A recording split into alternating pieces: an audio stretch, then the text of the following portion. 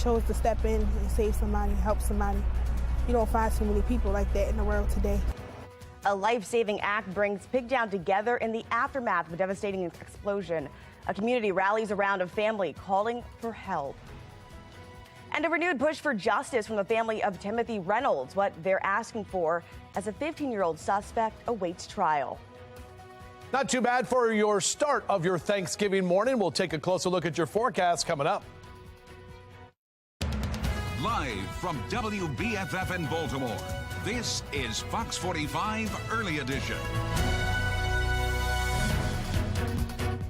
And good morning to you. It is Thanksgiving, Thursday, November 24th, and we're happy to be with you. We're going to start off with meteorologist Justin Chambers with a look at your Thanksgiving forecast. Yeah, good morning to you. Happy Thanksgiving. And temperatures are chilly right now. A lot of us waking up in the 30s at this time. You can see our downtown Baltimore shot. Pretty quiet conditions here. I had a great day yesterday with temperatures that made it into the lower 60s. We're starting off in the low to mid 30s for Cockeysville and Baltimore right now over to Bel Air. 40-year temp right now in Annapolis. So weather story looks like this. A chilly morning, slightly cooler conditions this afternoon, but will stay partly cloudy as well. And then the rain is going to roll in for us for tomorrow. So we're dry today. If you are out early this morning, maybe getting a cup of coffee or maybe grabbing some breakfast before you do all of the festivities, temperature staying in the 30s for the next few hours, about 42 by 9 a.m. We'll be in the mid to upper 50s for our highs today. Those numbers will be above average, but again, a little bit cooler than where we were yesterday. We'll track the rain and the rest of what we can expect for the weekend ahead coming up in a few. All right, starting off now with a look at the traffic network, your drive times and your roads looking extremely clear here on this Thanksgiving Thursday. We'll keep you guys updated. It's been more than 24 hours now since an explosion rocked a South Baltimore home. 3 people were hurt in that explosion in the Pigtown neighborhood, and we still don't know what caused this home to even explode in the first place. A 16-year-old girl and her 48-year-old mother were inside the home at the time of the blast. Investigators say a 70-year-old man jumped inside to help them. He was hurt after that building collapsed. You can see all that rubble on the ground there. Now, Terry Bagley, Sr., he's a Marine and a veteran. Take a listen. I would say he's a hero because he didn't have to go in and save nobody, but he chose to step in and save somebody, help somebody. You don't find too many people like that in the world today. Now, Governor Hogan put out a tweet saying, quote, "We are all pulling for this hero." At last check, Bagley is still listed under critical condition this morning. The mother and daughter have now been upgraded to stable. The cause of the explosion still under investigation. Now, Bagley's family has started a GoFundMe page you see here on your screen. It will help cover those surgery expenses. His son says he's always willing to put his life on the line for others. So far, more than $10,000 have been raised. We just want justice, that's it. We just want justice. We don't care about the politics of it. Another emotional plea from the family of Timothy Reynolds as the 15-year-old squeegee kid faces murder charges. This follows that confrontation in the Inner Harbor this past summer. Reynolds' family is pushing to bring the original prosecutor back onto the case. She was pulled the day before last week's juvenile hearing after she was accused of sharing evidence with the victim's family.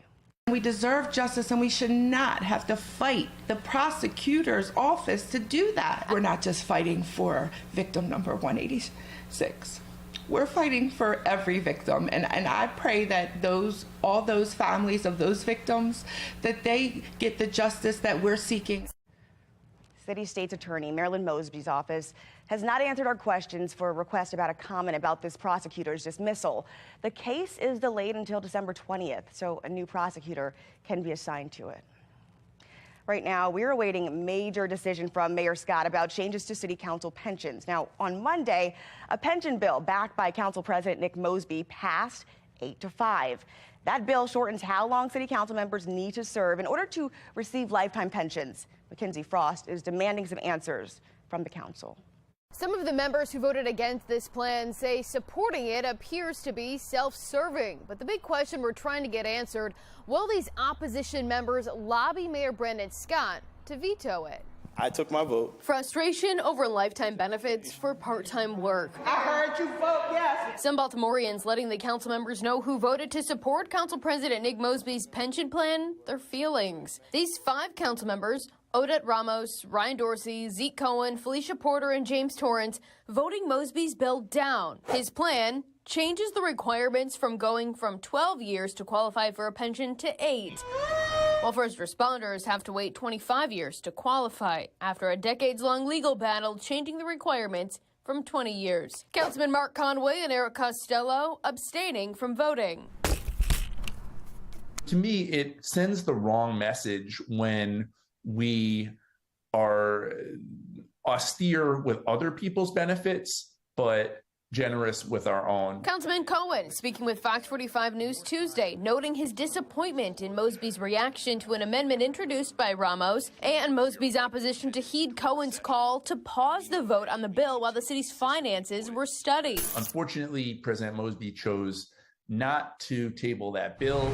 Wednesday, Fox 45 News sending members who voted no on the bill a few questions, asking, do you plan to lobby Mayor Scott to veto the legislation? Do you believe the council members who voted to support the plan send the wrong message to the city and appear tone deaf? If this plan is approved, will you vow not to take any or a portion of the pension? We sent the members who abstained from voting the same questions, all the council members refusing to answer. But Cohen telling Fox 45 News Tuesday if Mayor Scott does veto the plan, it doesn't appear Mosby has the votes to override it. This is an opportunity for Mayor Scott to really show leadership. The opposition to the plan stretches beyond the walls of City Hall. I'm grateful for those who opposed and abstained from this selfish legislation. Pastor P.M. Smith, a longtime city resident, says Mosby's motivations for pushing the bill could be linked to his wife, City State's Attorney Marilyn Mosby's own legal trouble. I'm grieving for the young man who sponsored it. Financially, he's irresponsible. He's about to lose the breadwinner and his family. I grieve for him. Even Governor Larry Hogan telling us Tuesday the plan sends the wrong message to the city. I think the voters were very clear that they supported term limits. They're not pleased in general with their elected leaders. I would say some people would probably argue that they deserve, pink slips instead of pay raises. Especially as Baltimore marks the 8th year in a row with more than 300 homicides. And meanwhile, the council moving forward with a plan to give themselves a lifetime pension earlier than ever. This entire plan hinges on Mayor Brandon Scott and what he does with it. Right now, the mayor's office tells me no decision has been made. In Baltimore, Mackenzie Frost, Fox 45 News. A ban on serving food after midnight forces a Fells Point pizzeria to close. Why Councilman Zeke Cohen says the city is contradicting itself with that decision. And you guys, we're looking at temps in the 30s this morning. Meteorologist Justin Chambers letting us know how your Thanksgiving forecast is shaping up. You're watching Fox 45 Early Edition, all local, all morning.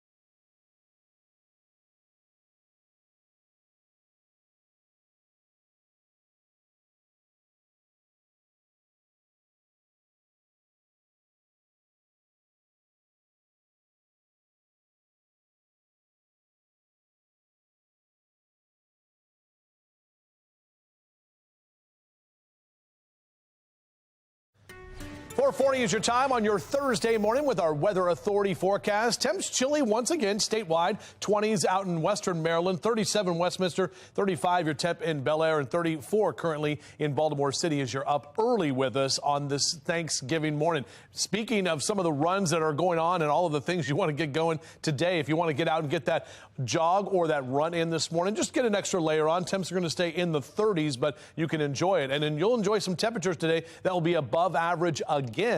We'll take a closer look at that coming up. Brick Oven Pizza in Fells Point is shutting down after the owner says he was denied a permit to sell food after midnight. The city says the decision is based on concerns about trash and crime in the area. Our business is at nighttime. Everyone wants to eat pizza after they drink, and at nighttime. They say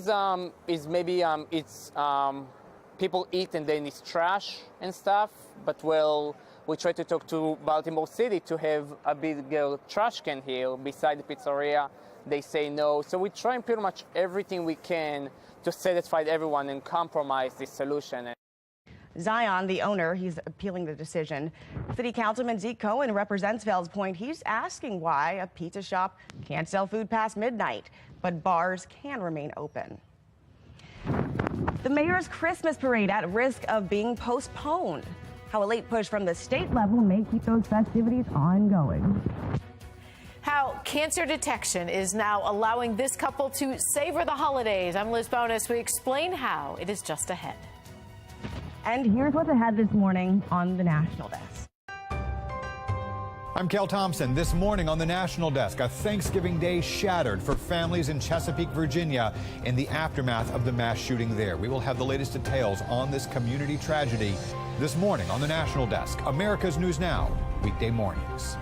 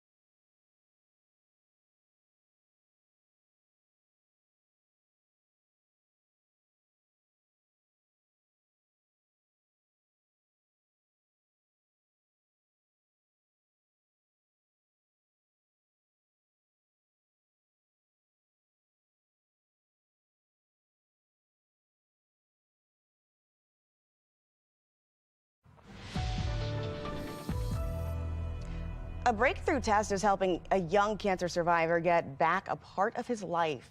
Medical reporter Liz Bonus shares how it could help in early detection in a whole new way.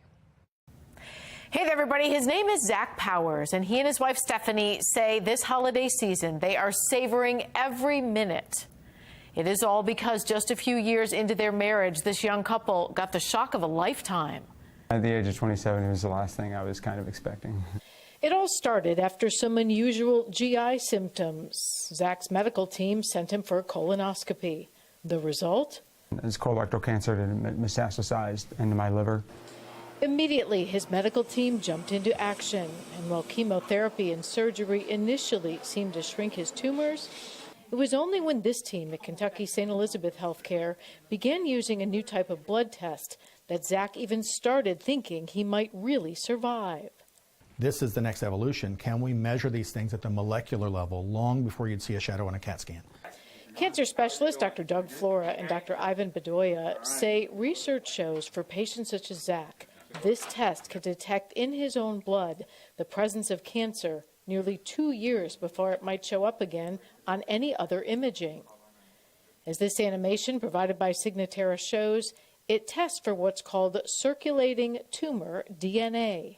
Circulating tumor DNA is a more sensitive way of detecting presence of tumor in the body.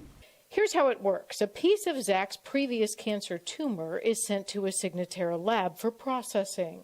They get the genetic material of the cancer cells, and they kind of create a template, and that template is then matched to the patient's serum. Then every 3 months, Zach's serum or blood is tested for a match. And so far, 2 years out, Zach is back to living a full life with no evidence his cancer has returned.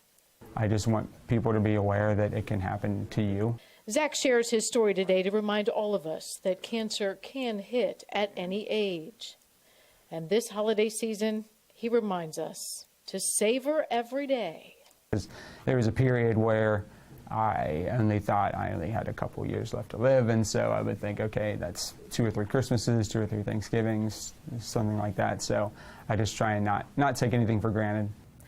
Now, right now, this test is used to see not just if cancer has returned, but also how well treatment is working along the way.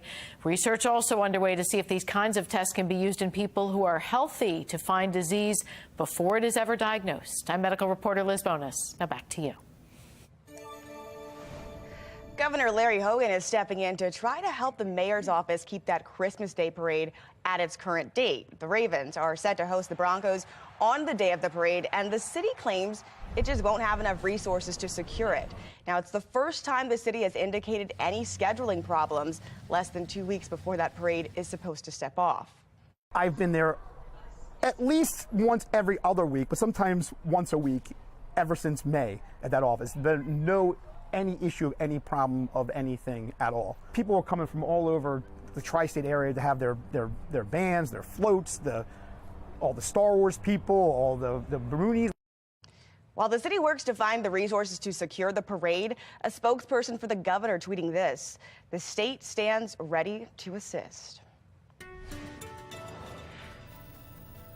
Now let's check in with meteorologist Justin Chambers for a look at our forecast. We're all wearing orange today, and I think that's because it's going to be a warm Thanksgiving. Yeah, absolutely. In fact, warmer than average, Taylor. So we saw temperatures that were in the lower 60s yesterday. Not as warm today, but overall we are staying dry, and that's good news because if you have friends and family over, maybe you have too much room or not enough room inside, you got some people hanging out outside, you're going to be just fine today. The rain is going to impact us tomorrow if you're going to be out for some Black Friday shopping, but everything looking good right now. If you're up early with us, starting to get things prepped for this afternoon or evening time. 34 your temperature right now at BWI. No wind to speak of at this time. And here's a look at our HD radar. Very quiet along the East Coast, so no issues here. Our next weather maker, however, is bringing some rain showers already to the Central Plains. Areas from Dallas up to St. Louis, right along that frontal boundary. We're seeing more of those showers and even some snow showers in the Denver metro area and up and down the Front Range in Colorado. Now, temperatures today across the country are not bad. In fact, look at that, 67 in Nashville, 59 in Atlanta and Charlotte, 70s for New Orleans. Most of the East Coast staying in the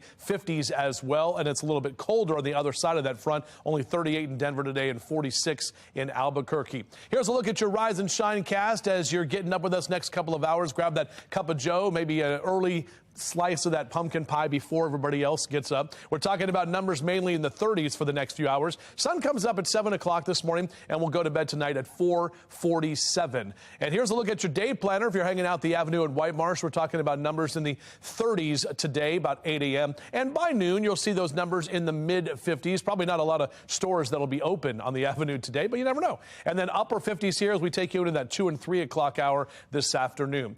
Checking some of those numbers. 55 is our average for November 24th. Mid to upper 50s is where we're going to end up. A lot of us really close to that 60-degree mark. Even some lower 60s for Easton and Denton down for the Eastern Shore later today. And up and down the East Coast, temps are still looking pretty good with those 50s as well. Even a few lower 60s for Philly and close to 60 in D.C. this afternoon. Here's our future scan. Taking us mainly through the afternoon. We're staying dry today. Increasing clouds, and you can see that rain rolling in early tomorrow morning. These rain showers right there.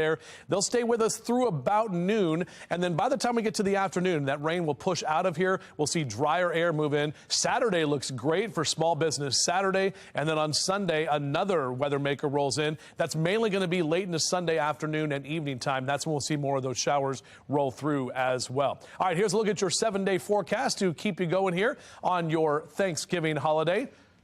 59 is your temperature for today. There we go. 57 on Friday. We'll see those mid to upper 50s into Saturday and Sunday, and keep the 50s going actually into early next week as we dry out by Monday and Tuesday. Chinese drones in the skies of D.C. and increased concern. I'm Scott Thuman in Washington with new information about the potential threat.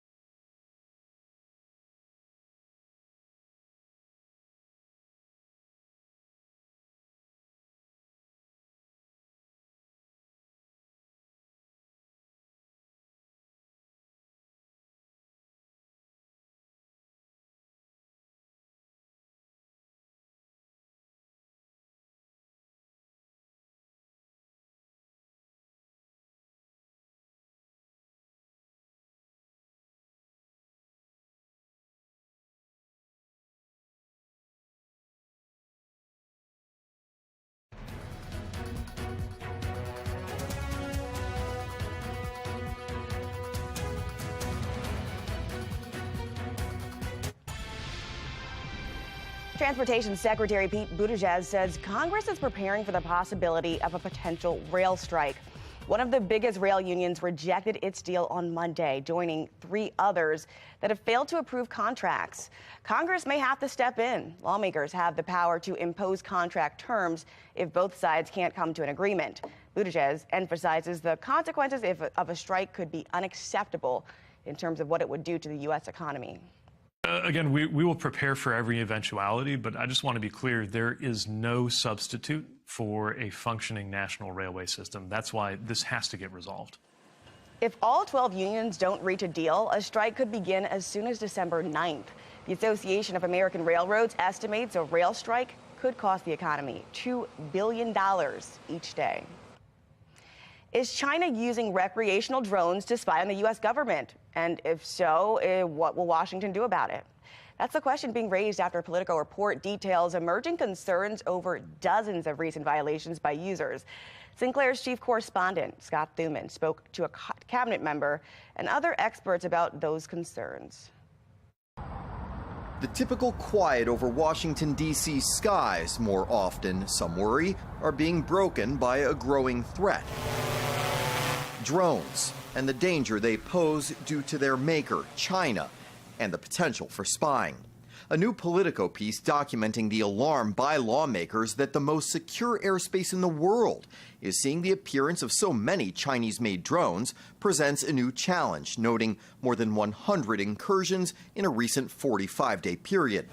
The recreational drones, often altered by owners to get around government rules and enter sensitive zones, may be used simply for fun, but there is a belief China can access the user's data to spy. They could number in the millions by the end of this decade, and it's something that you can't manage in the same way that you manage crewed aircraft. But I think there is more to come so that we can stay on top of this issue. In a recent Full Measure report, James Lewis, who once worked cybersecurity for the government and United Nations, said America needed to challenge China more in the past, so it had better now. You look back 10, 15, 20 years and you say, we had it wrong. We did. You can think in 2010, Google got hacked, and that should have been the wake-up call.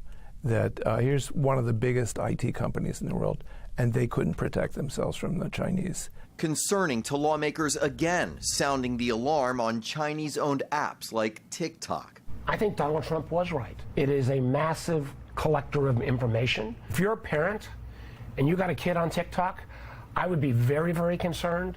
All of that data that your child is inputting and receiving is being stored somewhere. And now Chinese companies buying property and farmland in the U.S. near military installations is prompting lawmakers to call for investigations and even new laws that would allow President Biden to halt that process.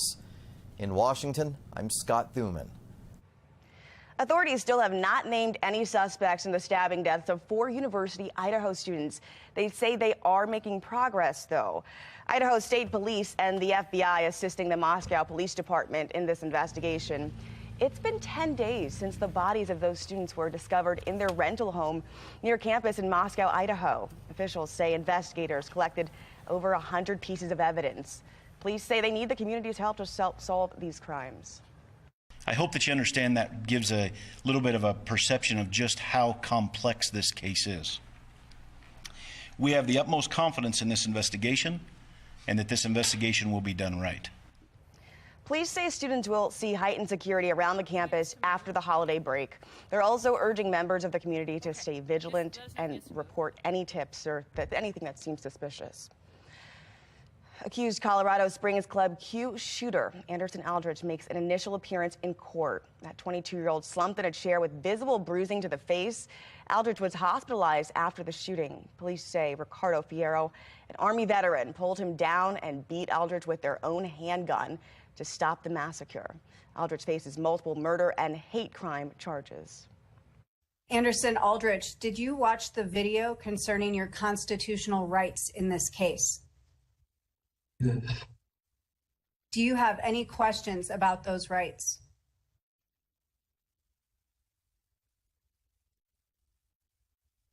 No. Aldrich is ordered to, he's held without bond now. That next hearing is scheduled for December 6th, but could change due to a scheduling conflict for the defense. New court filings reveal that Aldrich wishes to identify as non-binary and to be addressed with the pronouns they and them. I don't believe that right now that this pension should be changed from 12 years to 8. Former Baltimore mayor voicing her opinion on the city council's vote, why she believes this vote is self-serving. We just want justice, that's it. We just want justice. We don't care about the politics of it. The family of Timothy Reynolds giving another emotional plea, what they're asking for as a 15-year-old suspect awaits trial. Temperatures are chilly this morning. As we head toward the afternoon, we'll see some more above average numbers for Turkey Day. Back with your full forecast in just a few. Live from WBFF in Baltimore, this is Fox 45 Early Edition. And if you're up early, maybe you are making your Thanksgiving meal.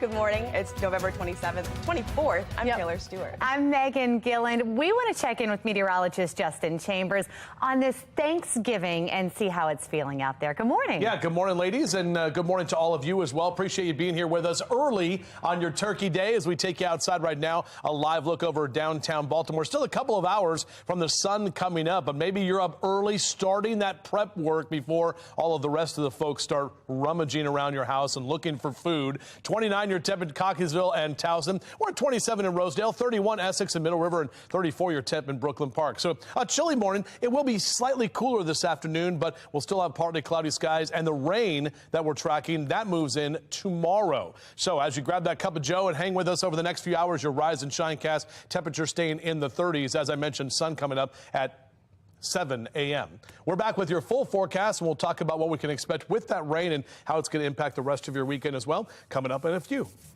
All right, Justin, thank you. Let's take a look at the road. Still a lot of people heading to their family this morning, but I'll tell you what, this must be the time to do it. It is clear traveling out there. No major issues to report. Great time to get up and head out with the family. It is 5:02, and we begin in a city in crisis. Former Baltimore Mayor Sheila Dixon is calling out City Hall after council members passed a bill to shorten their pension requirements. The vote is 8 yeses, 5 noes, and 2 abstentions. This bill is approved. Now, Dixon suggesting that vote by council should not have happened. Instead, she says the city's compensation commission should have handled that matter. Somebody in finance and the retirement should have, when the bill was introduced, and I don't know whether or not this happened or not, should have shared with them that this commission is in place. It was Dixon who established legislation for the Compensation Commission when she was City Council president, a panel that removes all salary and benefit proposals regarding elected officials from the hands of members of the City Council. Baltimore voters approved the creation of the commission back in 2006. Fox 45 News asked Dixon about the council fast-tracking the bill. Listen into what she said. Most, he just seemed adamant on getting this passed. And so that raises some questions. What's the main question it raises for you? When I came onto the council many years ago, I never thought about the pension and the salary because our salary was very low.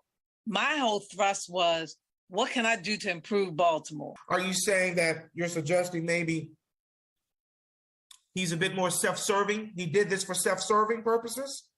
I believe that this bill, based on doing it 8 years, is very self-serving. Now, we reached out to City Council President Nick Mosby asking, are you aware of the city's compensation committee? As of this morning, we have not yet heard back. Fox 45 News continues to question city leaders on their decisions to change the pension rules. Unfortunately, President Mosby chose not to table that bill. To me, it sends the wrong message when we are austere with other people's benefits, but generous with our own. We have more coverage on the pension vote ahead at 5:30 this morning. Find out how City Council members are defending their votes. Our question of the day to you is, should Mayor Scott veto this pension bill that City Council passed for themselves? Go to foxbaltimore.com/vote to weigh in. So far, 90% of folks say yes. We just want justice. That's it. We just want justice. We don't care about the politics of it. Another emotional plea coming from the family of Timothy Reynolds as a 15-year-old squeegee kid faces murder charges following a confrontation near the Inner Harbor this summer. The Reynolds family is pushing to bring the original prosecutor back onto this case. She was pulled off the day before last week's juvenile hearing after she was accused of sharing evidence with the victim's family. we deserve justice, and we should not have to fight the prosecutor's office to do that. We're not just fighting for victim number 186. We're fighting for every victim, and I pray that all those families of those victims, that they get the justice that we're seeking. City State's Attorney Marilyn Mosby's office has not answered our request for comment about the prosecutor's dismissal. The case is delayed until December 20th, so a new prosecutor can be assigned. An investigation is underway right now after 2 people are hurt in a shooting in Annapolis. Police say one of the victims is a juvenile. Police have not yet released his age. They say it happened along Victor Parkway just before 5:30 last night. Medics took the boy to a local hospital while the man was able to walk on his own. No word on any suspects at this time, but detectives are still investigating, and we'll bring you more information as it becomes available. Baltimore County Police also revealing a 24-year-old was shot and killed yesterday in Towson. The crime scene is on East Joppa Road right near Loch Raven. The young man has been identified as Pavan Patel. Police have not released any other details. Preparations will begin soon for the annual Be Gaddy Thanksgiving dinner. I'm Olivia Danson. Coming up next, I'll have all the details, plus find out how you can help out too. I'm going to let you know about what you need to wear for Thanksgiving Thursday, and with the rain that's on the way for the weekend, how that could impact your plans. All coming up on Fox 45 Early Edition. Come.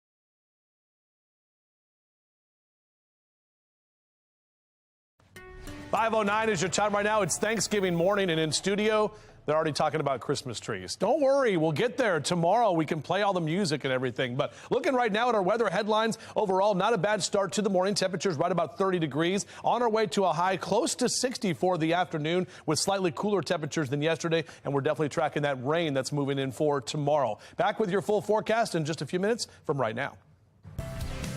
It is officially the season of giving, and the Agati Family Center is in Baltimore, that food pantry and shelter for the homeless women and children.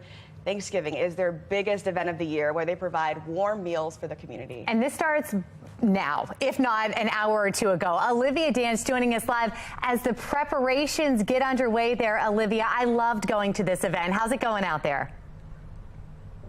Well, good morning, guys, and happy Thanksgiving, everyone. As you mentioned, today is B. Gatti's 41st annual Thanksgiving meal dinner. And right now, their preparations haven't started yet, but they are going to begin here soon at Patterson Park Recreation Center. They're going to start serving the meals, though, at 11 this morning. And preparation, as I said, is going to start here soon. So it's a team effort to really get this going. For the last 7 days, B. Gatti has collected food donations, which they will use to put together this Thanksgiving meal. Not only can people come here to Patterson Park for the meal, but they'll also be sent home with a bag of food, which is so awesome. Meals will also be delivered to those who can't come to the park later today. And Cynthia Brooks is the executive director of B. Gatti Family Center. We'll talk to her a little bit later this morning. Her mom founded the center decades ago, though. And so for Cynthia, there's absolutely nothing to be more thankful for than giving back. Extremely rewarding for me to continue my mother's legacy. And I'm so excited. I'm so excited. I feel like Christmas, like I'm about to open up something that's going to be very beautiful. And again, they're going to start serving the meals at 11 this morning. They will stop serving at 2 this afternoon. And I'm told that they are still collecting dessert and water donations. So if you see this and you want to help out, come on down to Patterson Park. For now, reporting live in Baltimore, I'm Olivia Dance, Fox 45 Early Edition. Oh, Olivia, we can't wait to keep checking in throughout the morning. Here's a look at today's headlines. Meantime, the Baltimore Turkey Trot begins at 8:30 this morning. Start stretching now. We know Governor-elect Wes Moore is going to be running today. Baltimore's Classic 5 golf courses are holding their annual turkey shoot, and the Turkey Bowl pits Loyola Blakefield against Calvert Hall. Kickoff there is set for 10 a.m. on Towson's campus. Well, Thanksgiving gatherings are likely to be larger than the past 2 years. What you can do to ease the stress when making Thanksgiving dinner. And Thanksgiving isn't just for people. How Chicago Zoo is keeping up with their Thanksgiving tradition. They're holding it like humans. I know. That's a turkey leg, right? Sweet potato, I think. Oh,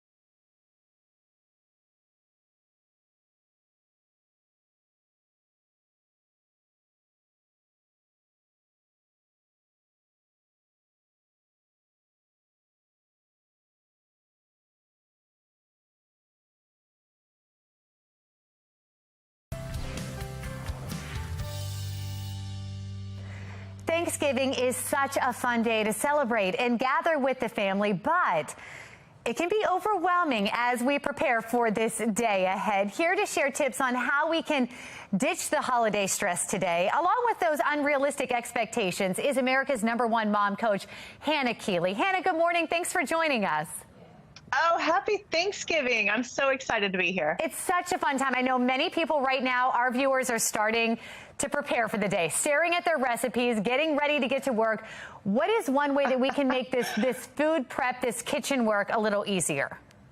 Well, one thing, Megan, is we have to realize if we're looking at everything we're doing today and we feel our blood pressure going up a little bit, then maybe we need to de-escalate and understand we can let those, just like what you said, unrealistic expectations, we can just let's neutralize it just a little bit. What if the goal of today was to create amazing memories? If the turkey's dry, people are still going to eat it. Right. If the cranberry sauce comes out of a can, they'll probably enjoy it even more. Like, we can just let those picture perfect Pinterest ideas of Thanksgiving, let those go, and let's make sure we're tuning in to what our family really wants, creating memories together. The memories are what you remember years down the road, not necessarily the food, but sometimes that can bring up a whole new stress, the traditions surrounding Thanksgiving. How do we keep it fun without overstressing, trying to do all those little things that we've done every single year because it's tradition? Right. And sometimes we have to look at those traditions and say, wait, did I really enjoy it? Was that really important? Did I really, did it create what I wanted? And we have 100% permission. This is your permission slip. I will sign it if you want me to. Let me know. This is your permission slip to let those traditions go and create some new ones. Yeah. You might want to create, play a board game if that's what you like to do. Play Thanksgiving charades. Come up with something that you really want to continue year after year.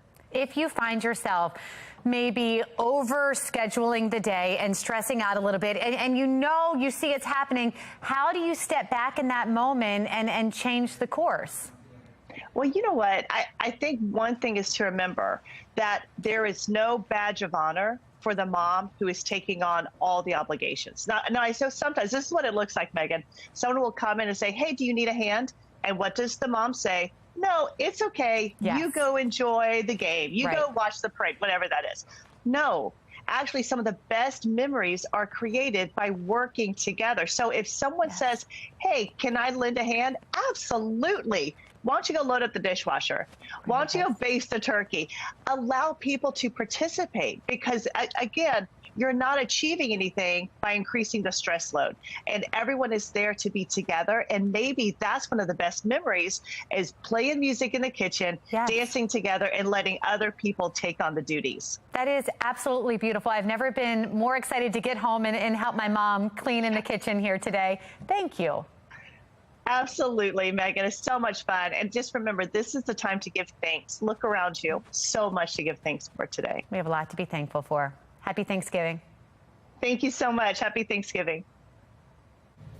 All right, Meg, who says Thanksgiving is just for people? Apparently not these little guys, because a group of lemurs are getting a full Thanksgiving spread. This is happening at Brookfield Zoo right near Chicago. It's a Thanksgiving tradition there as we talk about traditions. Now in its 9th year, you can see the makeshift dining room set there. I was wondering if that was a real dining room. It's a makeshift one. It's actually set up in their enclosure. Makes a lot more sense to me now. They have some pumpkin pie. They have all the fixings there. I think you're right. It was a sweet potato they were eating earlier, but they're loving it. They're eating pretty good. Happy Thanksgiving, guys. Meantime, the other animals are at the zoo are like, hey. They're like, where's my couch? Where's my food? Why the lemurs? All right. Well, for all of you getting your meals ready, we're going to check in with someone who can help you here. Meteorologist Justin Chambers for those heading outside to get a breath of fresh air when it gets stuffy inside. Yeah, exactly. Today's going to be a really nice day. We're talking about temperatures that will be above average once again as we head into the afternoon. Maybe 3 or 4 degrees cooler than yesterday. And overall, it's still chilly right now. So if you're up early this morning, just know before you step out, grab the jacket and make sure you are good to go. Towson numbers right now, right at 30 degrees. No wind to speak of. So we're not talking about any wind chill numbers. For your Thanksgiving planner, by 9 a.m., we'll be into the lower 40s, mid-50s by noon today, and we're going to see those temperatures hang out into the 50s even through about 4 and 5 o'clock tonight. You will see increasing clouds throughout the day today, but that's only because we're tracking some rain for tomorrow. Here's a look at our HD radar. Everything is nice and quiet, so traveling up and down the East Coast, no issues. Notice on the left side of your screen, that's our next weather maker, bringing some rain showers here to parts of central Arkansas, the Central Plains, moving north of Dallas at this time. This same system is going to track into the southern U.S. as we take you through the afternoon. You can see right there, this is the travel impacts, some of the snow showers in the front range from southern Colorado down into parts of New Mexico. So we're dry on the East Coast for today, but watch what happens. That system moves right into our area through tomorrow, and that's going to be mainly tomorrow morning. That's going to be the big impacts, and most of the East Coast will be impacted by this same system. So people who are maybe going home on Friday or trying to get out for those Black Friday deals have to deal with some of that rain for tomorrow. As for today, you can see our next 12 hours trending nicely. We'll see those numbers eventually back to the mid to upper 50s, even close to 60 degrees once again. Hey, it's Turkey Day. We're talking about birds, right? Yeah, there's Hank the Bird right there early on your Thursday morning. 42 by 9 a.m., mid-50s into that noon hour, and close to 60 for a lot of us later today. I mean, check out these numbers. We were well below average just a few days ago, and now those numbers are trending above average for Carroll and Baltimore counties. 57 in Cockeysville and Hunt Valley today. 58 your high in Dundalk this afternoon. Numbers in Howard and Anne Arundel counties also in those mid to upper 50s for Elk Ridge and Laurel down through Odenton. 58 in Glen Burnie and Pasadena. Temperatures in Hartford and Cecil counties also staying in the mid to upper 50s for the afternoon. Here's a look at our future scan. Again, we're dry today. It's the next weather maker that's rolling in early tomorrow morning. And again, most of that rain should be out of here by about 1, 2 o'clock tomorrow afternoon. So it's mainly a first half of the day for your Friday. That's when we're going to see the rain. Saturday looks great. Small Business Saturday going to be real nice with temps in the mid 50s, mild conditions. And then that rain returns on Sunday, but we are dry early next week. Alrighty, now for a look at your Len Stiller Traffic Network. Our drive times are looking pretty clear right now. As Meg said, you might want to head out if you're traveling at all this Thanksgiving earlier rather than later. The busiest days for holiday travel are here. Just ahead, what you can expect if you're hitting the roads. We're going to take a closer look around our region or the skies today. And the Macy's Thanksgiving Day Parade is happening this morning. We're having a good preview for you with some floats and balloons. We're watching Fox 45 Early Edition, all local, all morning.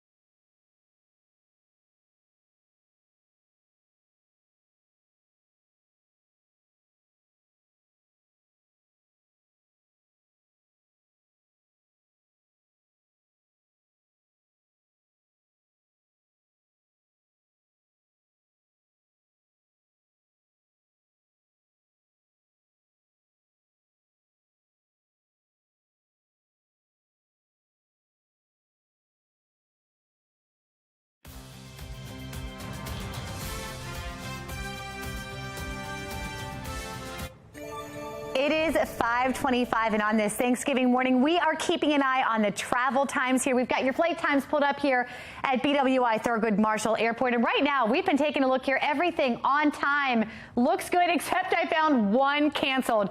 If you were thinking of going to Cancun at 8 a.m., not happening. That is the only one, though, that seems to be canceled. Everything else looking pretty good here at BWI. We're going to keep tracking those flights throughout the morning, though, knowing that today's a pretty busy day there. That's right, but Wednesday and then Sunday expected to be the busiest days at airports this week. TSA is expecting more than 2 million people will pass through airports on those days alone. Transportation Secretary Pete Buttigieg is convinced it'll be a smooth experience, even if you're planning on traveling. I was just looking over the numbers for this Thanksgiving travel. You look at yesterday, which I think is the busiest day we've seen so far for this holiday. Cancellation rates were less than 0.5%. And that's a rate, you know, they'll never be zero, just with some weather and mechanical issues that come up. If it stays in that range, that's definitely a rate that the system can handle. He went on to say airports are still dealing with tight labor situations and will need to hire more pilots, mechanics, and ground crew members. 5:26 in the 2022 FIFA World Cup continues today with a pair of games right here on Fox 45. Portugal plays Ghana at 11 a.m. Then Brazil and Serbia, they round out the day at 2 p.m. And don't forget, the U.S. plays its second match this Friday against England. The Americans are looking for a strong result after a draw against Wales on Monday. You can catch all the action starting at 2 p.m. right here on Fox 45. We've got temps in the 30s this morning, but it could get a little warmer by the time you take your turkey out. Meteorologist Justin Chambers letting us know how your Thanksgiving forecast is shaping up. Preparations will begin soon for the annual Be Gaddy Thanksgiving dinner. I'm Olivia Danson. Coming up next, I'll have all the details, plus find out how you can help out too.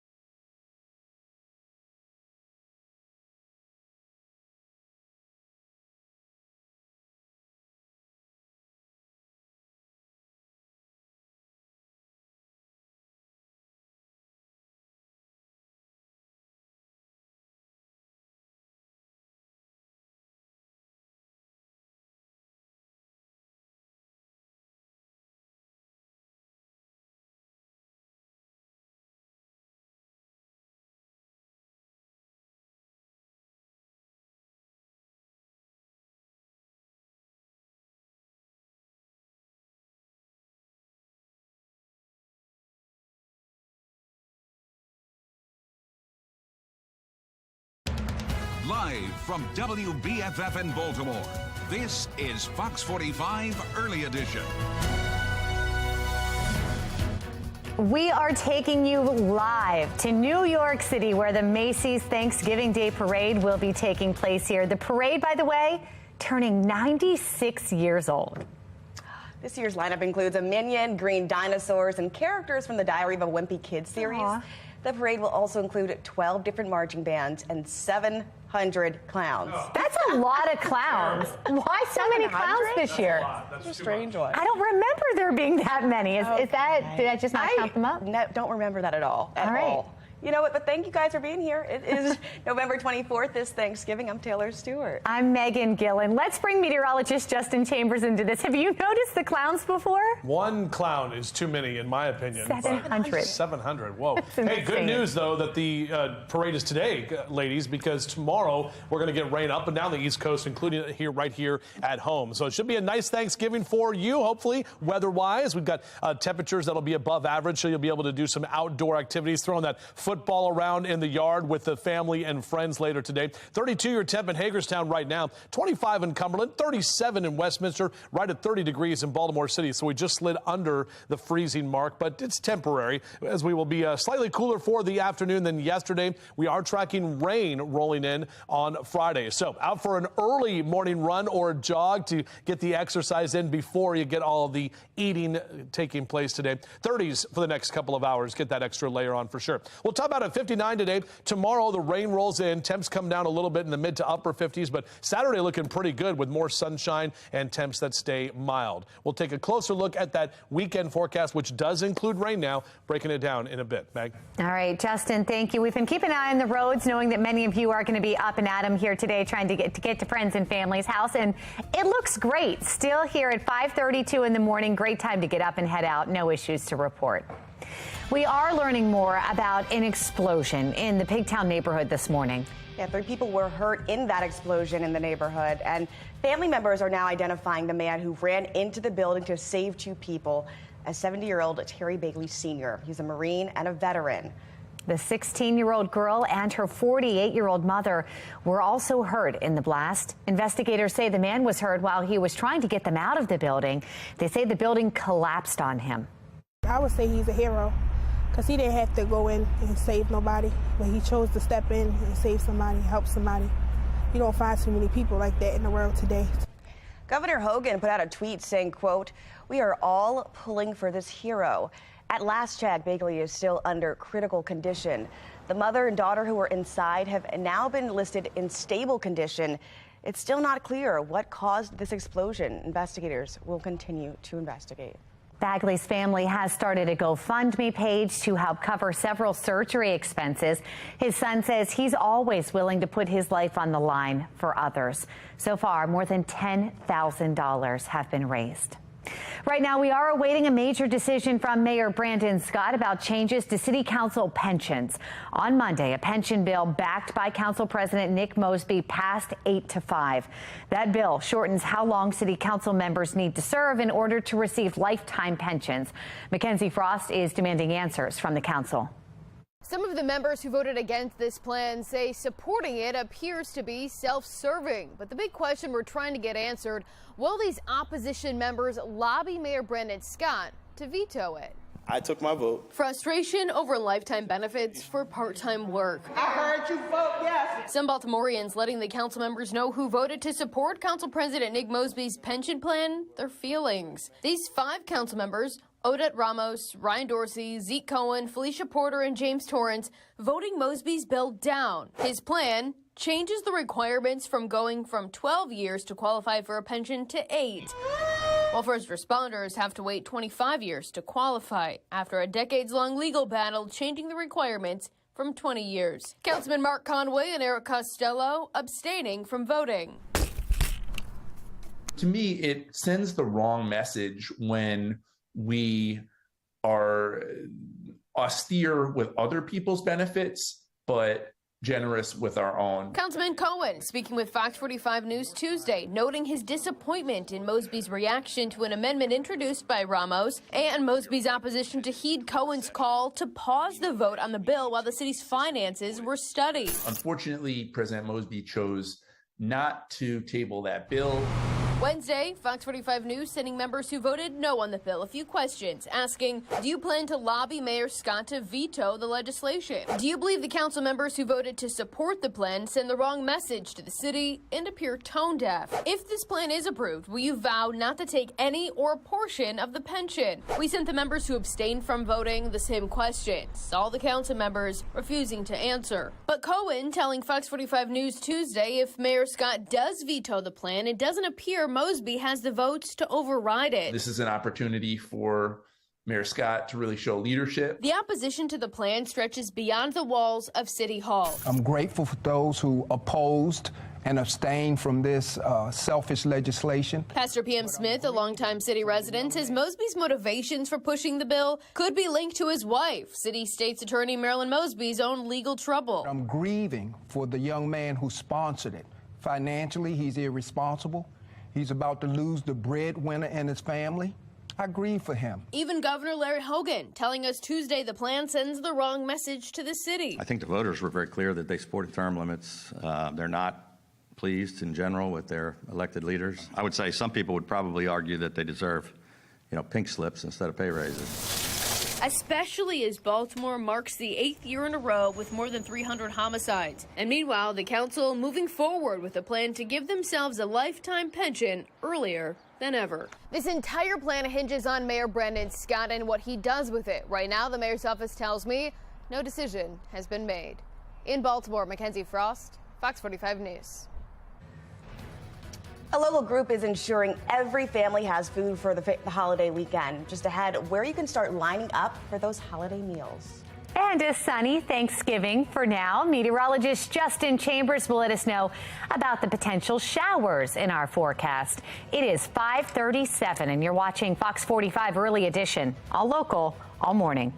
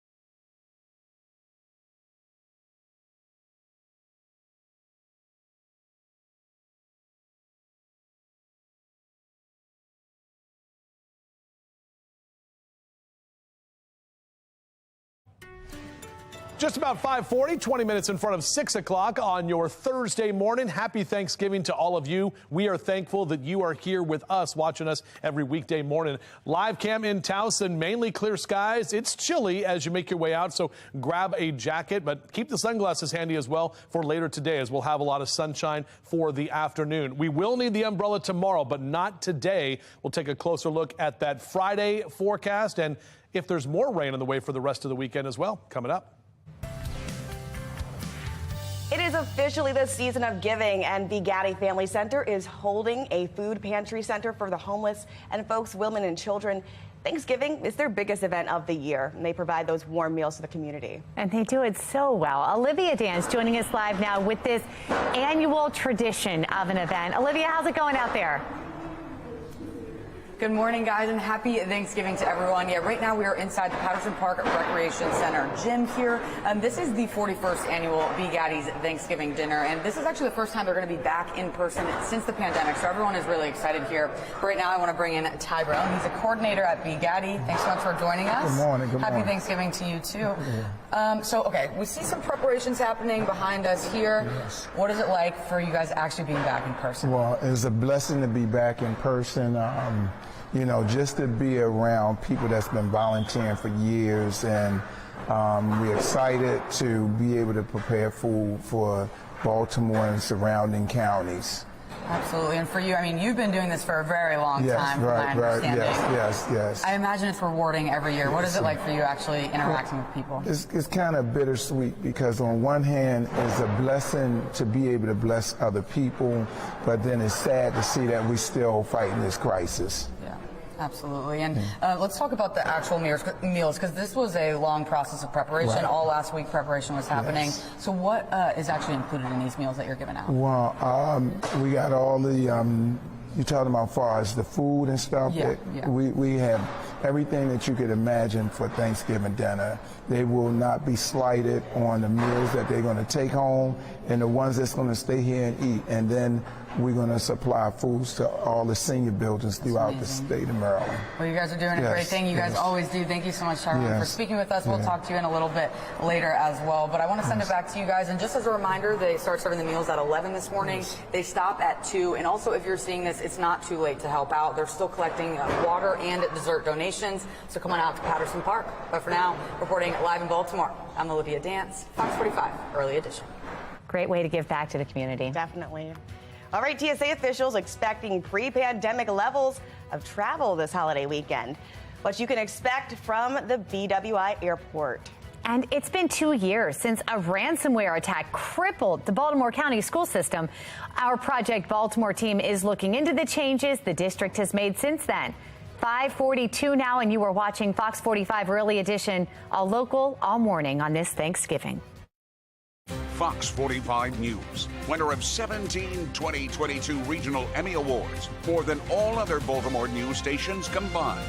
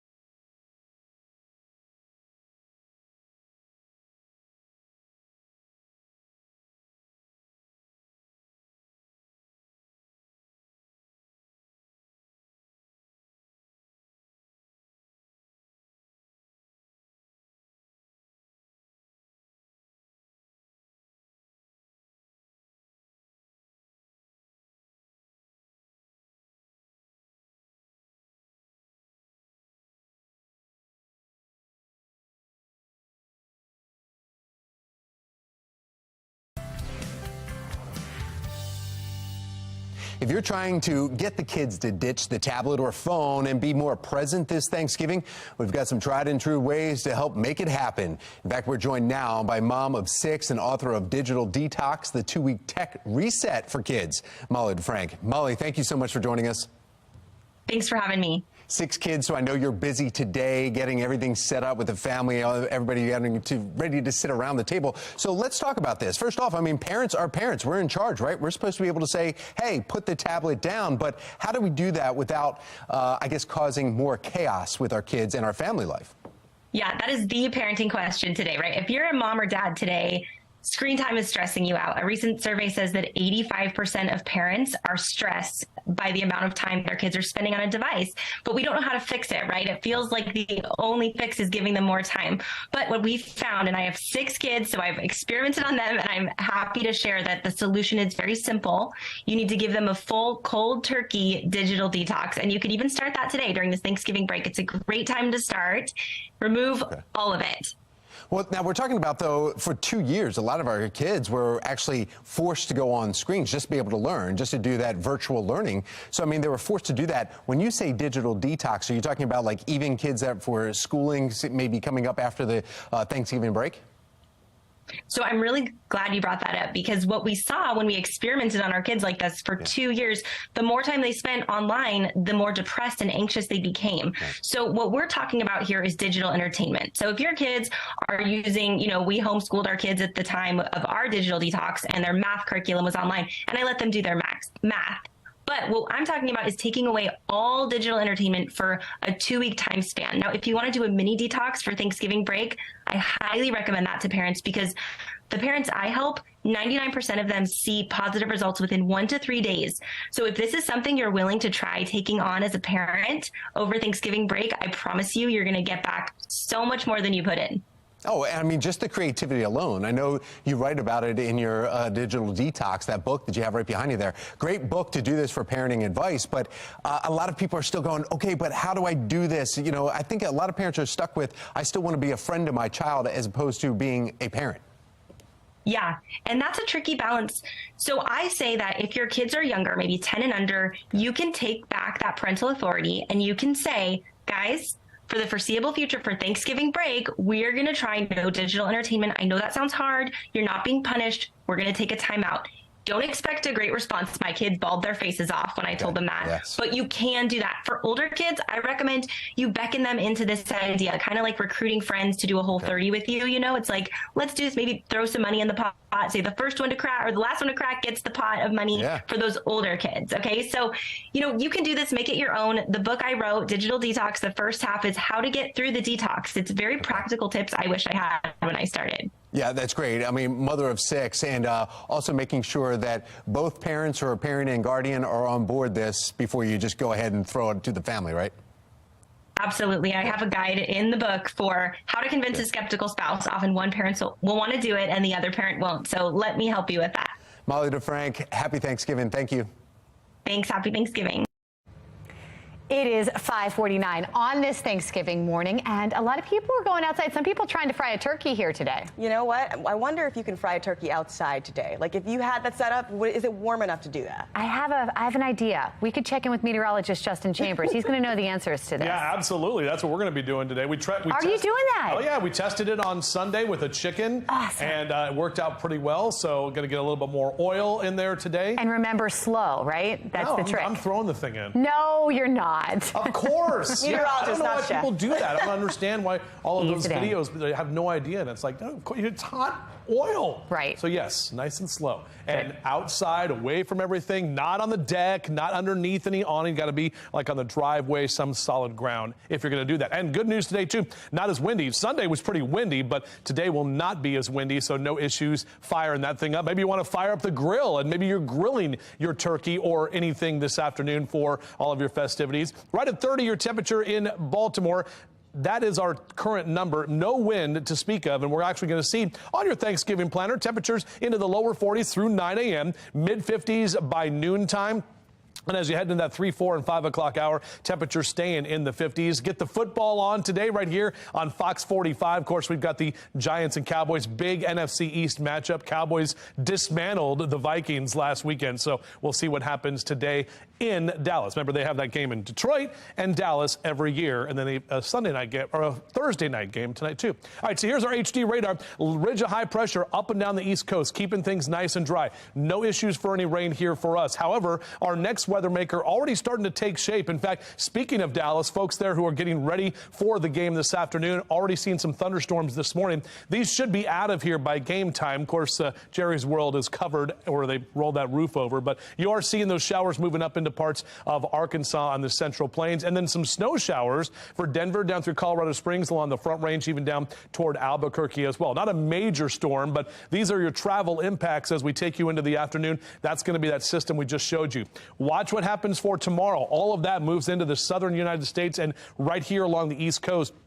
That's the rain that we are going to see for tomorrow morning. And by tomorrow afternoon, most of that rain should be done. But again, if people are going to be out shopping early on Friday, you'll have to deal with some of those showers. So as you rise and shine, next few hours, grab that cup of joe and see those temperatures mainly in the 30s. Sun coming up officially at 7 a.m. and back to bed tonight at 4:47. Here's a look at your 7-day forecast. 59 today, not bad at all.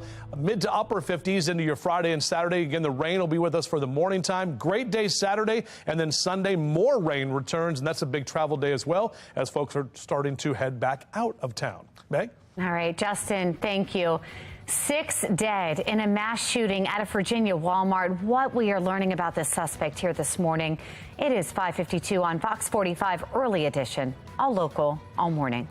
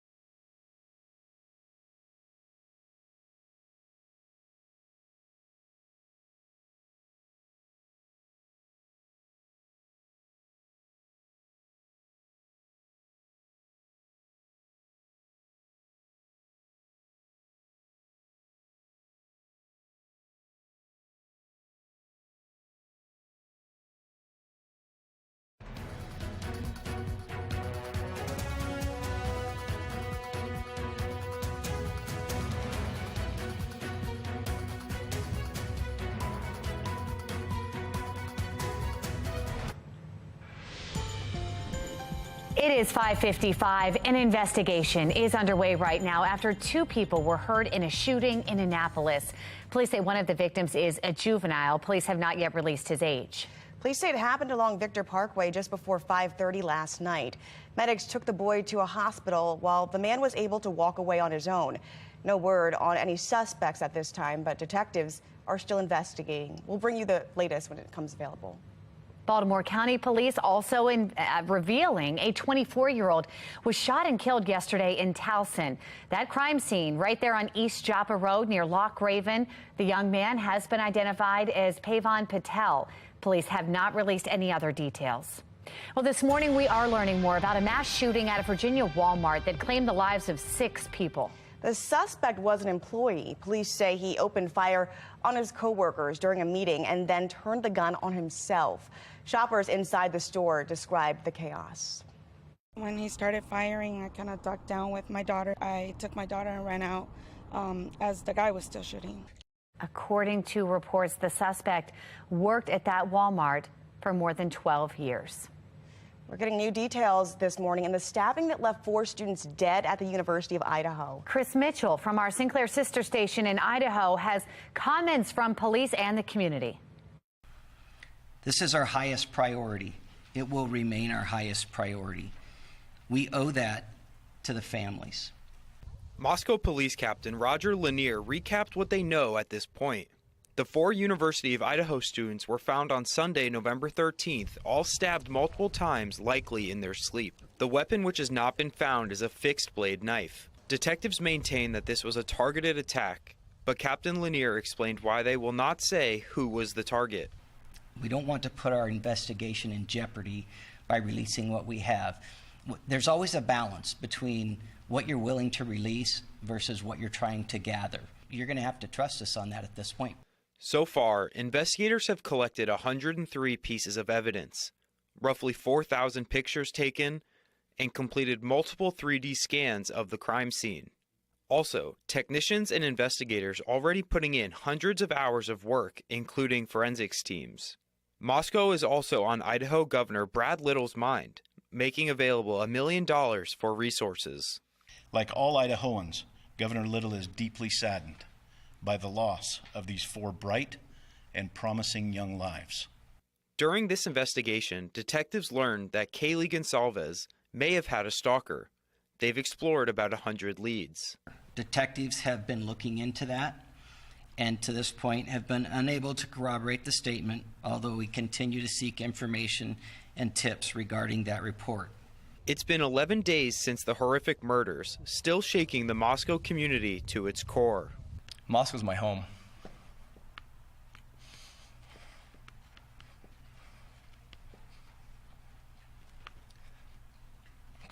And I know we won't be defined by tragedy, but how we respond to it. We mourn the loss of these beautiful young people, and we will relentlessly pursue justice on their behalf. Love beats hate. Love wins. A powerful show of unity yesterday afternoon in Colorado Springs after a mass shooter killed 5 people inside Club Q, an LGBTQ club. This 25-foot pride flag has been a symbol of tolerance for years, including in support of victims of the Pulse nightclub shooting. Remember that back in 2015? The suspect also appeared in court yesterday. He'll be held without bond as prosecutors work on filing formal charges. I want them to know that we are going to be the voice for the victims in the courtroom and that we will be fighting alongside them through this entire process. Club Q hosts an annual Thanksgiving meal. They considered canceling it this year, but they'll hold that meal at a different location to celebrate the lives of those we lost. Make sure you download the Fox 45 News app for up-to-the-minute traffic conditions, school closings, breaking news, weather anytime. Just search WBFF in your app store. Fox 45 sits down with former Mayor Sheila Dixon. Why, she says, City Hall, the pension vote, ignored the current system in place. Temperatures are a little chilly to start your Thanksgiving morning, but overall this afternoon, we're looking good. We're going to break down that forecast for you on Fox 45 Morning News. Let's go. Live from WBFF in Baltimore, this is Fox 45 Morning News. 6 a.m. here, taking a live look over Ocean City this Thanksgiving morning. It's going to be a nice day if you're traveling, but you want to make sure you avoid any backups and leave early today. Good morning. Yeah, thanks for joining us. Happy Thanksgiving to you all. It's November 24th. I'm Megan Gillen. And I'm Taylor Stewart. And I'm also curious, meteorologist Justin Chambers, you're going to make a turkey today outside. Well, that's one of the turkeys. We already made the other one yesterday. Yep. So I'm assuming we're going to... turkeys? Yeah, 2 turkeys. We got beef. We've got mac and cheese. We got... I think we got some carrots. So when are Taylor and I coming over? Y'all can come over anytime you want. It's all good. Yeah, this will be our first county Thanksgiving. That's awesome. It should be a lot of fun, and hopefully you're getting your preparations all set this morning. We appreciate you being with us live and local. And look at that, we're zoomed into the Christmas Village downtown Inner Harbor shot, and we know things are getting fired up. We get to Thanksgiving, and then all of a sudden it's Black Friday. Then all of a sudden, boom, it's Christmas. In fact, exactly 1 month from today is Christmas Eve. Today's November 24th, so think about that. Another chilly morning, partly cloudy and mild conditions for you for today. We are tracking rain that's moving in for tomorrow. So your morning drive, even though it's not a normal commute, but maybe you have to get out and get some last minute items at some of the convenience stores, or maybe you're actually hitting the road to see your family and friends. Numbers will stay in the 30s over the next couple of hours. Mr. Bo says we are good to go. Back with your full forecast in just a few minutes from right now. All right, Justin, thank you. Let's go ahead and take a look at the roads. We know a lot of you might be traveling here today. We've got a live look as you head on to the Bay Bridge here this morning, and perfect time to head across right now. Very light traffic, not just on the Bay Bridge, but all around our region here at 6 a.m. So if you need to go somewhere, this might be the time. We just want justice. That's it. We just want justice. We don't care about the politics of it. This morning in a city in crisis, another emotional plea coming from the family of Timothy Reynolds as a 15-year-old squeegee kid faces murder charges following a confrontation right near the Inner Harbor this summer. The Reynolds family is pushing to bring the original prosecutor back onto this case. She was pulled the day before last week's juvenile hearing after she was accused of sharing evidence with the victim's family. We deserve justice, and we should not have to fight the prosecutor's office to do that. We're not just fighting for victim number 186. We're fighting for every victim, and I pray that all those families of those victims, that they get the justice that we're seeking. City State's Attorney Marilyn Mosby's office has not answered our request for comment about the prosecutor's dismissal. The case is delayed until December 20th so that a new prosecutor can be assigned. Former Baltimore Mayor Sheila Dixon is calling out City Hall after council members passed a bill to shorten their pension requirements. The vote is 8 yeses, 5 noes, and 2 abstentions. This bill is approved. Now, Dixon suggesting that vote by the council should not have happened. Instead, she says the city's compensation commission should have handled the matter. Somebody in finance and the retirement should have, when the bill was introduced, and I don't know whether or not this happened or not, should have shared with them that this commission is in place.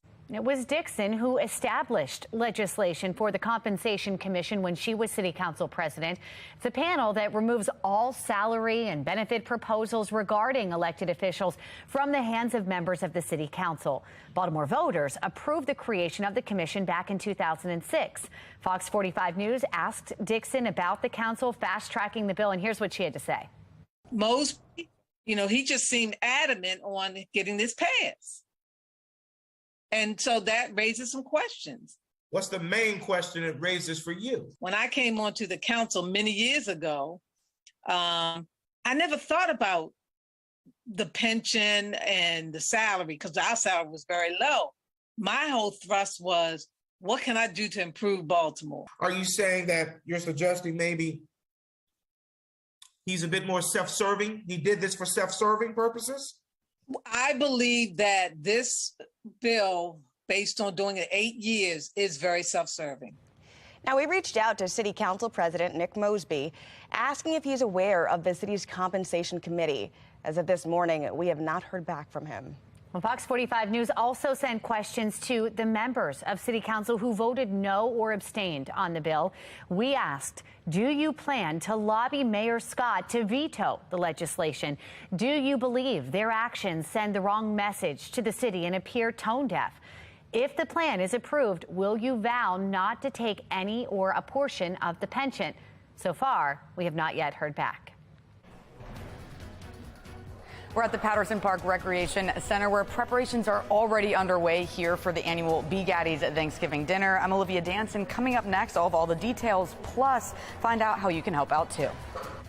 Just a little bit of that morning glow here from our Towson camera under mostly clear skies for your early part of your Thanksgiving morning. We'll see some more clouds rolling in, and we'll talk about the impacts with the rain that's on the way for the weekend. It's all coming up in just a few minutes.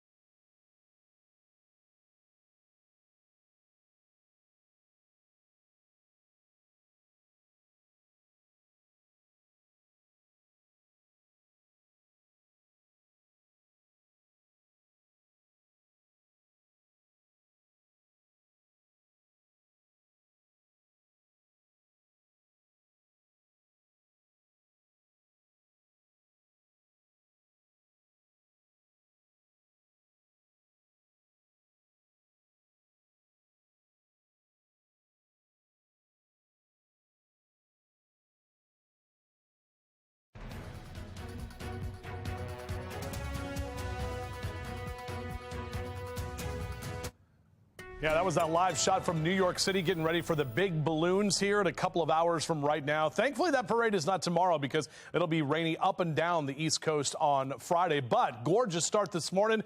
No big balloons hanging out around here in Towson. We've got nice clear skies and chilly temperatures. Your out the door cast looks like this. Grab a jacket and then also have the sunglasses ready for a day that will be above average with our temps. The umbrella comes into play for tomorrow. Out for a run or a jog early to get the exercise in before we gorge this afternoon. We're talking about low to mid 30s this morning. Back to you.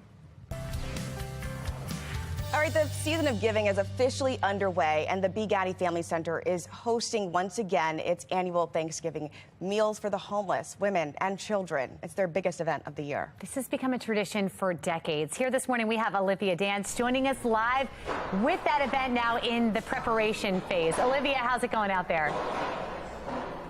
Well, good morning, guys. Happy Thanksgiving to everyone. And right now we are inside the Patterson Park Recreation Center, which is where the preparations are already underway. They won't start serving the meals until 11 this morning. So this is a team effort here. And right now I want to bring in the woman in charge of all of this, Cynthia Brooks. She's the executive director at Be Gaddy's. Good morning to you. Good morning. Okay, so talk to us about preparations, because this all started last week and there's a lot of volunteers involved. Yes.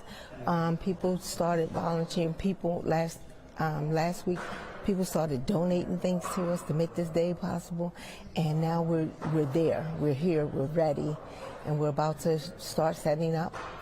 And we have volunteers. Volunteers beat me here, and most of the ones I've met this morning this is their very first time volunteering. Oh, that's amazing. And it's great. Will be our 41st Thanksgiving dinner. Wow. And we're excited to get. It's stressful but exciting, and I know so stressful. Your mom founded Be Gaddy's decades ago, so Yes. for you, I mean, you're carrying on her legacy. What is that like? It's a big responsibility, and a big, sometimes a big sacrifice, but excited, and it feels good to carry on. To realize someone started something that was very small and has ballooned over the years. Absolutely, it's just grown and grown. 41 years later. Amazing. And one more question for you, as far as, you guys weren't fully in person for a couple years because of the pandemic, Right. but now you're back. Everyone's here. What is that? That's the like? exciting part. Yeah. For 2 years, we had to tweak everything we did, and this year, we're back. You guys are back. We're back, and that's the best part of the day. We're back. Well, we're so excited to see everything get underway. Obviously, it's already beginning here. It's only going to continue to get more busy and crazy here, but we're excited. Thanks so much for speaking with us. And remember, again, the meals are starting to be served at 11. They stop at 2, and you can still come here to Patterson Park to drop off water and dessert donations. So come on out and help out. It won't be long before you start seeing the line wrapping around the park right there, too. And you've done this for 10 years, so you totally know. It used to be a tradition of mine. So, Olivia, we'll be excited to check back in with you. The holiday season is here. After the break, we have the top toys you'll need to see to be the best gift giver of the season. We all want that.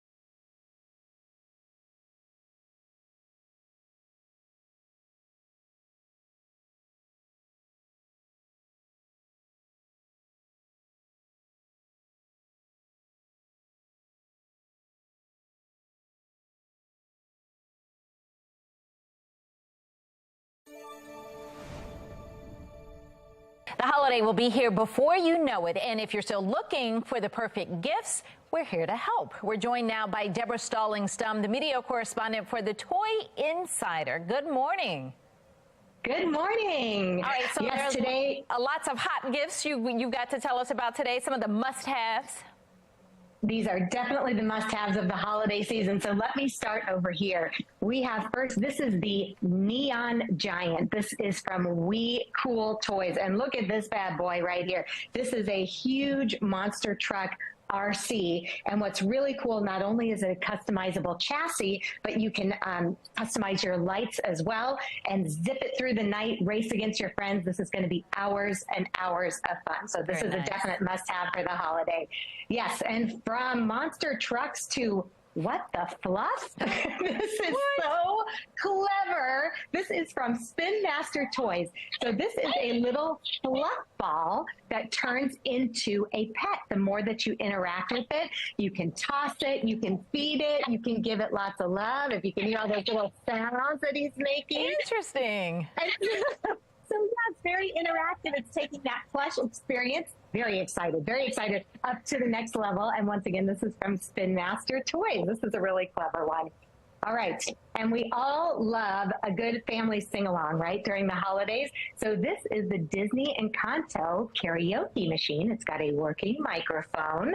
And this is from eKids. And lots of fun features here. You can see there's got a great light show that's going on. Also, what I really like is it connects to Bluetooth devices. So basically never-ending songs, right? You can connect to your playlist or your favorite Disney songs. And once you have mastered your singing, you can put a USB drive in there and even record yourself so you can save it for later. Oh, boy. All right. In Encanto and karaoke, two things you can't beat. What else do we have there? Yes. So we all know Pokemon continues to be hugely popular. And this is one of the iconic characters from Pokemon. This is the Flame and Flight character here, and you can see, look at this, you've got shoot it, you've got lights, you've got sounds, he can shoot missiles, and then you have even got your little Pikachu, which we know, everybody knows, and you've got a little launcher that can go with it. So that is the Charizard, and this is from Jazzwares Toys. So it's Pokemon amazing how always Pokemon super popular. is still how that's still in play these days. I mean, it's been a long ride for them. All right, what's the final and one? it keeps on going. It does. Absolutely. Well, the Black Panther Wakanda Forever, we know, is a massive hit at the box office. I want you to take a look at these gorgeous dolls. These are from the world of EPI. This is the Fresh Fierce collection, and this is all of the powerful women from the movie. These folks were trendsetters and trailblazers in multicultural dolls, blended skin tones. You can see the beautiful hair. These are going to be must-have this holiday season for all the collectors who love the Black Panther franchise. And where's that from? Because I'm looking it up right now. I'm going to put that under my tree myself. Yes, these are, you can find these at Target. They're $49.99, and they are going to go quickly. So you definitely want to grab those along with the rest of these folks. And we have 360 other toys in the Toy Insider Holiday Gift Guide that you can choose from as well. All right. That looks great. Thank you. That was great ideas for us. We appreciate it, Deborah. Of course. Thanks so much. And like she said, if you want more information about these toys, you can go to toyinsider.com. Headed there myself. Got toys on the mind with Black Friday tomorrow. Let's check in now with meteorologist Justin Chambers. I know you mentioned possible rain tomorrow, Justin. Yeah, no, there's going to be rain tomorrow, Meg, tomorrow and also on Sunday. But we know that we've already got the ice rink down there at the Inner Harbor, the Christmas Village. There's the Christmas tree right there. Yes, today's Thanksgiving, but we fast forward right through into those that holiday season, which is right now upon us, and will go quickly all the way toward the end of the year. In fact, an updated holiday countdown, that's coming up in just a few minutes from right now. So let's take you outside and see what's going on. Our temperatures not looking too bad. Ridge of high pressure centered over most of the East Coast. So you can see we're dry up and down the 95 corridor. Great for the big parade going on in New York a little bit later this morning. Where our next weather maker is in the Central Plains and bringing some showers and thunderstorms to the Dallas metro area. into parts of Arkansas and over towards St. Louis as well. That's that storm system that's going to bring a pretty decent amount of rain, even get in a few light snow showers for the front range from Denver down to Colorado Springs and areas to the south as well. So here's a look at your travel impact as we take you through the day to day. That's where those showers and storms will be in that area of the country we just talked about. Tomorrow, all of that rain moves right into our area and up and down the East Coast, bringing those rain showers. So for folks who are maybe heading out to back home or maybe going out to do your shopping tomorrow, just know I'll have to deal with some of that rain. Overall, as you grab a cup of joe and hang with us over the next few hours, low to mid 30s here on your Rise and Shinecast, 42 by 9 a.m. Look at this shot. This is from Dora in Chestertown on the Eastern Shore. I think she sent me this last year as well because it sounds very familiar. But this is how Thanksgiving should be, right? I mean, that's amazing how she's just kind of popping out. So hopefully she's nice and well done. Ding!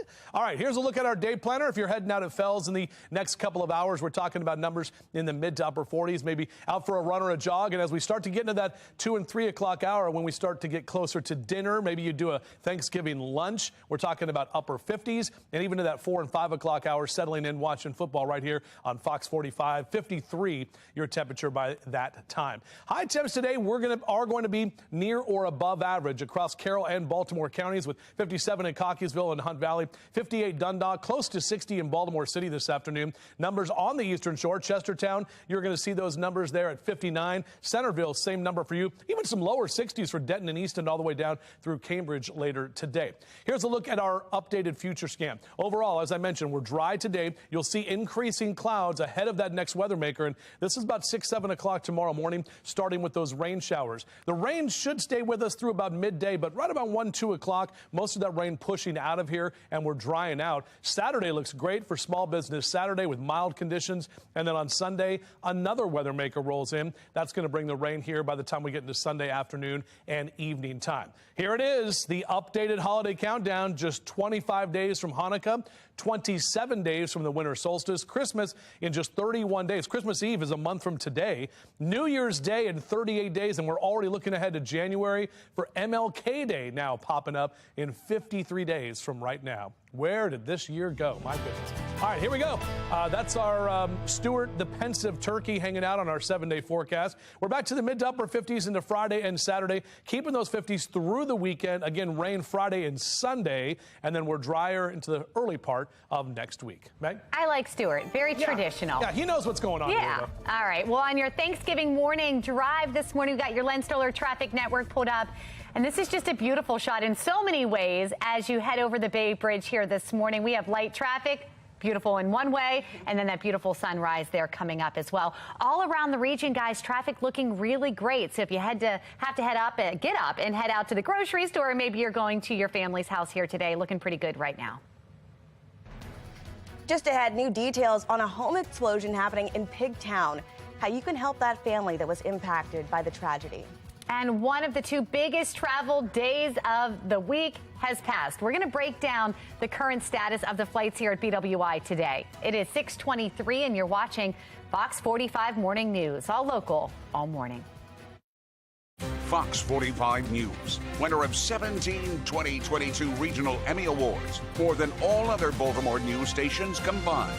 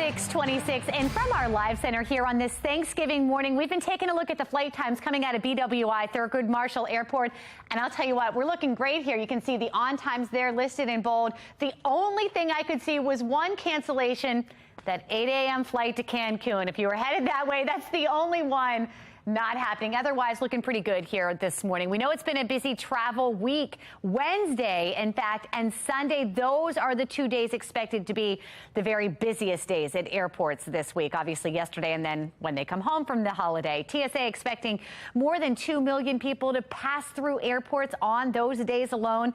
Transportation Secretary Pete Buttigieg is convinced it's going to be a smoother experience if you're still planning on traveling. I was just looking over the numbers for this Thanksgiving travel.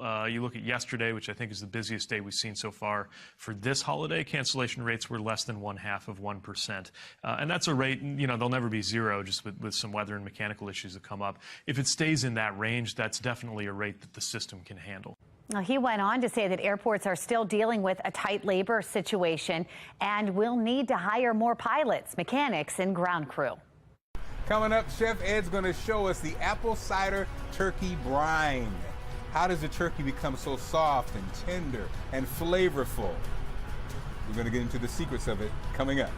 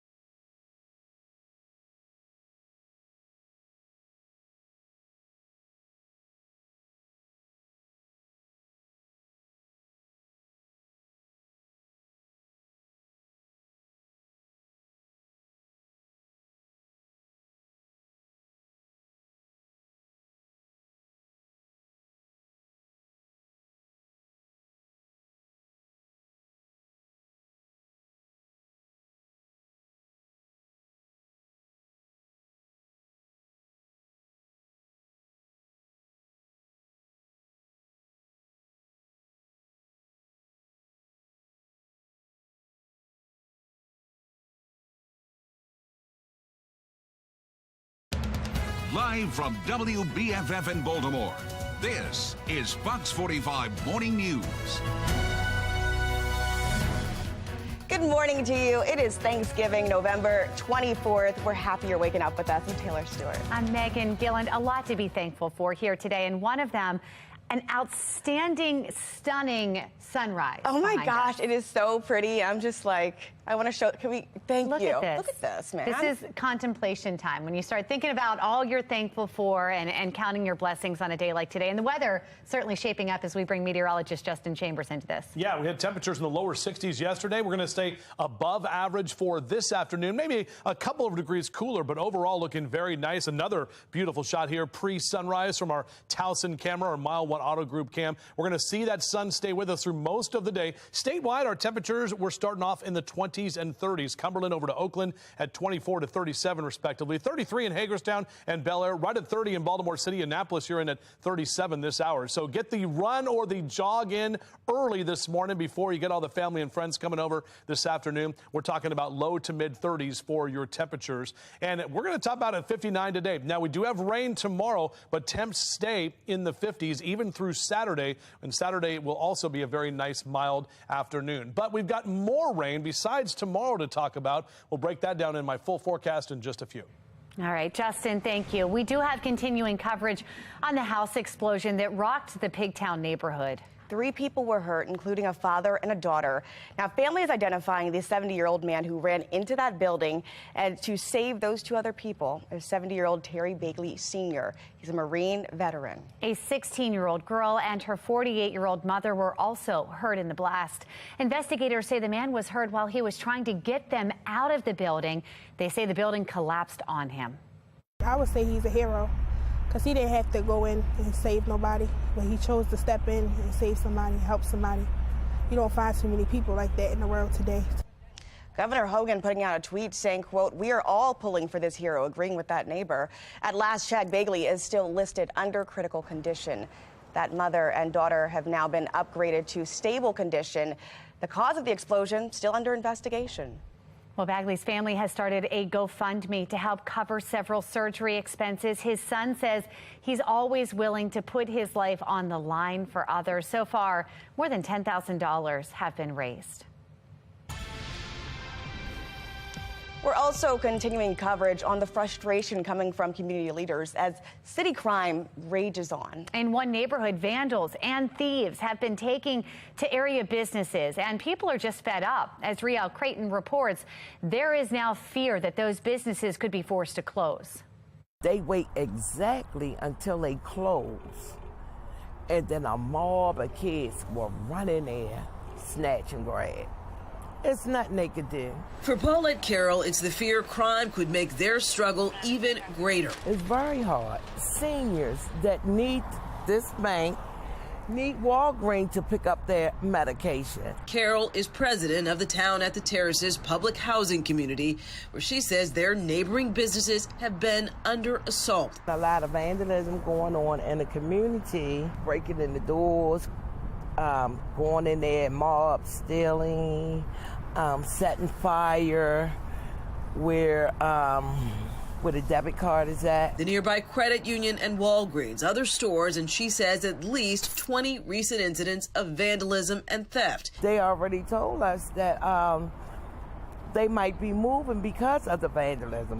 Now the threat, many could pull out because of it. In a community where there are very few options and where the nearest grocery store is about a mile away, it's a very big hike, she says, for many here. We live in a desert. We really don't have no supermarket. Price right about the call. Carol wants to see more patrols in the area, more protection for stores. As they watch the worst unfold, the crime they want out, instead pushing out the businesses they rely on. This community haven't been touched within 45 years.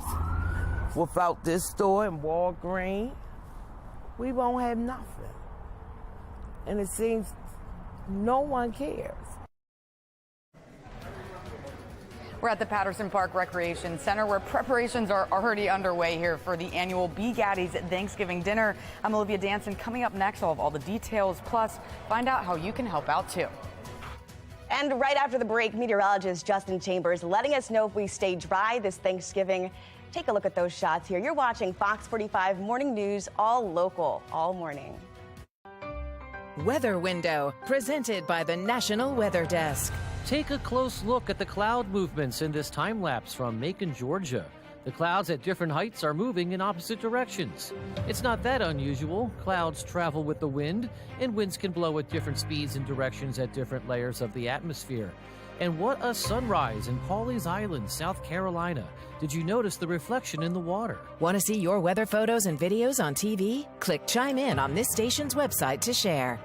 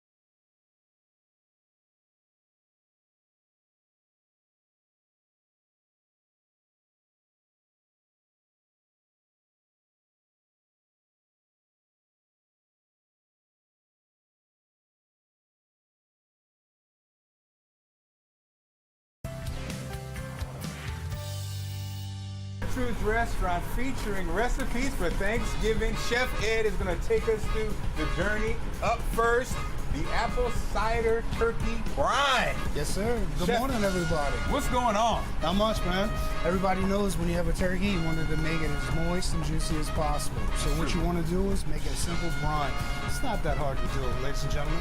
So what you want to do is you want to take about 8 cups of water. You want to put it into a pot. You want to take 8 cups of apple cider. It's fresh, local from the farm.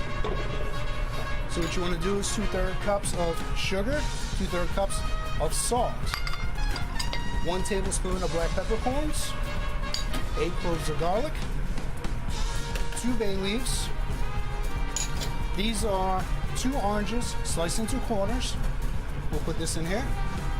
Then we have 2 stems of sage, 2 stems of rosemary, 4 thyme. So what we're going to do is take this, bring it up to a boil, and let it simmer for about 2 minutes. The reason why is because you want the sugar and the salt to dissolve. Once your sugar and salt dissolves, you're ready to go. Smells amazing. It's awesome, man.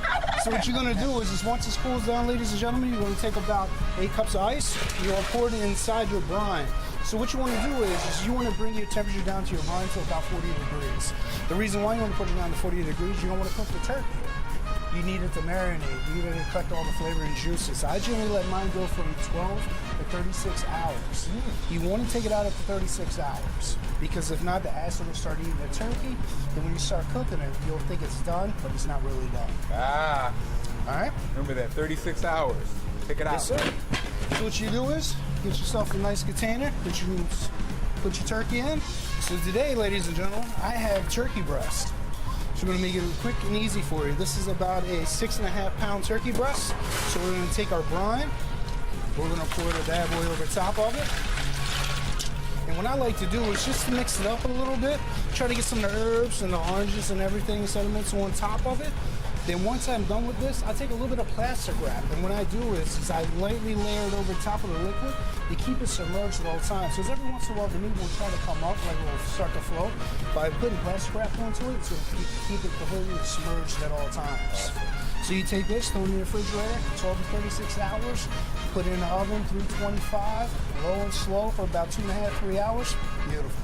You cover it up in the oven? No, what I like to do is I'll actually cook mine for the first like half an hour, about half an hour, 45 minutes, just to get a color on top of it. Then once I get the color that I want for the skin, I wrap it up and just finish it off. Wow. But don't forget, when you get done cooking your turkey, always keep it wrapped and let it rest for about a half an hour, 45 minutes, because all the juices are pushing out to the outside. You want it to rest, so you want it to slowly come back in to get that juicy bird. About a half hour. Let the bird rest. Let that bird rest. Just like we have to rest, Chef Ed has to rest, the turkey has to rest. Absolutely. And that's it? That's it, sir. Bow, just like that. You go, we got the recipes. Chef Ed is breaking it all down. A delicious Thanksgiving meal, just like that apple cider turkey brine. Yes, sir. Thank you, sir, Chef. Thank you. Studies show many are feeling burnout from their jobs. Still to come, which profession is hit the hardest?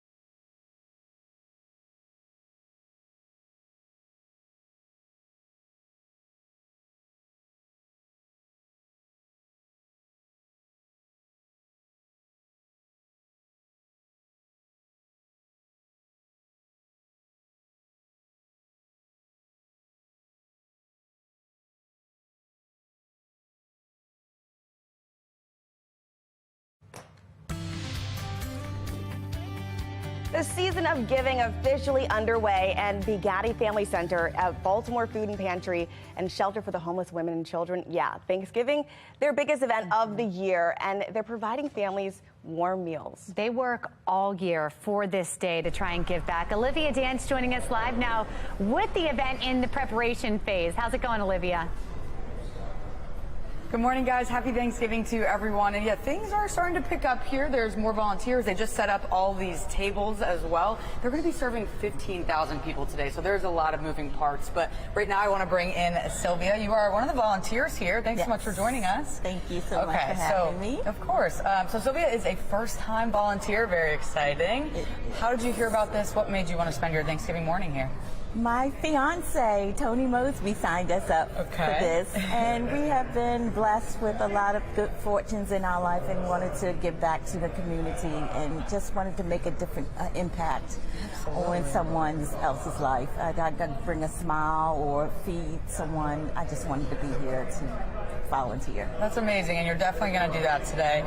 What are you in charge of? There's a ton of volunteers here, so do you know what you're going to be doing today? They wanted me to designate the volunteers to different stations and things like that.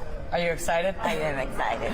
And I mean, you just talked about it a little bit, seeing the smile on someone's face, being able to give back to your community. I mean, this is the season of giving. What do you think will be the most rewarding part about today? I hope that I'm stepping out of my comfort zone. So I just hope that other volunteers will be as excited as I am to come out and be part of the community and be part of this Be Gaddy. What Miss B. Gaddy has started so many years ago. So many years. I mean, this is the 41st annual Thanksgiving dinner. So they've been doing this for a long time. They know what they're doing, and you're going to put a lot of smiles on people's faces today. I can't believe 15,000 people. That's absolutely incredible. So thanks to you for stepping out of your comfort zone and being a part of this. You're welcome. And just for everyone back at home watching this, they're going to start serving the meals at 11. They're going to stop serving them at 2. And if you're watching this, you can still help out. So you can bring here to Patterson Park Recreation Center water and desserts. So if you want to help out this Thanksgiving, come on by. But for now, reporting live in Baltimore, I'm Olivia Dance, Fox 45 Morning News. Awesome. Thank you, Olivia.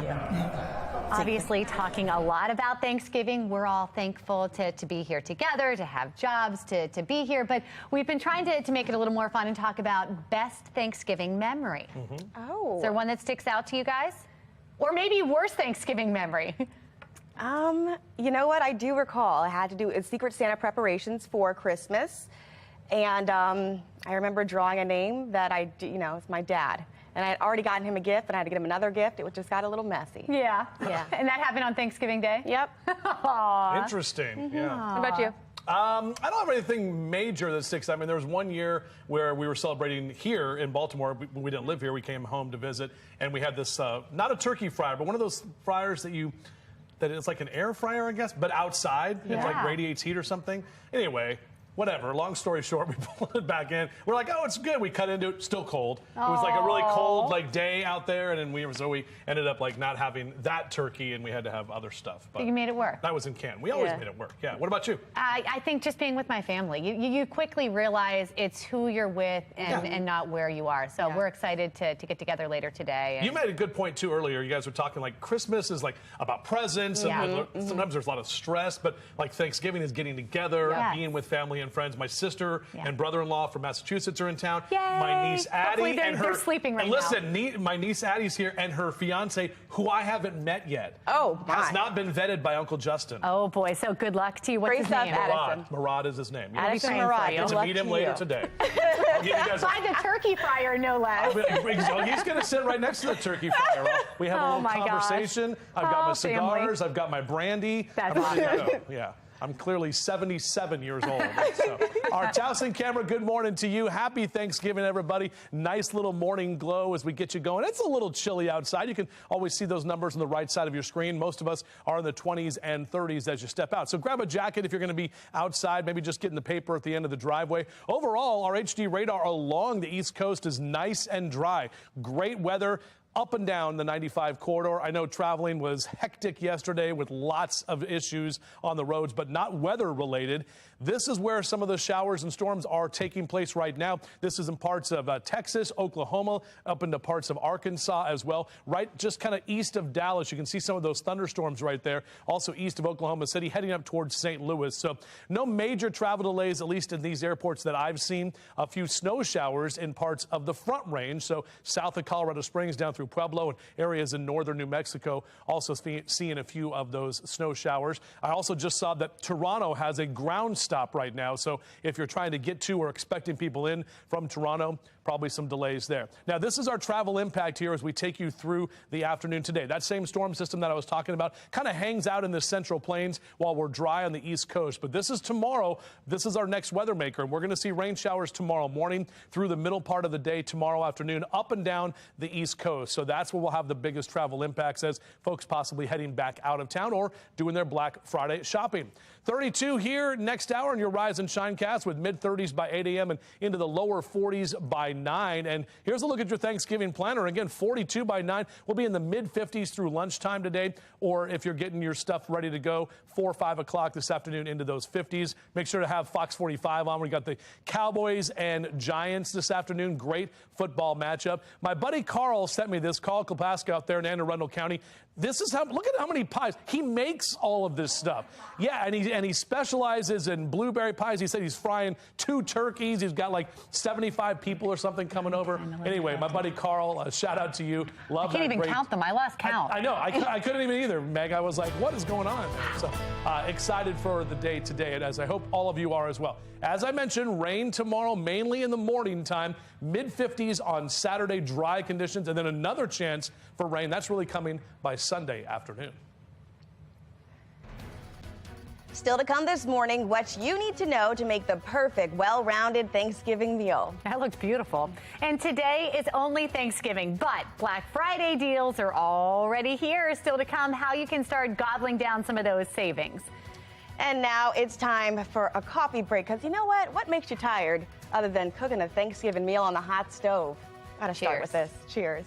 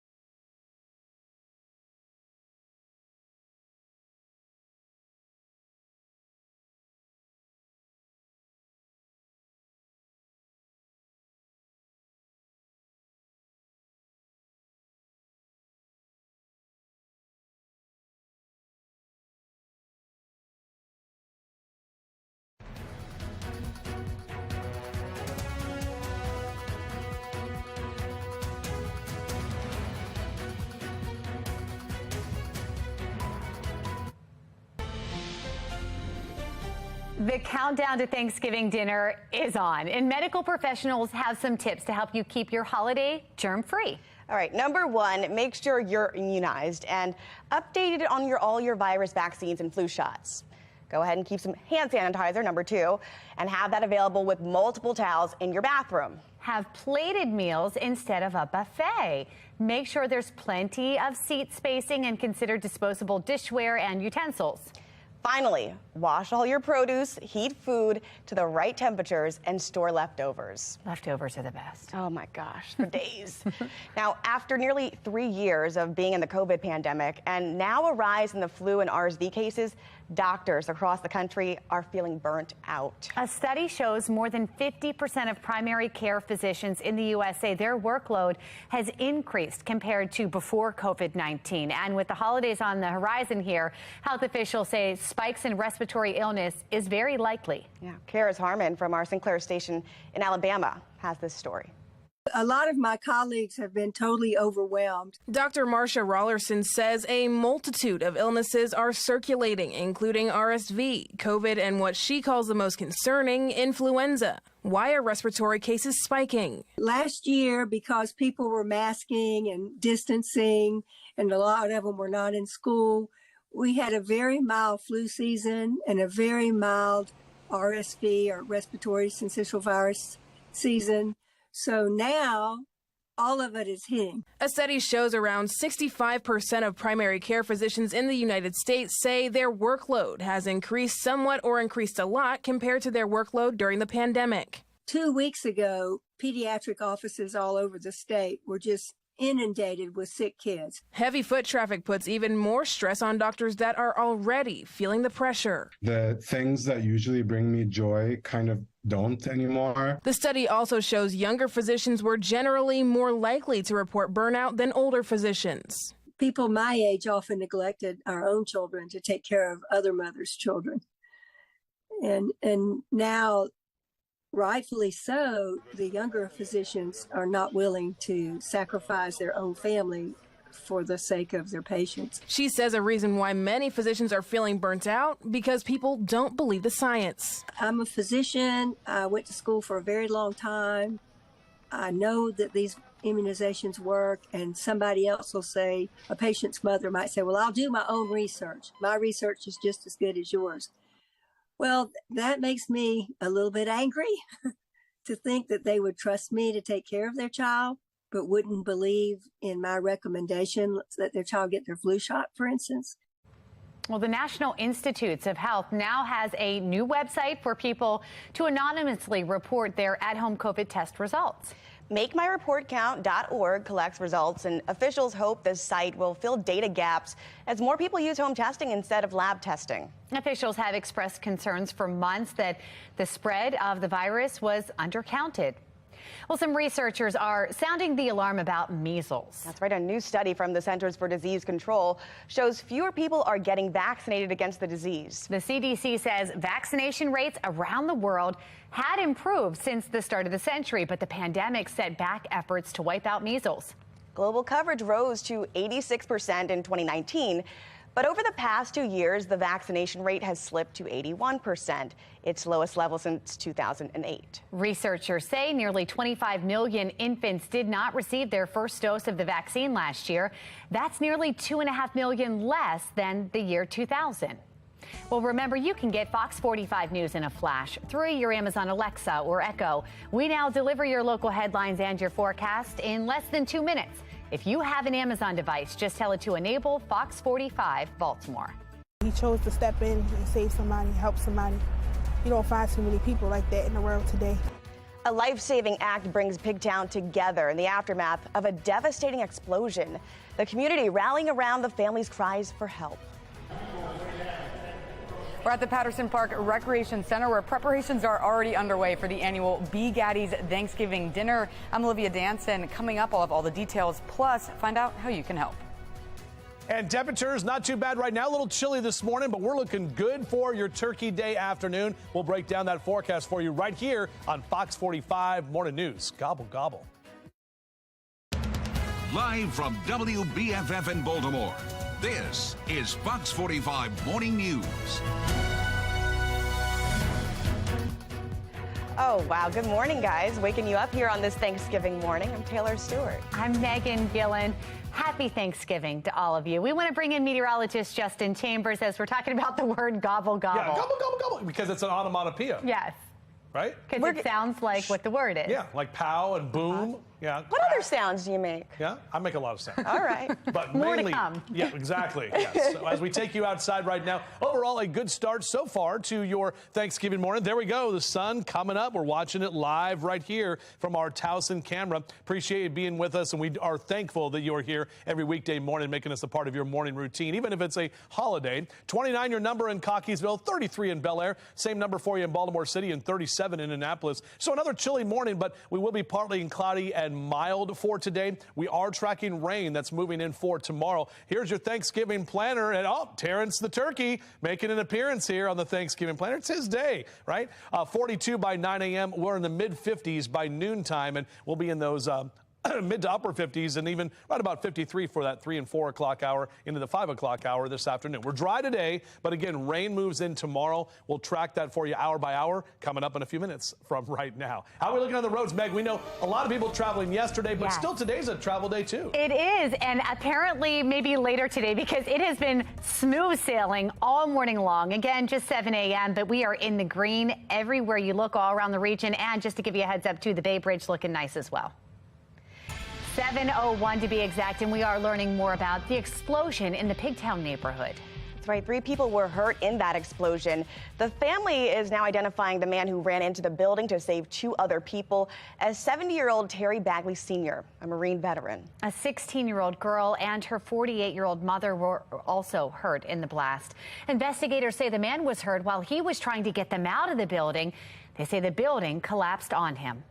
I would say he's a hero, because he didn't have to go in and save nobody, but he chose to step in and save somebody, help somebody. You don't find too many people like that in the world today. Governor Hogan also calling this man a hero, tweeting this: "We are all pulling for this hero." At last check, Bagley is still listed under critical condition. The mother and daughter that were inside that home now upgraded to stable condition. The cause of the explosion is under investigation. Bagley's family has started a GoFundMe to help cover several surgery expenses.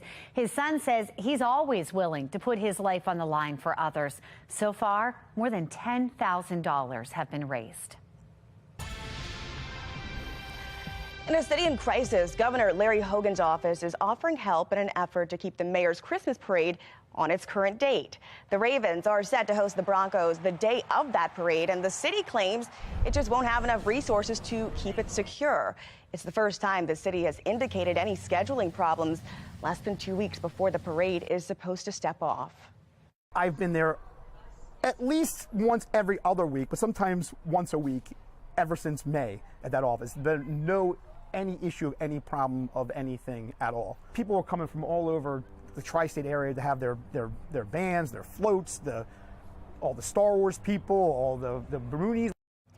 While the city works to find resources to secure the parade, a spokesperson for the governor tweeting this: "The state stands ready to assist."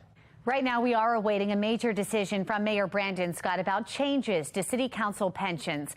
On Monday, a pension bill backed by Council President Nick Mosby passed 8-5. That bill shortens how long city council members need to serve in order to receive lifetime pensions. Mackenzie Frost is demanding answers from the council.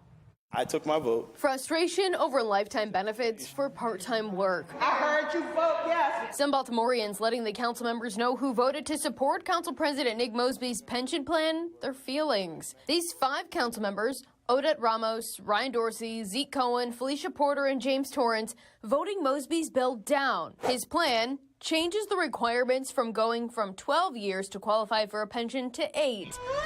While first responders have to wait 25 years to qualify after a decades-long legal battle changing the requirements from 20 years. Councilman Mark Conway and Eric Costello abstaining from voting.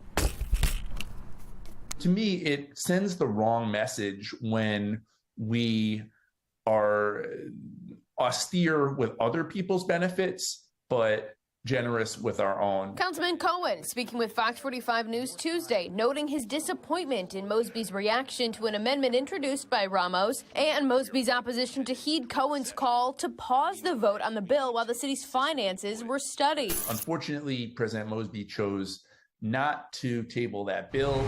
Wednesday, Fox 45 News sending members who voted no on the bill a few questions, asking, do you plan to lobby Mayor Scott to veto the legislation? Do you believe the council members who voted to support the plan send the wrong message to the city and appear tone deaf? If this plan is approved, will you vow not to take any or a portion of the pension? We sent the members who abstained from voting the same questions, all the council members refusing to answer. But Cohen telling Fox 45 News Tuesday if Mayor Scott does veto the plan, it doesn't appear Mosby has the votes to override it. This is an opportunity for Mayor Scott to really show leadership. The opposition to the plan stretches beyond the walls of City Hall. I'm grateful for those who opposed and abstained from this selfish legislation. Pastor P.M. Smith, a longtime city resident, says Mosby's motivations for pushing the bill could be linked to his wife, City State's Attorney Marilyn Mosby's own legal trouble. I'm grieving for the young man who sponsored it. Financially, he's irresponsible. He's about to lose the breadwinner and his family. I grieve for him. Even Governor Larry Hogan telling us Tuesday the plan sends the wrong message to the city. I think the voters were very clear that they supported term limits. They're not pleased in general with their elected leaders. I would say some people would probably argue that they deserve, pink slips instead of pay raises. Especially as Baltimore marks the 8th year in a row with more than 300 homicides. And meanwhile, the council moving forward with a plan to give themselves a lifetime pension earlier than ever. Well, the future of the bill now hinges on what Mayor Scott decides to do with it. He could veto it, he could sign it, or let it take effect without his signature. Fox 45 News has reached out to his office to ask what he plans to do, and they're staying pretty tight-lipped about a decision. Which brings our question to you of the day. Should Mayor Scott veto the pension bill City Council passed for themselves? Go to foxbaltimore.vote.com/vote to participate. So far, 98% of those who voted say yes. Another emotional plea coming from the family of Timothy Reynolds as a 15-year-old squeegee kid faces murder charges following a confrontation near the Inner Harbor this summer. We just want justice. That's it. We just want justice. We don't care about the politics of it. Well, the Reynolds family is pushing to bring the original prosecutor back onto the case. She was pulled the day before last week's juvenile hearing after being accused of sharing evidence with the victim's family. We deserve justice, and we should not have to fight the prosecutor's office to do that. We're not just fighting for victim number 186. We're fighting for every victim, and I pray that all those families of those victims, that they get the justice that we're seeking. City State's Attorney Marilyn Mosby's office has not answered our request for comment about the prosecutor's dismissal. The case is delayed until December 20th, so a new prosecutor can be assigned. For more of our stories on the squeegee crisis in Baltimore, just head to our website, foxbaltimore.com, and click on the News tab.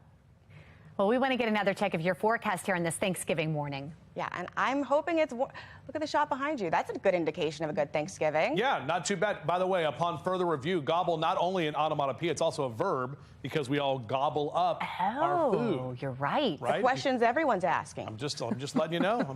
I'm here to give you the answers that you never thought you wanted to know. Here's a look right now. Yeah, you're exactly right. We got the stadiums lit up. We don't have the Ravens back at home until the first Sunday in December, which is next weekend, but not this weekend. They are on the road. So taking a look at our temperatures, 29 your number in Cockeysville and Hunt Valley, 33 Towson in Baltimore, 26 Rosedale, Essex, Middle River still below freezing at 29 and 28 your temp in Glen Burnie right now. So as you head out the door, make sure to grab the jacket and also maybe a hat and gloves this morning. Sunglasses for sure. No need for the umbrella today. Different story tomorrow. We'll break that down for you coming up in a few. It's officially the season of giving, and Bugatti Family Center in Baltimore is hosting their annual Thanksgiving giveaway once again. They're a homeless shelter for women and children. Let's get over to Olivia, right? Yeah, Olivia Dance is joining us here this morning with more as that event gets underway now. Olivia. Hey guys, good morning and happy Thanksgiving to everyone. Right now we are inside a truck where the first shipment of food all just came in, and right now I want to bring in Tyrone. He's a coordinator here. He's busy. We're working. We're volunteering here. Tyrone, what step in the process are we at right now? Well, now we unloading the truck. We got all our containers for to-go trays for the people that we're going to be feeding at the senior building. Okay. We're going to drop them off at different facilities, and we're going to use a lot of the to-go trays that's on here. We got some extra little stuff on here, macaroni and cheese. Yeah, what's in each of these boxes here that we're grabbing right now? This pancake mix. Okay. Pancake mix. Get us to one. Yeah, pancake mix. Just some other extra stuff that we have. We have multiple trucks around here loaded with food. This is the first of many trucks, right? Yes, yes. Awesome. Well, you have a lot of volunteers here, and there's a lot of preparation that went into all of this. Talk to us about that a little bit. I'm sorry, somebody was talking. We're busy working out here, everyone. So yeah, talk to us a little bit about the preparations to actually get to this point. I mean, this was all happening last week too, right? Right. This has been going on for several weeks. They don't start on Thanksgiving Day. Okay. We start preparing, loading these trucks up. So we always need volunteers at the center because all this stuff got to get on the truck some kind of way.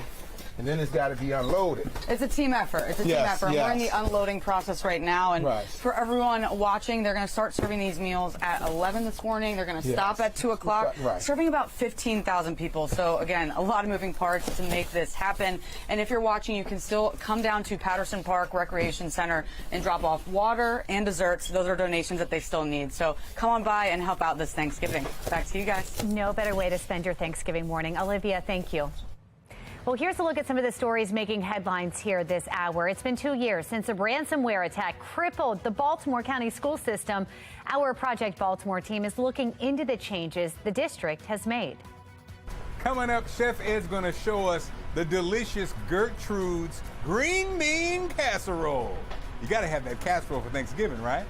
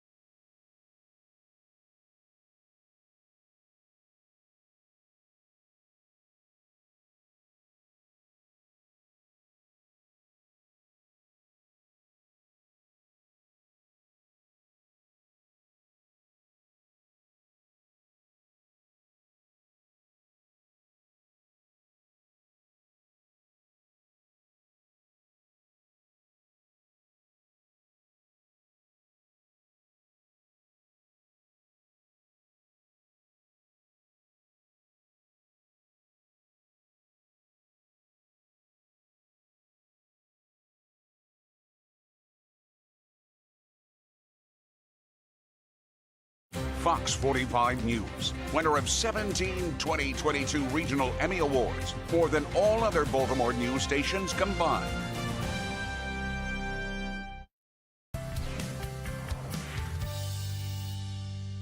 We're Gertrude's Restaurant, giving you the finest Thanksgiving recipes. Up next, Chef Ed's giving us Gertrude's green bean casserole. Green bean casserole. Yes, sir. I heard he has a mean green bean casserole. All right, what you're gonna do is get a pan nice and hot. You're gonna put 2 tablespoons of olive oil inside.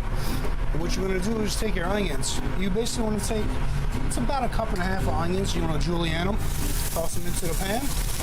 You wanna get them a nice, a little bit of brown. You know what happens when you brown the onion? It's a little bit sweeter, a little bit nuttier. So you brings out that dark, rich flavor of it. I love it. There you go. So once the onion starts cooking down, you would take your button mushrooms, and what you want to do when you cook with mushrooms, you want to cook them cut them a little bit thicker. The reason why is you're going to saute them down, and you're going to throw them in the oven. If you cut them too small, they're going to vanish. Right. You're not going to see them anymore. Wow. You know what I mean? Juicy mushrooms. Absolutely. We're going to let this roll for about 1.5 minutes. You're going to get a nice little bit of color onto the pan. Once it gets cooked down and you get it to the color that you want, what you're going to do is you're going to take 1 cup of heavy cream. So what that happens is once you cook down the onions and the mushrooms into the pan, you'll have these little brown bits that stick to the bottom of it. You know what that is? That's called flavor. So once you put your cream and everything inside of it, what you're doing is you're lifting it out of the pan. You'll start taking the cream and it'll start turning a little bit light brown because it's pulling all that flavor at the bottom. That's where the richness of your sauce will be. That's what it gives it that depth of flavor. Okay. So once it starts cooking down a little bit and it thickens up, what I like to do is, you know, everybody does cream of mushroom. Nah, this is our Gertie's cream of crab soup. Oh, so yes, it is. Crab. So we're going to put 3 cups inside of this. Once we get this going, we're going to let it simmer. Then we're going to take 8 ounces of Gruyere cheese. We're going to take our cheese. We're going to slowly put this bad boy in here. Grab our tongs. Stir it in there. We're going to incorporate it into the sauce. It's slowly going to start thickening it up. Once it gets nice and thick and you get it to the consistency that you want it, you want to take your green beans, put them in here, slowly toss them around. And once we finish that, we'll take a 9-inch by 9-inch casserole dish. You'll take it and you'll lightly butter it. The reason why you butter the outside of it, when you put cream and everything at the bottom, if you ever notice when you're finished, it has brown edges and everything at the bottom, the butter will actually help it from browning and darkening your pan at the bottom. So it won't taste scorched or burnt. So what you do is, this time, put green beans in here. Now these green beans has already been blanched. So by blanching, the only thing you do is you bring a pot of water up, with like about 2 tablespoons of salt. You drop your green beans inside of it for about 1 minute or so. You just lightly want to cook them. Once you get them done, you strain them out, put a little bit of ice water. So the reason why you put salt into the water when you blanch them is because if you didn't put salt into the water when you blanch your green beans, they'll actually lose color. By putting the salt in there, it'll actually hold the color into it. We're going to take our 9-inch by 9-inch Pyrex pan. Take all that goodness. We'll put this bad boy in the dish. And now what I like to do is put all the filling inside here. Then I go and take all the liquid and pour it over top. Ah, yeah. You know, yes, absolutely. Yes, Chef Ed. So what you do is once you finish this, you want to throw this inside of the oven at 350 degrees for 20 to 25 minutes. Now, once it gets done for 20 to 25 minutes, this is what you're looking at, the finished product. Wow! So what I like to do is once mine comes out, I throw a little bit of crispy fried onions and a little bit of parsley. That's how you make Gertrude's green bean casserole. Chef Eddie did it again. And savor those little morsels of those little secret tips he gave us as we enjoy it on Thanksgiving. Wow. That That is awesome. Our cream of crab soup, Taylor. That's the secret right there. Wow. Food to warm the soul. Oh, yes, especially from Maryland. Justin, have you ever tried that before? Not from Gertrude's, but I got to do the Gertrude's segments last year. That's and right. First of all the folks over there are great, including Chef Ed right there. But I could smell that through the camera, you know, on Mark's shots. By the way, my brother-in-law, Kevin's coming in from Korea today. Oh. And Jess is making green bean casserole just for him. So Awesome. With the cream of crab soup? No, but I wish we would have seen that before. I'm sure Jess's is amazing. I shouldn't even say because Jess is amazing too. Yeah, we did the turkey yesterday. We did turkey 1 yesterday. Turkey 2 is me later this afternoon. There's a little competition to see people like Jess's or mine overall. So they'll be equally wonderful. See what happens. All right. As we get you going here this morning, we appreciate you being here with us, man. A great day ahead. And you can see that sun that's already rising. Look at that. Right at the top of that tower in Towson. We've got football this afternoon. We've got 2 World Cup games. We've got the Cowboys and Giants at 4:30, an NFC East game. Then with USA and England tomorrow at 2 in the World Cup. And then we've got the Michigan-Ohio State game on Saturday. Man, we are just all loaded up. That's what I love about Thanksgiving. It's the F's, right? It's football, family, and friends. And what's the other one? Food.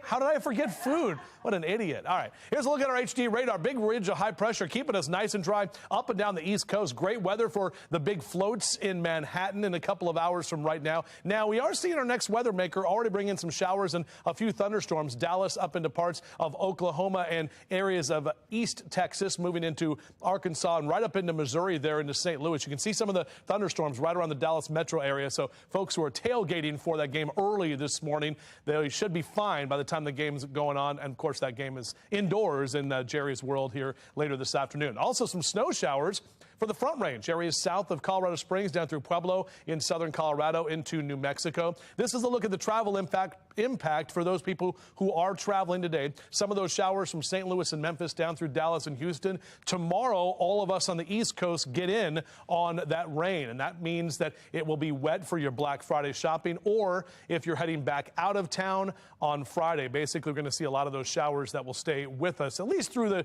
first part of tomorrow morning. But look at this. Today, looking great. As we're buzzing about here, you can see those temps in the mid to upper 50s, close to 60 for the afternoon. Great day, golfers. If you want to escape while other people are doing the cooking, you want to get out there on your forecast. 42 by 9 a.m., mid 50s into the noon hour, and upper 50s for the 2 and 3 o'clock hour on your Thanksgiving Thursday.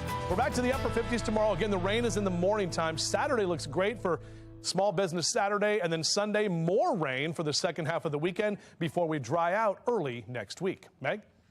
Justin, thank you. Let's go ahead and take a look at our Len Stoller traffic network. We know most of you traveled yesterday. A lot of you still trying to either get to the grocery store maybe or to your family's home. This is the live look from the Bay Bridge here this morning, and this is how it's looked all morning. Perfect time to get out and get going where you need to be. Job of the Day is sponsored by Antwerpen Auto Group. Getting Maryland back to work. Time now for our job of the day. Aldi in Rosedale is looking to hire a full-time store associate. For more information, you can go to foxbaltimore.com. And if you're an employer with jobs that need to be filled, please send your information to news@foxbaltimore.com. Software engineers, listen up. You could become a very valuable member at Twitter headquarters. How? We'll let you know after the break. You're watching Fox 45 Morning News, all local, all morning.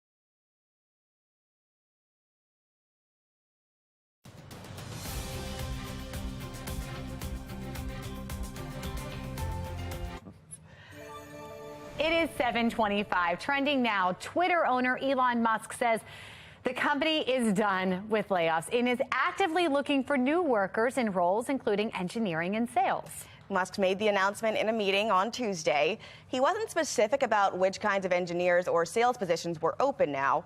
He did say that critical hires, new workers who can write software codes, would be the highest priority. I feel like I'd be scared to work for him. I do. Seems like a volatile. At this point, you know? Well, Amazon's giving Black Friday shoppers the chance to start gobbling down savings starting today. We might have noticed that. Yeah, I think we look. You know, this year's tech deals will save your weary wallet. Select Alexa, Amazon Alexa, Echo products will be 70% off, and some Fire TV devices will be half off. You can save $100 on Fitbit watches, and for World Cup soccer fans, some select gear will be 30% off. Oh, wow. Well, we are starting off chilly but pretty. We're in the 30s right now, but the next weather maker is making its way toward us. Meteorologist Justin Chambers tracking that system in his full weather 40 forecast. We're here at the Patterson Park Recreation Center where things are really starting to pick up here as preparations are underway for the annual Be Gaddy Thanksgiving dinner. I'm Olivia Danson. Coming up next, I'll have all the details, plus find out how you can help out.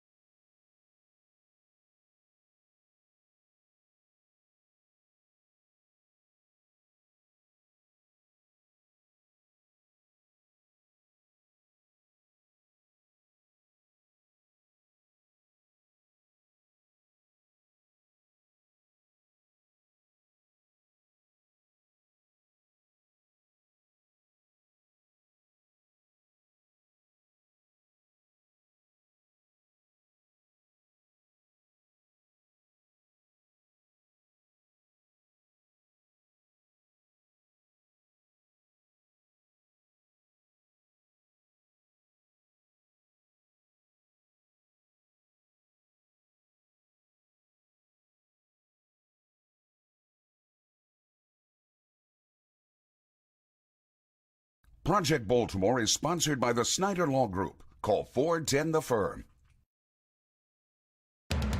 Live from WBFF in Baltimore, this is Fox 45 Morning News.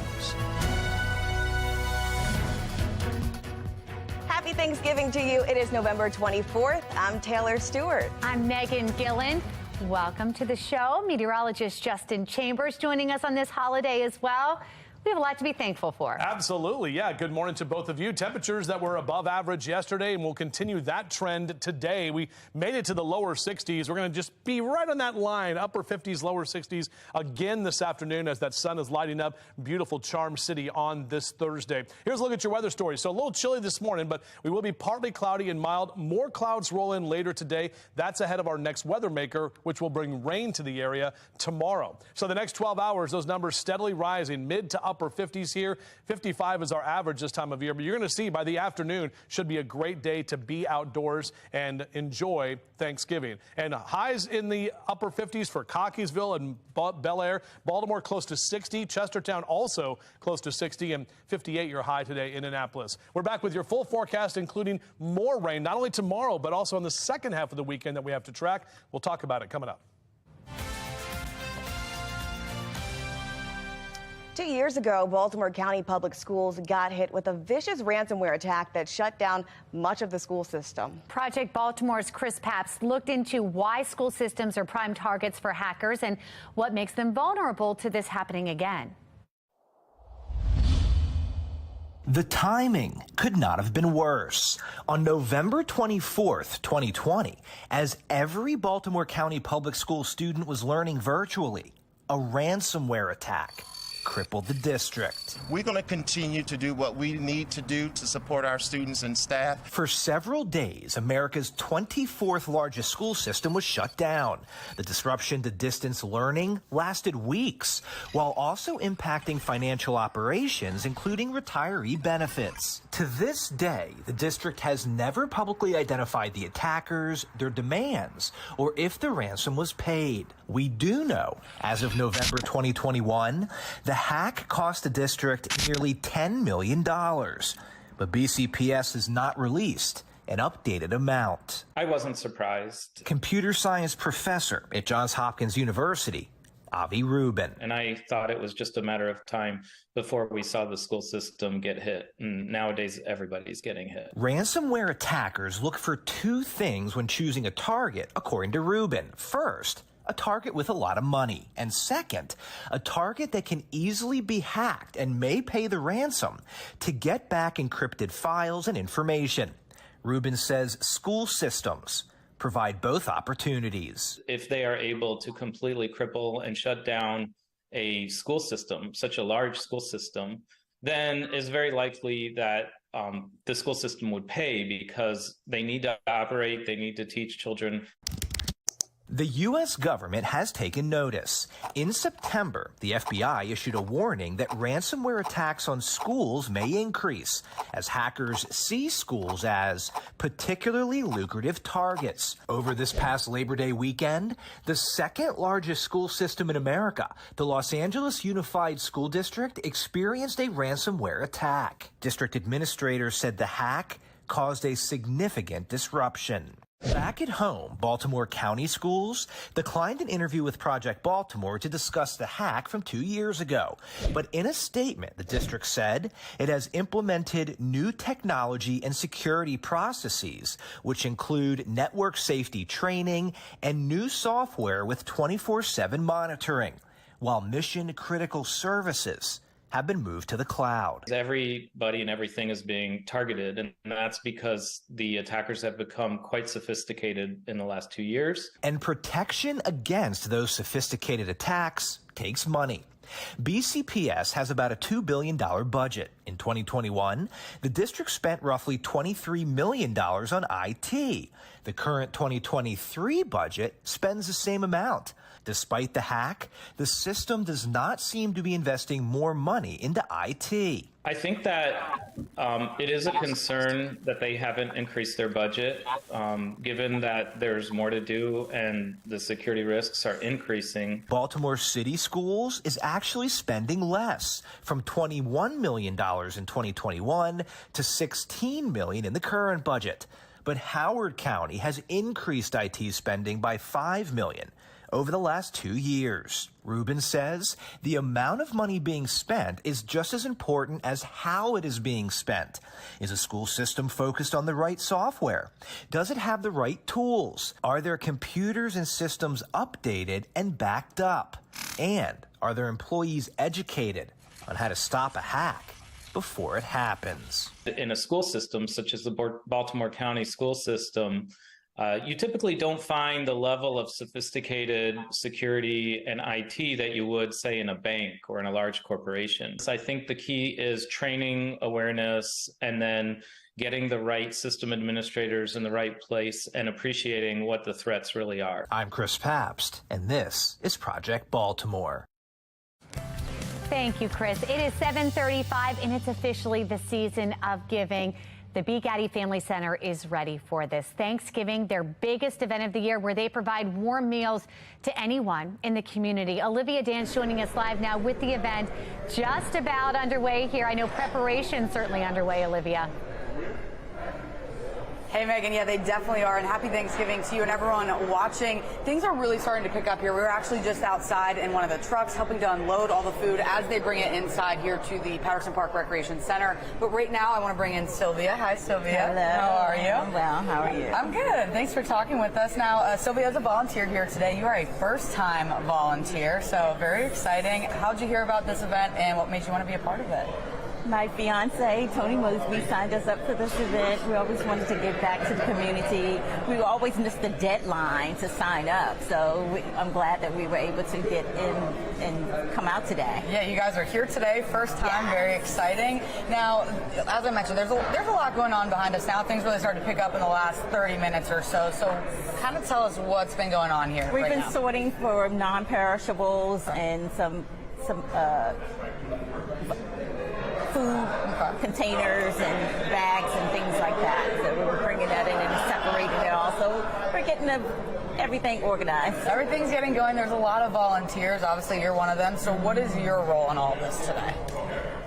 Just to help with the volunteers and giving them some direction on which way to go, keep everything organized and keep everything moving. Keeping things running smoothly. Yeah. Very, very important role. There's a lot of moving parts here, so that's going to come into play.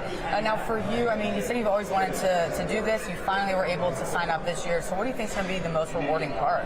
I just wanted to be a big impact on part of the city, and just everybody to come out and volunteer and just do your part and step out of your comfort zone. We're out of the pandemic, and it's really nice to be out and about and see all the lovely faces. Hopefully, and my face will put a smile on someone else's face today. Oh, we're definitely going to put a smile on a lot of people's faces. 15,000 people that they're going to help out today through this Thanksgiving dinner. So pretty amazing stuff. They're going to start serving the food at 11. It's going to go until 2. And if you're watching this, it's not too late to help out. Come on down to the Patterson Park Recreation Center, where you can drop off water and desserts. We're still collecting those donations, so come on by. But for now, reporting live in Baltimore, I'm Olivia Dance, Fox 45 Morning News. And Olivia, one of the neatest things that they do out there, a lot of the people that are volunteering are people who had been helped by the B. Gaddy Foundation years prior, now getting their lives back on track and giving back. All right, we'll be checking back in with Olivia throughout the morning. The mayor's Christmas Day parade at risk of being postponed. How a late push from the state level may keep those festivities on schedule. And former Baltimore Mayor Sheila Dixon goes in on Baltimore City Council's pension plan. Why Dixon says the vote never should have happened.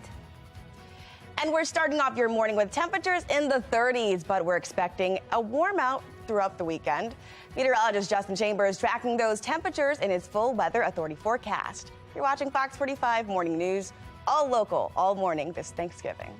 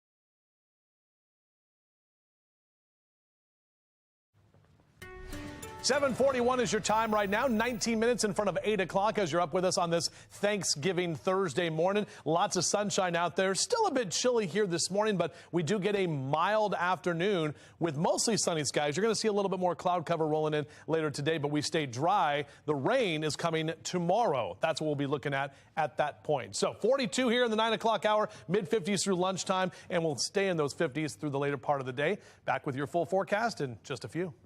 Coming up, Chef Ed's going to show us how to make the leftover Thanksgiving turkey panini sandwich. That's coming up next.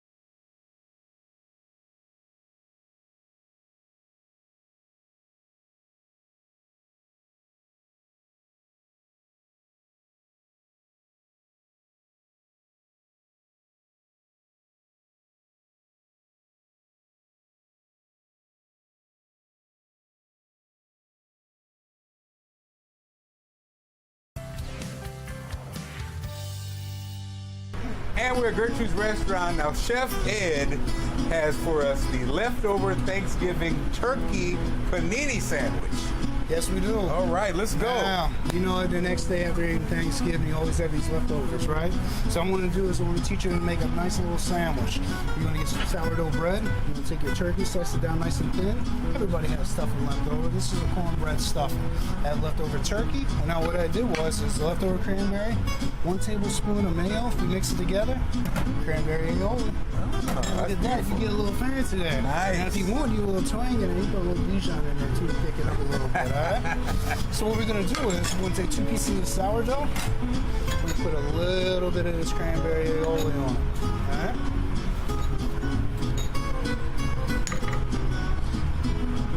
Once we finish with this cranberry aioli, I like to put the cheese. Cheese is the guy that's going to stick everything together. If you put the cheese in the middle, the time you want that whole thing through, you know how cheese gets sometimes. It's still going to be a little hard. You get on the outside, bubbles up. When you get that thing nice and toasted and melted, it's the best time. I can taste this already. I know, right?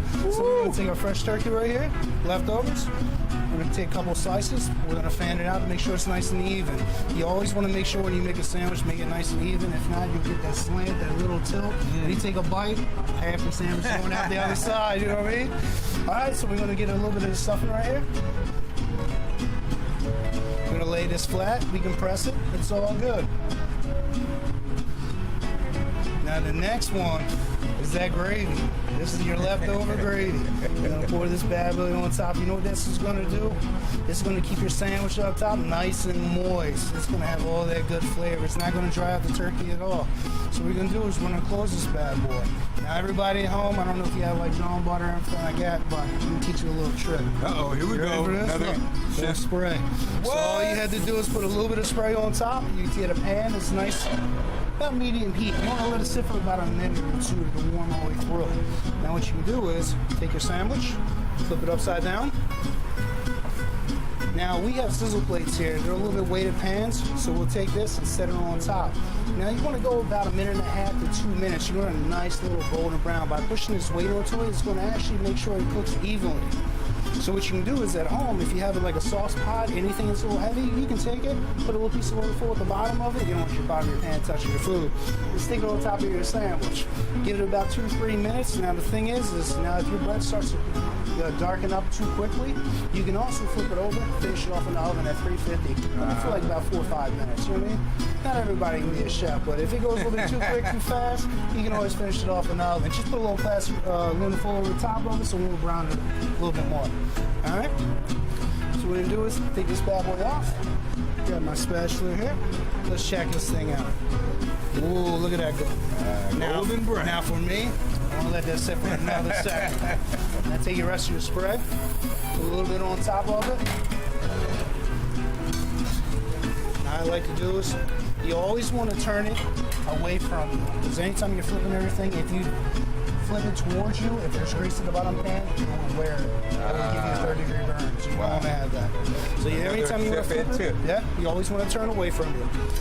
Now, push that down a little bit, throw a little bit of weight back onto it, about 1.5 to 2 minutes, perfect. It's a perfect leftover sandwich.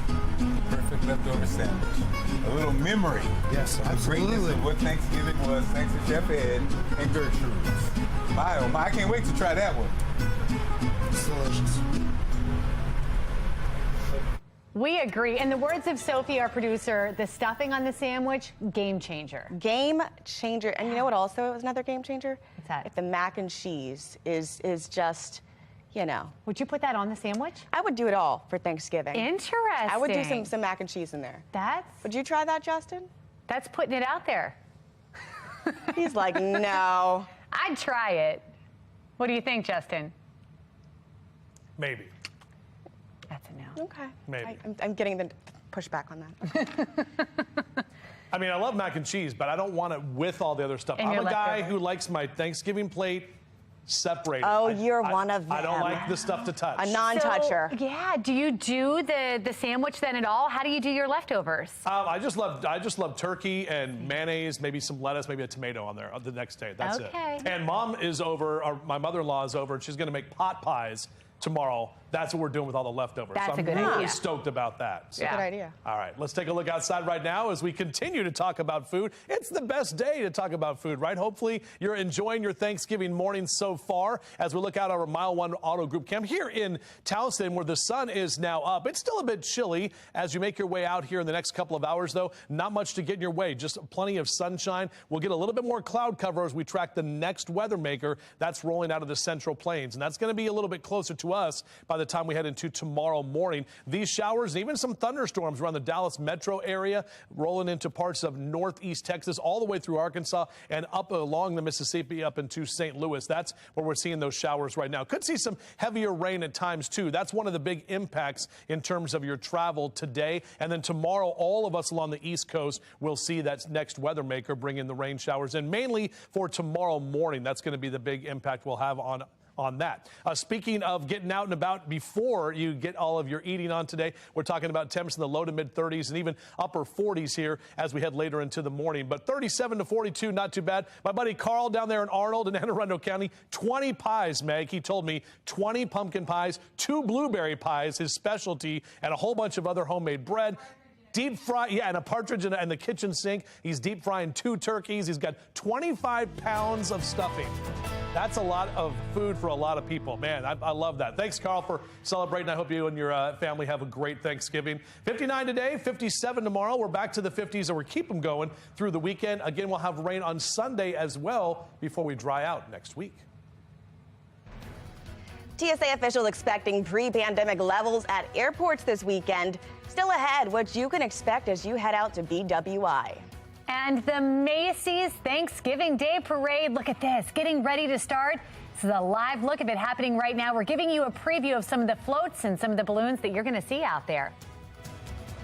And I guess we need a coffee break to kind of get that started, don't we? I think so. It's time now. Enjoy.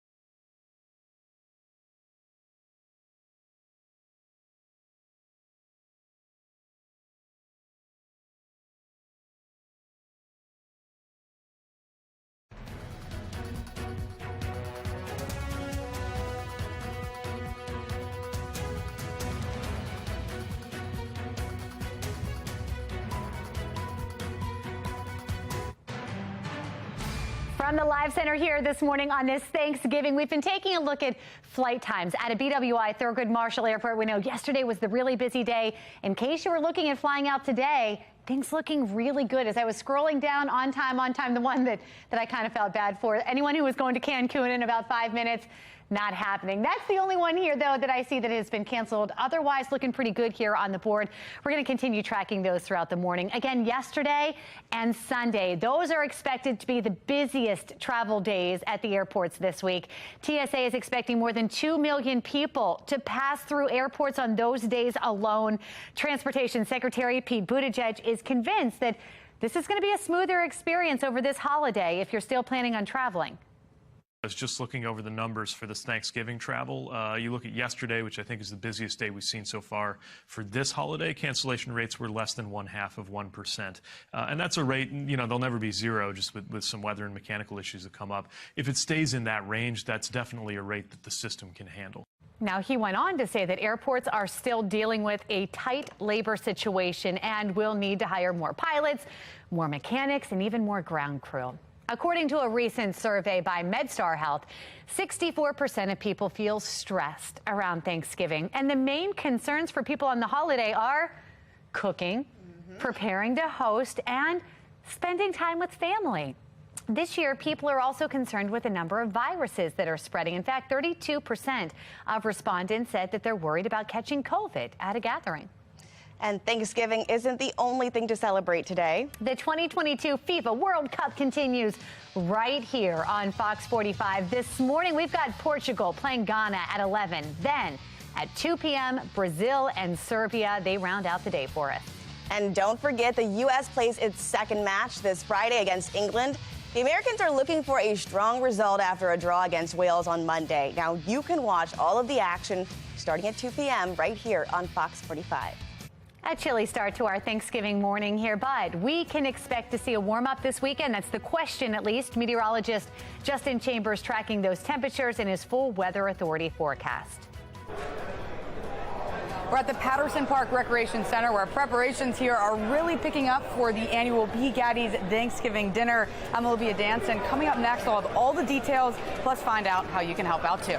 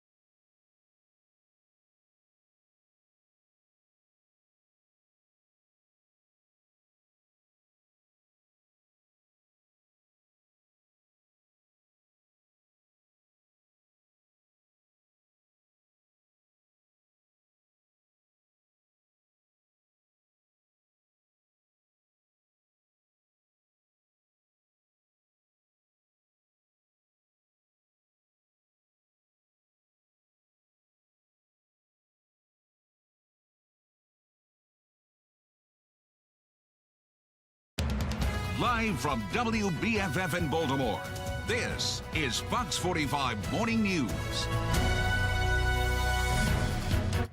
Good morning, everyone. Welcome to Thanksgiving morning, November 24th. I'm Megan Gilland. That's right. It's 8 o'clock here. I'm Taylor Stewart. And we're looking forward to a pretty decent Thanksgiving today. Good food, good, what did you say earlier, meteorologist Justin Chambers? Good food, good family, friends. Yep. Was there another F? The food. No. Football. Hello. Sorry. Fly. Yeah, we are talking about a pretty nice day to throw the football around in the yard, and then you're going to want to go inside at 4:30 and watch the Giants and Cowboys, the traditional game. In fact, these two teams haven't met on Thanksgiving in years, and they're both pretty good overall, that NFC East. So that'll be a great matchup. There's the ice rink downtown in the Inner Harbor. No one's on it yet, but we know that's going to change. The Christmas Village all ready to go down there at the Inner Harbor as well. We still got Thanksgiving to get through, though. 30-year temp in Hagerstown, 34 Baltimore City right now, 40 in Annapolis, 30 in Laurel. So you're out and about, Cass. Numbers staying in the 30s and 40s over the next couple of hours, on our way to mid to upper 50s, even close to 60 for some of us later this afternoon. Back to you. All right, Justin, thank you. Thank you. Let's go ahead and take a look at our Len Stoller traffic network. We know some of you might be thinking of heading out to the grocery store or to family's house here today, and this has been looking great. Live look over the Bay Bridge, easy commute out there, and that's the way it looks around our region right now as well. We just want justice. That's it. We just want justice. We don't care about the politics of it. This morning in a city in crisis, another emotional plea coming from the family of Timothy Reynolds as a 15-year-old Squeegee kid faces murder charges following a confrontation near the Inner Harbor this summer. The Reynolds family is pushing to bring the original prosecutor back onto the case. She was pulled the day before last week's juvenile hearing, being accused of sharing evidence with the victim's family. We deserve justice, and we should not have to fight the prosecutor's office to do that. We're not just fighting for victim number 186. We're fighting for every victim, and I pray that all those families of those victims, that they get the justice that we're seeking. Well, City State's Attorney Marilyn Mosby's office has not answered our request for comment about the prosecutor's dismissal. The case is delayed until December 20th, though, so a new prosecutor can be assigned. Former Baltimore Mayor Sheila Dixon is calling out City Hall after council members passed a bill to shorten their pension requirements. The vote is 8 yeses, 5 noes, and 2 abstentions. This bill is approved. Dixon suggesting that vote by the council shouldn't have happened. Instead, she says the city's compensation commission should have handled this. Somebody in finance and the retirement should have, when the bill was introduced, and I don't know whether or not this happened or not, should have shared with them that this commission is in place. Now, it was Dixon who established legislation for the Compensation Commission when she was City Council president, a panel that removes all salary benefit proposals regarding elected officials from the hands of members in the council. Baltimore voters approved that creation of the commission back in 2006. Fox 45 News asked Dixon about the council fast-tracking the bill. Take a listen. Mosby, he just seemed adamant on getting this passed. And so that raises some questions. What's the main question it raises for you? When I came onto the council many years ago, I never thought about the pension and the salary because our salary was very low. My whole thrust was, what can I do to improve Baltimore? Are you saying that you're suggesting maybe he's a bit more self-serving? He did this for self-serving purposes? I believe that this bill, based on doing it 8 years, is very self-serving. We reached out to City Council President Nick Mosby, asking if he's aware of the city's compensation committee. As of this morning, we have not heard back. Fox 45 News also sent questions to the members of City Council who voted no or abstained on the bill. We asked, do you plan to lobby Mayor Scott to veto the legislation? Do you believe their actions send the wrong message to the city and appear tone deaf? If the plan is approved, will you vow not to take any or a portion of the pension? So far, we have not yet heard back. Happy Thanksgiving, everyone. We're at the Patterson Park Recreation Center where, as you can see, things are really starting to pick up here for the annual B. Gatty's Thanksgiving dinner. I'm Olivia Danson. Coming up, we're going to be speaking with one of the volunteers about everything that goes in to make this happen. Love all of that, Olivia, and love the fact that temperatures are going to still stay above average today. We'll take a closer look at your forecast and when the rain's going to impact you this weekend. Coming up on Fox 45 Morning News. All local, all gobble.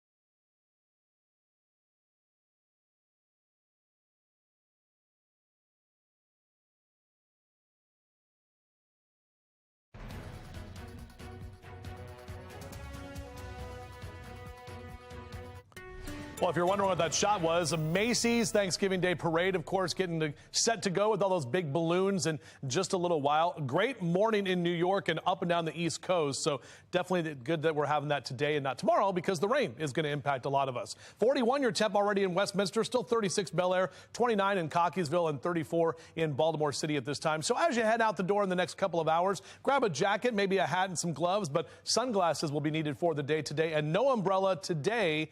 However, different for tomorrow. We'll take a closer look at that coming up. It is officially the season of giving, and Gaddy Family Center is stepping up once again. The Baltimore Food Pantry and Shelter for Homeless Women and Children is hosting its most impactful event of the year. It's so special. They provide warm meals to the entire community, anyone who needs it. Olivia Dance has been live there all morning long. It's getting busy there, Olivia. Yeah, hey, Megan and Taylor, things are really picking up now. They're bringing out trays of food, so it's really exciting. Lots going on and a lot of volunteers. And right now I want to bring in Noel from the Prince Hall Masons. He is one of the volunteers here today. Good morning, and thanks for joining us. Good morning. Thanks for having me. Now, your organization is very, very involved in the community. You've been doing this for decades, but what is your role today, your organization? Our role today is to come down and assist with the B. Gaddy distribution of food throughout Baltimore. Okay. All the geographically dispersed areas, we pick up food and we get it to that destination so they can in turn serve individuals in their respective communities. Right, because a lot of people are actually going to come here for the meals, but you're bringing the meals to people, which is the other side of this. Absolutely. There are a lot of individuals that cannot have the opportunity to physically be here, so it makes a huge difference if we can pick up the food and take it to their respective destination. Really awesome what you guys are doing, and you're just one of the organizations that are part of this. There's a lot of people involved, a lot of volunteers, so talk about that collaboration and seeing everyone come together for such a good cause. Well, absolutely. You know, the whole focus on the entire focus is the community. So when we come together, there's no specification as far as the independent organization. It's all about a group of individuals coming together to make a difference for the community.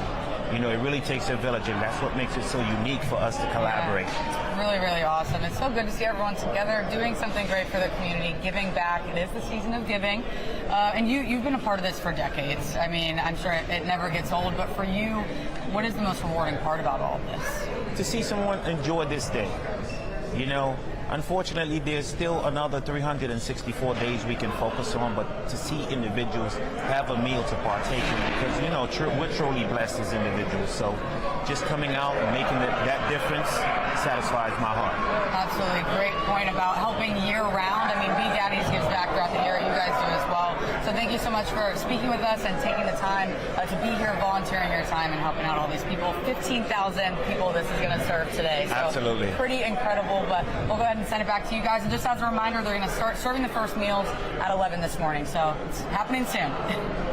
And we're at Gertrude's Restaurant, getting ready for Thanksgiving with all the great recipes. Chef John has coming up one of his favorites. It's a oyster stew from Southern Maryland. He's going to share how you make this delicious stew. Coming up next. Fox 45 News, winner of 17 2022 Regional Emmy Awards, more than all other Baltimore news stations combined.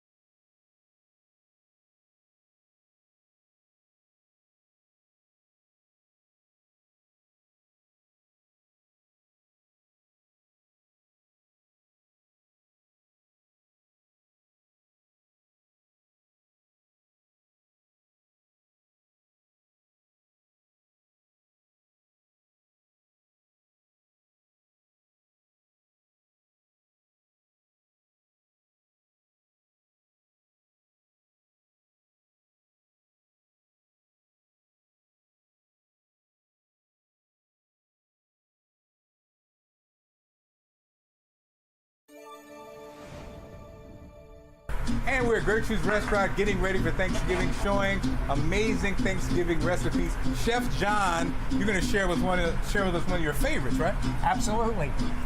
This is the time of year for oysters. We love oysters, and Thanksgiving is prime time. So a lot of my friends, they get oysters on the half shell. They get themselves a little bored, and they start shucking oysters when all their guests come in. Well, I'm going to give you a different recipe. You don't have to shuck. Oh, shucks. And you can have like something that's really, really delicious for a sit-down dinner. It's a Southern Maryland oyster stew. Oh, man, sounds good. So I love this because it brings in a lot of components that I like around Thanksgiving.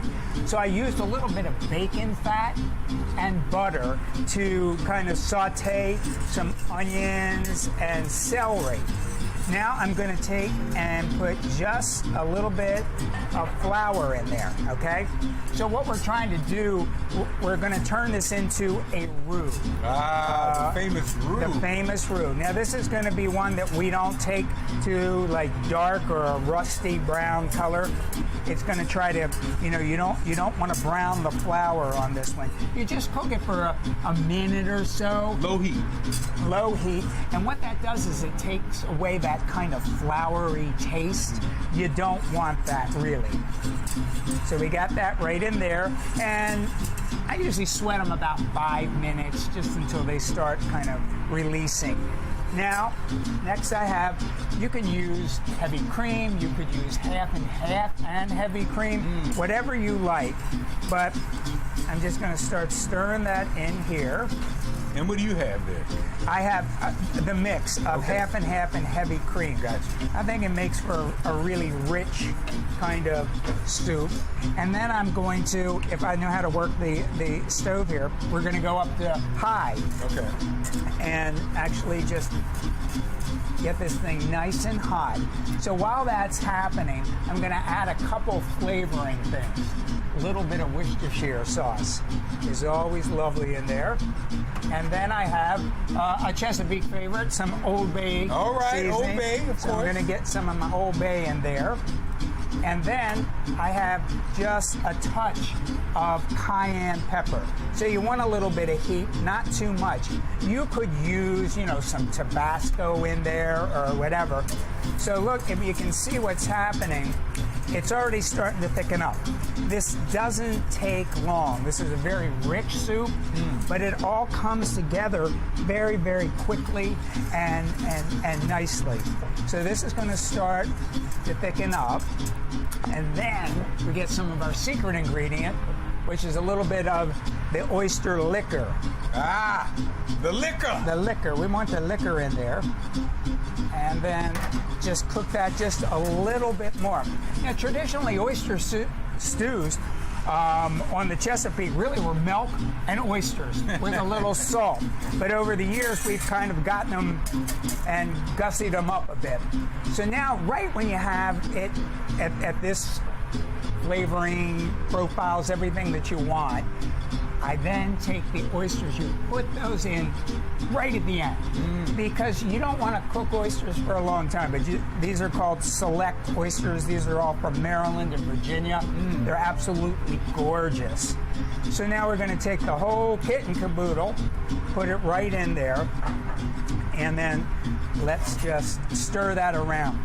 It only takes several minutes at this point because really all we want to happen is for the oysters to start to curl around the edges. That means they're done.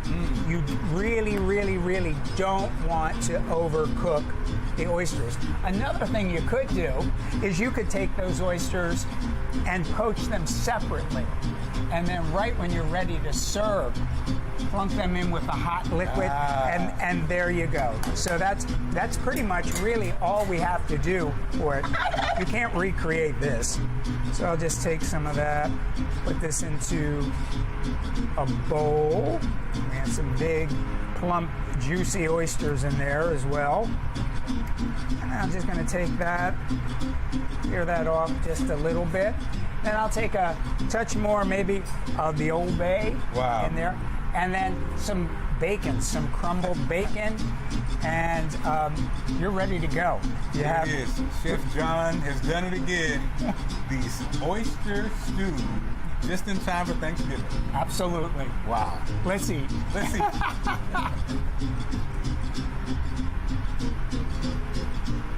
Mark, that was perfect. I picked up a peck of oysters just yesterday, so I'm ready for this, Justin. Usually we do the grilled oysters, the fried oysters, but I mean, stew's a whole new thing. Did you get a bushel too? Nope, just a peck. Not a bushel and a peck. Okay. Nope, just a peck. I love John Shields and the guys over there at Gertrude's and guys and gals over there. I mean, it's a great place. If you haven't gone there for any kind of meals, brunches are awesome right there at the Baltimore Museum of Art. So great stuff from Mark. Hopefully more stuff this morning, excuse me, to get you all ready for Thanksgiving as you're getting your celebrations and prep work done this morning. My wife, last couple of years, she was talking about last night. She's like, I'm so happy the last few years I've started to do this stuff the day before a lot of things. That way it's not as much on actual Thanksgiving. So a little friendly competition. I've got the deep fryer turkey today. She has the one we cooked yesterday. We tried it. It's amazing. So we'll see how mine turns out later this afternoon. Here's a look at a ridge of high pressure up and down the East Coast. Really nice conditions, very dry conditions. The next weather maker, it's rolling into parts of the Central Plains, and that's where we're seeing some showers, even some thunderstorms around the Dallas metro area, moving up towards St. Louis right now. That's the one that's going to bring us rain for tomorrow. But on your Thanksgiving Thursday, next hour into the 40s, mid-50s through noontime, and keeping those 50s around even in that 4 and 5 o'clock hours. You're watching some football here. Fox 45, 4:30 is the Giants and Cowboys game. I love this picture. Hopefully Dora will be done with her turkey, you know, and have the little thing sticking out saying that she's done so she can watch some football. This is a great shot from our friend in Chestertown. Dora, thank you so much. People having fun on Thanksgiving. That's what it's all about, enjoying your family and friends and being thankful for what you have. 55, our average this time of year. Upper 50s is what we're talking about for most of us later this afternoon, excuse me. Close to 60 in Baltimore City, 58 in Annapolis, 59 in Chestertown, and up and down the East Coast, 61 in D.C. today, 60 in Philly, 53 in New York. The balloons getting ready to go around Macy's for that Thanksgiving Day parade. They always do that. Our temperature tracker, too, overall, keeping those numbers kind of near or slightly above average, not only today, but all the way through the weekend. A little bit of a dip next Tuesday, but even looking ahead into next week, and we get closer to December, those temperatures staying in that above average category.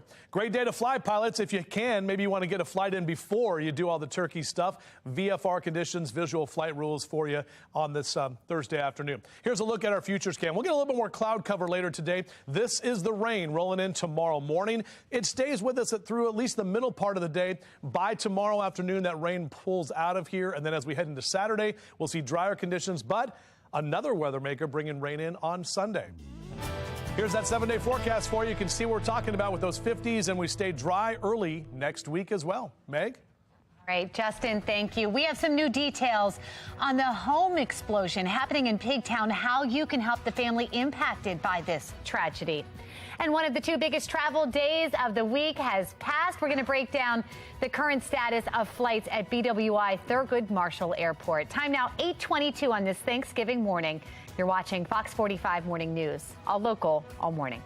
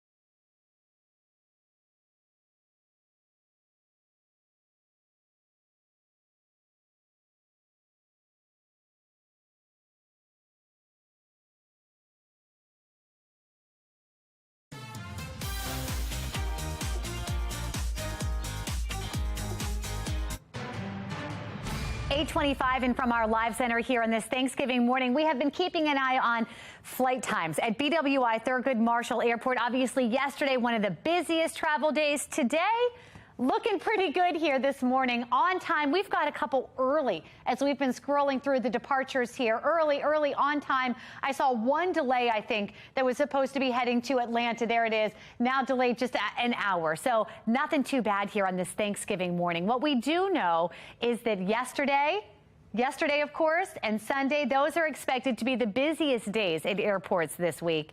TSA is expecting more than 2 million people to pass through airports on those days alone. Transportation Secretary Pete Buttigieg is convinced that this is going to be a smoother experience for those who are still planning on traveling. I was just looking over the numbers for this Thanksgiving travel. You look at yesterday, which I think is the busiest day we've seen so far for this holiday. Cancellation rates were less than 0.5%. And that's a rate, you know, they'll never be zero just with some weather and mechanical issues that come up. If it stays in that range, that's definitely a rate that the system can handle. He went on to say that airports are still dealing with a tight labor situation and will need to hire more pilots, more mechanics, and more ground crew. Today, we will be partly cloudy with highs in the mid to upper 50s. Meteorologist Justin Chambers is going to take a look at when we can expect the next weather maker. And a series of businesses consider moving out of Baltimore amid safety concerns. Why residents nearby may be hurting the most. It is 8:27 and you're watching Fox 45 Morning News, all local, all morning.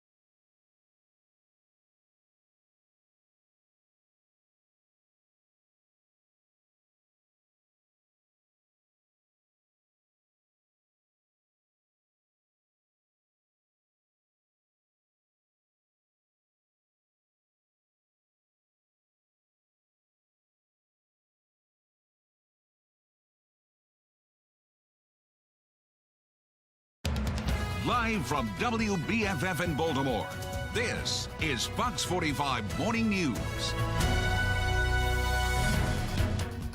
And good morning to you on this Thanksgiving Thursday, November 24th. I'm Taylor Stewart. I'm Megan Gilland. Let's check in with meteorologist Justin Chambers. And now people are definitely up getting ready in the kitchen. Yes. Absolutely. Yeah, things are going. We can smell that food in the air and getting ready for a pretty nice afternoon. A little chilly right now. And if you're thinking about Christmas already, which of course gets underway in earnest tomorrow with Black Friday, you can already see that Christmas village right there down in the Inner Harbor. The flags flapping around just a little bit of a light breeze that we're seeing next hour in the 40s, 50s through noontime, and we'll keep those 50s going as we head later into the afternoon as well, as Terrence makes his way across the screen for you there. 59 for our high today. We are tracking rain for tomorrow with highs that stay in the 50s and keep in the 50s on Saturday, even though we are a bit drier. Back with your full forecast in just a few. Sounds good, Justin. Thank you. Let's take a look at our Len Stoller traffic network. Pretty great out there this morning. I think everyone's gone to the grocery store. They have what they need because this has been the situation all morning long. No issues to report. 8:31. We have continuing coverage on the home explosion that rocked the Pigtown neighborhood. 3 people were hurt in that explosion in Pigtown. Now, the family is identifying a 70-year-old man who ran into that building to save 2 other people as Terry Bagley Sr. He's a Marine and a veteran. A 16-year-old girl and her 48-year-old mother were also hurt in the blast. Investigators say the man was hurt while he was trying to get them out of the building. They say the building collapsed on him. I would say he's a hero because he didn't have to go in and save nobody, but he chose to step in and save somebody, help somebody. You don't find too many people like that in the world today. Now, Governor Hogan put out a tweet saying, quote, "We are all pulling for this hero." At last check, he's still listed under critical condition. Now, the mother and daughter who were rescued from that building have been upgraded to stable this morning. The cause of that explosion is still under investigation. Bagley's family has started a GoFundMe to try and help cover several surgery expenses. His son says he's always willing to put his life on the line for others. So far, more than $10,000 have been raised. We're also continuing coverage on the frustration coming from community leaders as city crime rates rage on. In one neighborhood, vandals and thieves have been taking to area businesses, and people are fed up. As Riel Creighton reports, there is now fear that those businesses could be forced to close. They wait exactly until they close, and then a mob of kids will run in there, snatch and grab. It's nothing they could do. For Paulette Carroll, it's the fear crime could make their struggle even greater. It's very hard. Seniors that need this bank need Walgreens to pick up their medication. Carroll is president of the Town at the Terraces public housing community, where she says their neighboring businesses have been under assault. A lot of vandalism going on in the community, breaking in the doors, going in there, mob stealing, setting fire where the debit card is at. The nearby credit union and Walgreens, other stores, and she says at least 20 recent incidents of vandalism and theft. They already told us that they might be moving because of the vandalism. And now the threat, many could pull out because of it. In a community where there are very few options and where the nearest grocery store is about a mile away, it's a very big hike, she says, for many here. We live in a desert. We really don't have no supermarket. Price right about the call. Carol wants to see more patrols in the area, more protection for stores as they watch the worst unfold, the crime they want out, instead pushing out the businesses they rely on. This community haven't been touched within 45 years. Without this store in Walgreens, we won't have nothing. And it seems no one cares. In Fells Point, Brick Oven Pizza is shutting down after the owner says he was denied a permit to sell food after midnight. The city says that decision is based on concerns about crime and trash in the area. Our business is at nighttime. Everyone wants to eat pizza after they drink, and at nighttime. They say is maybe people eat and then it's trash and stuff, but we try to talk to Baltimore City to have a bigger trash can here beside the pizzeria. They say no. So we're trying pretty much everything we can to satisfy everyone and compromise this solution. Zion, the owner, is appealing that decision. City Councilman Deke Cohen represents Fells Point. He's asking why a pizza shop can't sell food past midnight, but bars can remain open. The volunteers are all here, and preparations are really picking up here at the Patterson Park Recreation Center for the annual Big Addie's Thanksgiving dinner. I'm Olivia Danson. Coming up next, we're going to help out with some volunteering and talk about everything that goes in to make this happen. It's another chilly morning, but there will be temps in the mid-50s possibly this afternoon. Meteorologist Justin Chambers letting us know we're staying dry through this Thanksgiving weekend. You're watching Fox 45 Morning News, all local, all morning.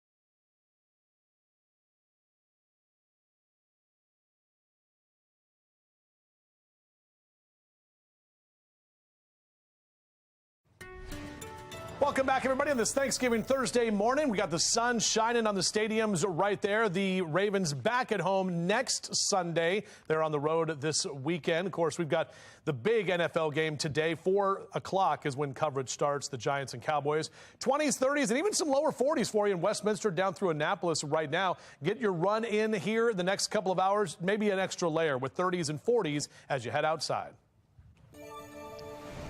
Giving season is officially underway, and the Bugatti Family Center is a Baltimore food pantry and shelter. It's a homeless center as well for women and children, and they're stepping up again. Thanksgiving, their biggest event of the year, where they provide warm meals to everyone in the community.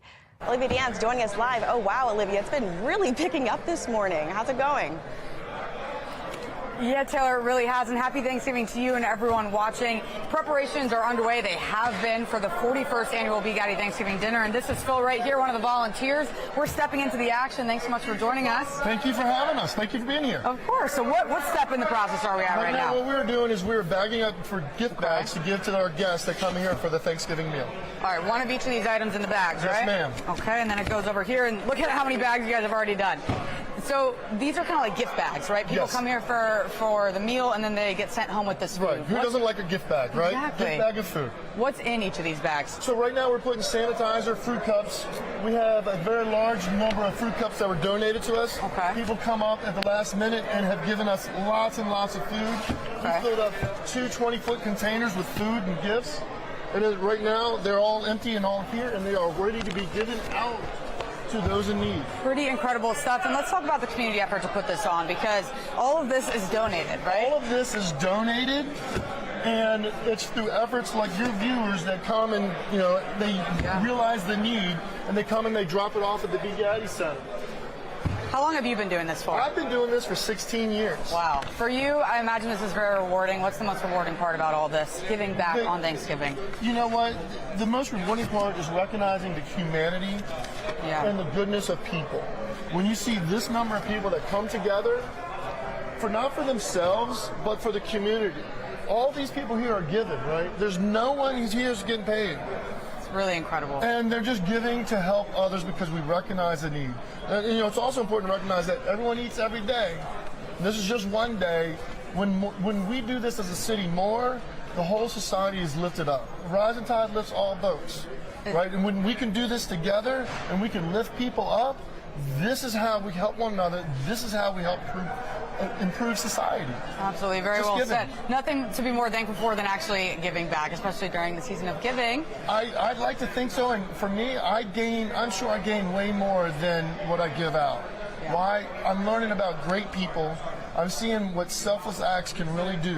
And when you see this amount of food here that was all given, and it's going to be given to those that need. It's incredible. Wow, how empowering is that? How wonderful is that to see goodness happen, right? Absolutely. To be a part of goodness. It warms my heart, warms my soul. It's awesome to see. And Phil, thank you so much for speaking with us. And just as a reminder, they're going to be giving the first meals out at 11 this morning, all the way until 2 o'clock. And if you want to help out, you can still bring here to the Patterson Park Recreation Center water and dessert. Those are donations that they still need. So we'll send it back to you guys. Thanks, Olivia. Baltimore's City Council approves reduced pension requirements, backing yesterday's decision.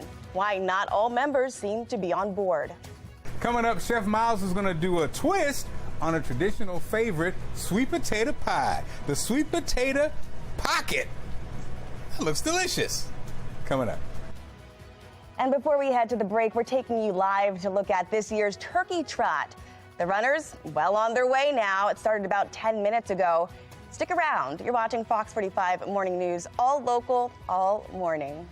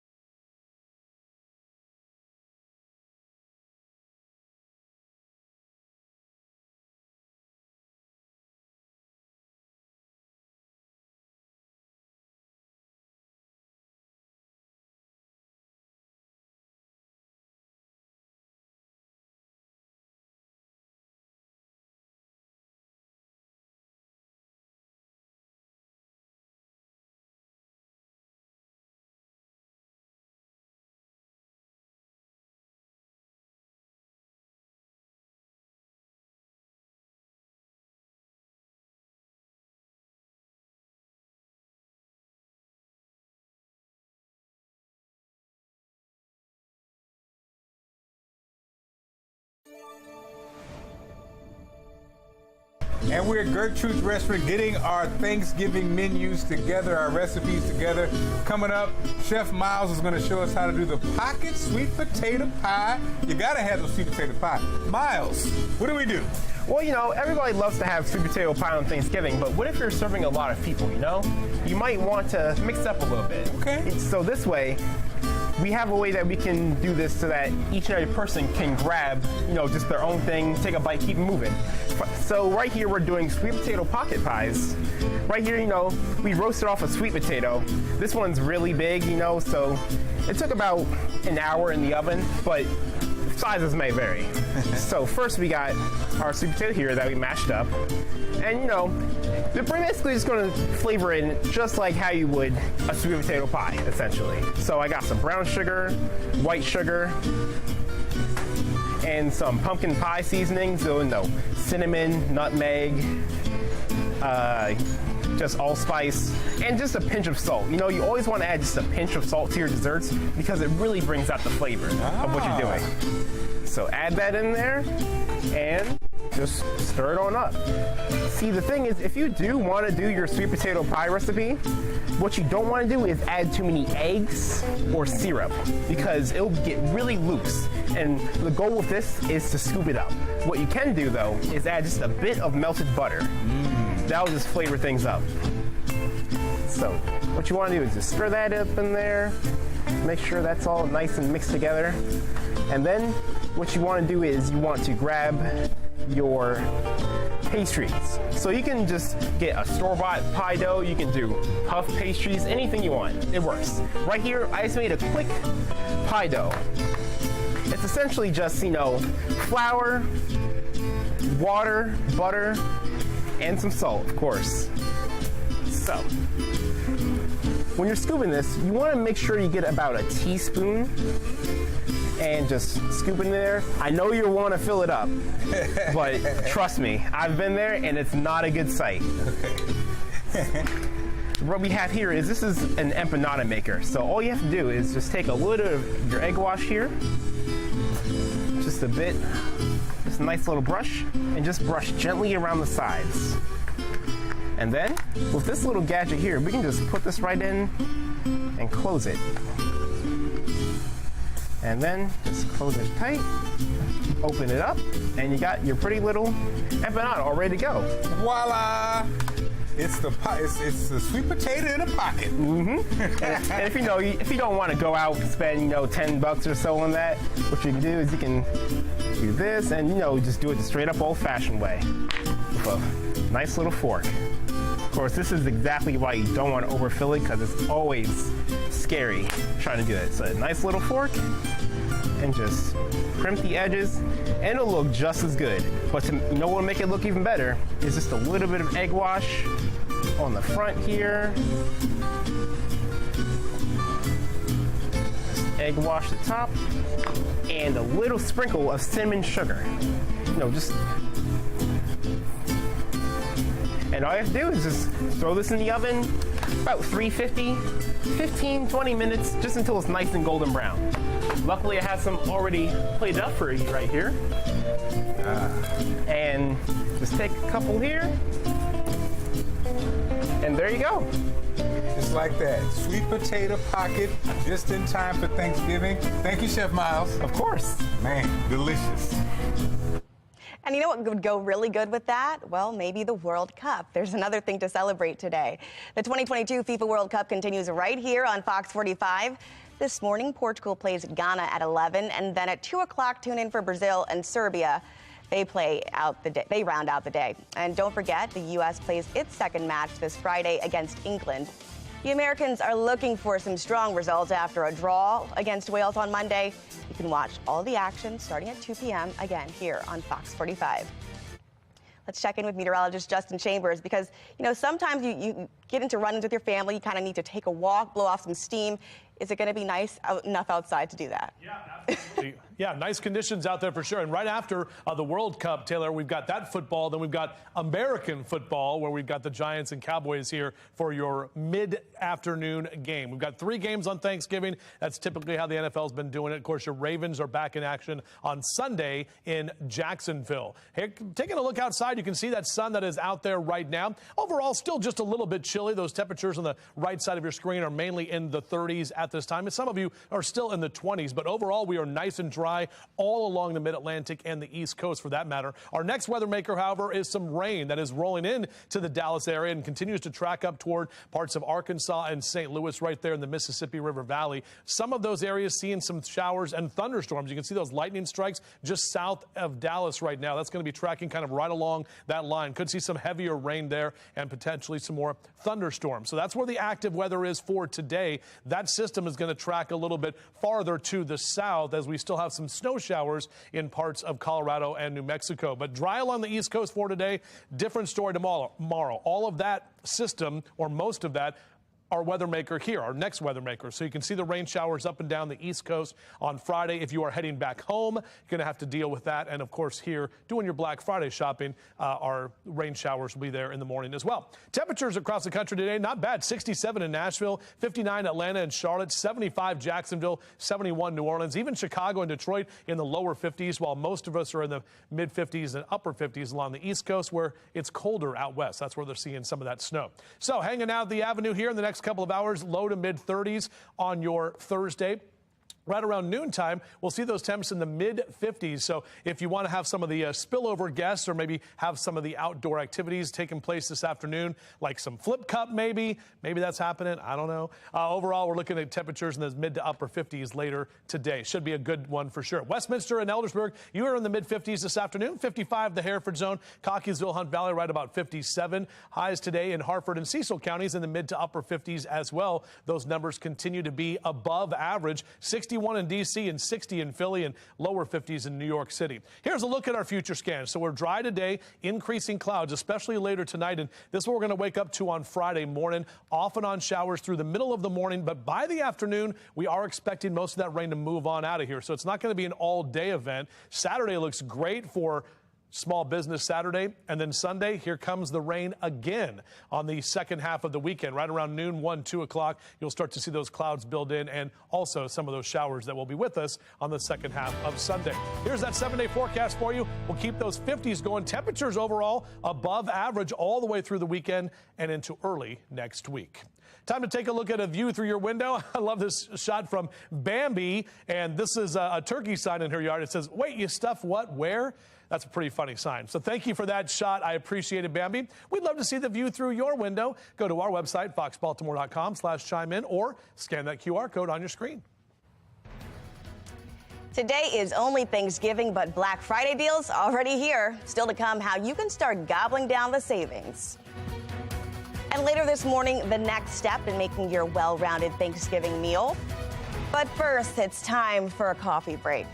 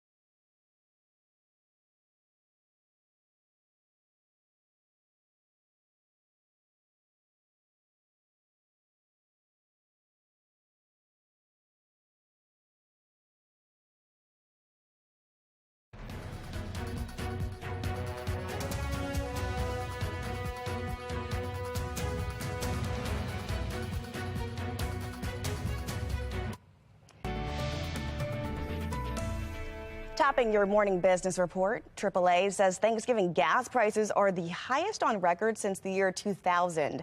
The national average for a gallon of gas is about $3.60. But some are still hitting freeways since COVID closed down past holiday celebrations. Now, according to Gas Buddy, 20% more motorists are driving this year, and 38% of Americans plan to travel in some way, shape, or form. Amazon giving Black Friday shoppers the chance to start gobbling down some savings starting today, like right now. This year's tech deals will save your weary wallet. Select Alexa Echo products will be 70% off, and some Fire TV devices half off. You can save about $100 on Fitbit watches, and for World Cup soccer fans, some gear will be 30% off. Inflation has hit Christmas trees. Now, Christmas tree growers had it hard this year, and they say large price increases for diesel fuel and fertilizer may impact how much you pay. One grower says diesel fuel is more than double what it was, and fueling just one tractor can cost several $100s. So fertilizer is also double the price than it was this year compared to last. Let's get to this year's Steals and Deals with Genevieve Gorder. The following segment is sponsored by Knocking. Many of us will be doing a lot of driving during this holiday season, and when I head out on the road, I want to know that me and my family are going to get to our destination safely. So when we go, I've got the Jump Smart in the glove compartment. This compact 10-in-1 tool can instantly jumpstart your car, truck, even a motorcycle. And look, I understand getting under the hood can be a little scary for some, but the Jump Smart can fix that dead battery and get you back on the road in just 3 easy steps. Just plug in the jumpers, red to red, black to black, and start your car. It's that easy. If you do it wrong, it just beeps. No sparks, no danger, no drama, no worry. And listen, we've all seen the news footage of hurricanes, wildfires, floods. If you ever lose power, you can charge your phone for up to 48 hours of talk time so you can stay connected. If you get stranded, it's got a flashlight and strobe lights and so many other emergency features. I put one in my wife's car for her peace of mind, and guess what? My 2 daughters are getting one for Christmas too. As parents, there's nothing we want more than for our kids to be safe on the road. It's a must-have tool for everyone in your family, and it's the most thoughtful thing you can buy for the most important people in your life. Today, we're offering 21% off Jump Smart, including this new hot pink that my daughters are gonna love. Go to asadeals.com for this exclusive offer.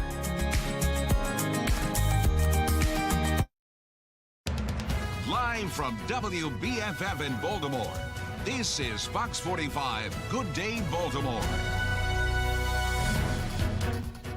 Look at this. You are taking a live look at the Turkey Trot happening at the YMCA on 33rd Street in Waverly here in Baltimore City. And they've been going all out. We've been pretty impressed with these folks. Oh, yeah. They're really going for it. Yeah. It's no small trot. No. It started at 8:30 here this morning. Runners are making their way back to the finish line right now.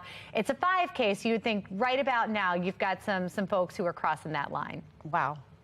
Good well, way to good start on them, Thanksgiving. right? Yeah. Good on them. Happy Thanksgiving, and thanks for joining us. I think you guys are starting in a great way myself, but I'm Taylor Stewart. I'm Megan Gillen, and this is when all of you are, eating your breakfast going, oh, man, maybe I should have did that, right? Jeez. Meteorologist Justin Chambers here. How many breakfast burritos did we all eat this morning already? We ate huge breakfast burritos. Gigantic, yeah. We did. But it was nice of our managers to give us some food today, and hopefully you'll get some food later today, too. Look, once we get off work, ladies, we can go for a run. We can go do a trot, a Fox 45 trot at 10:01. Or we can have one more burrito. All right, get one more burrito in there. Looking outside right now, there it is downtown. Overall, not looking too bad. There's sunshine. Temps have actually moved into the 40s now for Baltimore City, down through Annapolis, 38 in Bel Air, 35 in Laurel, 43 your temp in Westminster. So, yeah, we're in those 40s now. We're in the mid-50s by the time we get to noon today, and we'll keep those 50s going as we head later into the afternoon as well. High of 59 today. We hit 63 yesterday, so under partly cloudy skies, those temperatures staying above average for the afternoon. We're back with your full forecast in just a few minutes from right now. All right, Justin, thank you. It's 9 o'clock, and we have some breaking news coming in. A 23-year-old man now fighting for his life after he was shot along North Lakewood Avenue. This happened overnight, just blocks away from Patterson Park.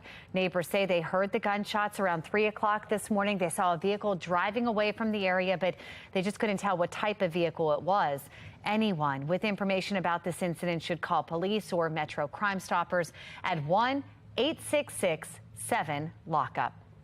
We are learning more about that explosion, meantime, in the Pigtown neighborhood. 3 people were hurt in that explosion. The family is now identifying the 70-year-old man who ran into the building to save 2 other people as Terry Bagley Sr., a Marine veteran. A 16-year-old girl and her 48-year-old mother were also hurt in that blast. Investigators say the man was hurt while he was trying to get them out of the building. They say the building then collapsed on him. I would say he's a hero because he didn't have to go in and save nobody, but he chose to step in and save somebody, help somebody. You don't find too many people like that in the world today. Governor Larry Hogan agreeing with that word choice, saying, quote, "We are all pulling for this hero." At last check, Bagley is still listed under critical condition. The mother and daughter who were inside during the explosion now listed as stable.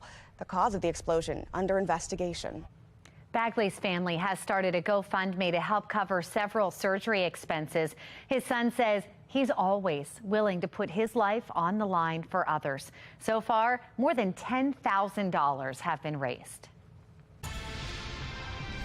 In a city in crisis, Governor Larry Hogan's office is offering help in an effort to keep the mayor's Christmas parade on its current date. The Ravens are set to host the Broncos on the day of the parade, and the city claims it just doesn't have enough resources to keep it secure. It's the first time the city's made any indication of a scheduling problem, with just less than 2 weeks before the parade is supposed to step off. I've been there at least once every other week, but sometimes once a week ever since May at that office. There's any issue of any problem of anything at all. People are coming from all over the tri-state area to have their bands, their floats, all the Star Wars people, all the Maroonies. While the city works to find the resources to keep this parade secure, a spokesperson for the governor tweeting, "The state stands ready to assist." Right now, we are awaiting a major decision from Mayor Brandon Scott about changes to city council pensions. On Monday, a pension bill backed by Council President Nick Mosby passed 8-5. That bill shortens how long city council members need to serve in order to receive lifetime pensions. Mackenzie Frost is demanding answers from the council.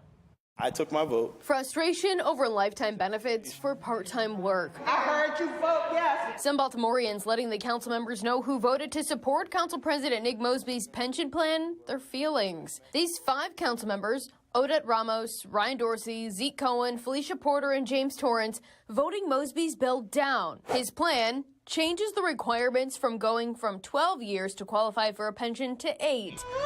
While first responders have to wait 25 years to qualify after a decades-long legal battle changing the requirements from 20 years. Councilman Mark Conway and Eric Costello abstaining from voting.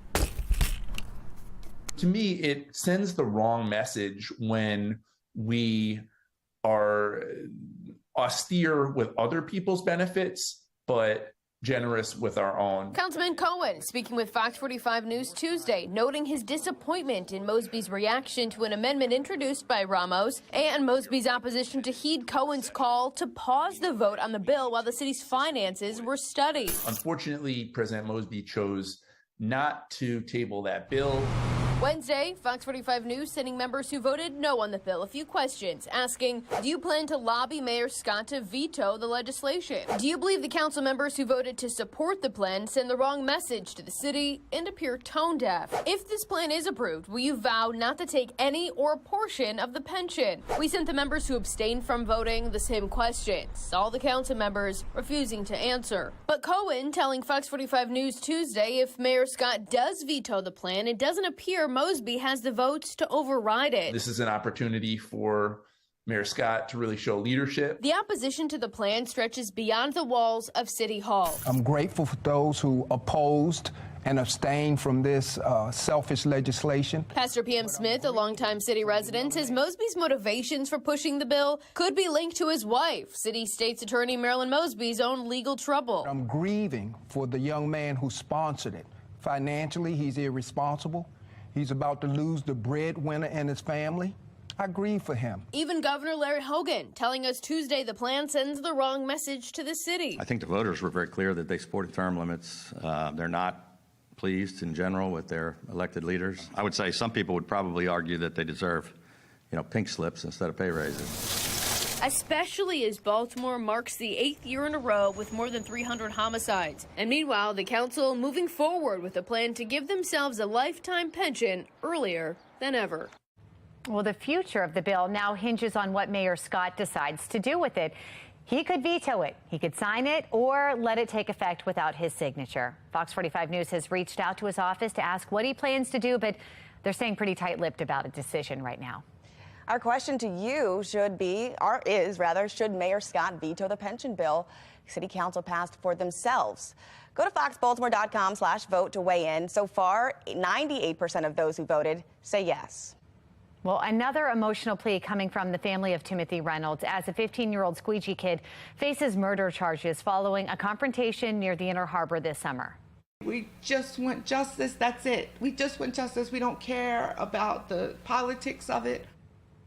Well, the Reynolds family is pushing to bring the original prosecutor back onto the case. She was pulled the day before last week's juvenile hearing after being accused of sharing evidence with the victim's family. We deserve justice, and we should not have to fight the prosecutor's office to do that. We're not just fighting for victim number 186. We're fighting for every victim, and I pray that all those families of those victims, that they get the justice that we're seeking. Well, City State's Attorney Marilyn Mosby's office has not answered our request for comment about the prosecutor's dismissal. The case is delayed until December 20th so that a new prosecutor can be assigned. For more stories on the squeegee crisis in Baltimore, just head to our website, foxbaltimore.com. Go ahead and click on the news tab. It is officially the season of giving, and the Biagatti Family Center, Baltimore Food Pantry and Shelter for Homeless Women and Children, they're stepping up once again. They're serving a whole bunch of meals to a whole bunch of people in need today, and that's where Olivia is. Yeah, we've got Olivia Dance joining us live from the event right near Patterson Park. Olivia, just about 2 hours away and counting till that dinner is served. Yeah, guys, good morning and happy Thanksgiving. Things are really starting to kick off here. Preparations have been underway all morning. Lots of volunteers involved, and there's actually a line outside right now. The first meals will be served at 11 this morning, as you mentioned. Right now, I want to bring in Charlene. Good morning. Hi, good morning. Thanks for joining us. Thank you. You've been volunteering here for a long time. How many years? This is about year 11. Wow. Yeah. So there's a lot of different moving parts to make this happen. We've seen the process and the different steps throughout the morning. Okay. What's happening now? We're about 2 hours away. Right. So now what we're doing is we're getting the meals out to the buildings. We have several senior citizen buildings. We have about 59 to 60 pans going to those locations each. Wow. And that's going to serve everybody in those establishments. We're also getting ready to start to-go bags. The to-go cartridges are for those who don't want to sit down and eat dinner here. They can actually take the food wherever they want to go and eat it there. So we're starting that on the right-hand side. Yeah. And then on the left-hand side, we are preparing for dinner service, which will be sit-down service. So as soon as all of the food in the middle goes out to the buildings and the individual homes, we'll start setting up for dinner. Really incredible. Lots of stuff going on. And it's important to note that, like you said, people actually can come here for that warm Thanksgiving meal. But you guys also deliver it to many people as well. Yes, we do. Which is awesome. And for you, 11 years, you've been doing this for a while. A while. But I imagine it's very rewarding for you. What's the best part about all this for you? I want to say the best part really is just seeing everybody like come together, because this is a time where like a lot of people, but then you don't really know what's going on with them until times like this. And then when they show up, to see the smiles, and then we have music playing, to see them dancing, and their whole families coming in and just sitting down and just enjoying themselves. I think that's the best part. Like, I separate myself from my family to be able to be their family for the time that they don't have a family. Really, really nice. And I'm sure you're going to put a lot of smiles on people's faces today. Absolutely. Like I said, already a line out there and about 15,000 people that are going to help today, which is incredible. Thank you so much for speaking with us, and happy Thanksgiving to you. Thank you. Same to you. And we'll be here all morning, so stick around, but I'll send it back to you. True spirit of giving. Olivia, thank you. From the Live Center now this morning on this Thanksgiving morning, we've been watching the departures here from BWI Thurgood Marshall Airport. Obviously, yesterday was the really busy day, and today, my goodness, if you have somewhere to fly here and look at this. Just looking at departure, on time, and as we scroll down, I see earlies on here as well. So things looking pretty good throughout the day here today. We know yesterday, Wednesday, and as we look ahead to Sunday, those are the busiest days at airports here this holiday. TSA is expecting more than 2 million people to pass through airports on those days alone. Transportation Secretary Pete Buttigieg is convinced it's going to be a smoother experience if you're still planning on traveling this holiday. I was just looking over the numbers for this Thanksgiving travel. You look at yesterday, which I think is the busiest day we've seen so far. For this holiday, cancellation rates were less than 0.5%. And that's a rate, they'll never be zero, just with some weather and mechanical issues that come up. If it stays in that range, that's definitely a rate that the system can handle. He went on to say airports are still dealing with a tight labor situation and will need to hire more pilots, more mechanics, and ground crew. According to a recent survey by MedStar Health, 64% of people feel stressed around Thanksgiving. The main concerns for people on the holiday are cooking, preparing to host, and spending time with family. This year, people are also concerned with the number of viruses that are spreading. In fact, 32% of respondents said that they're worried about catching COVID at a gathering. And we're Gertrude's getting our recipes ready for Thanksgiving. And why not a smoky apple cider margarita? What? Yeah, a smoky apple cider margarita. John's going to show us how to make it coming up next.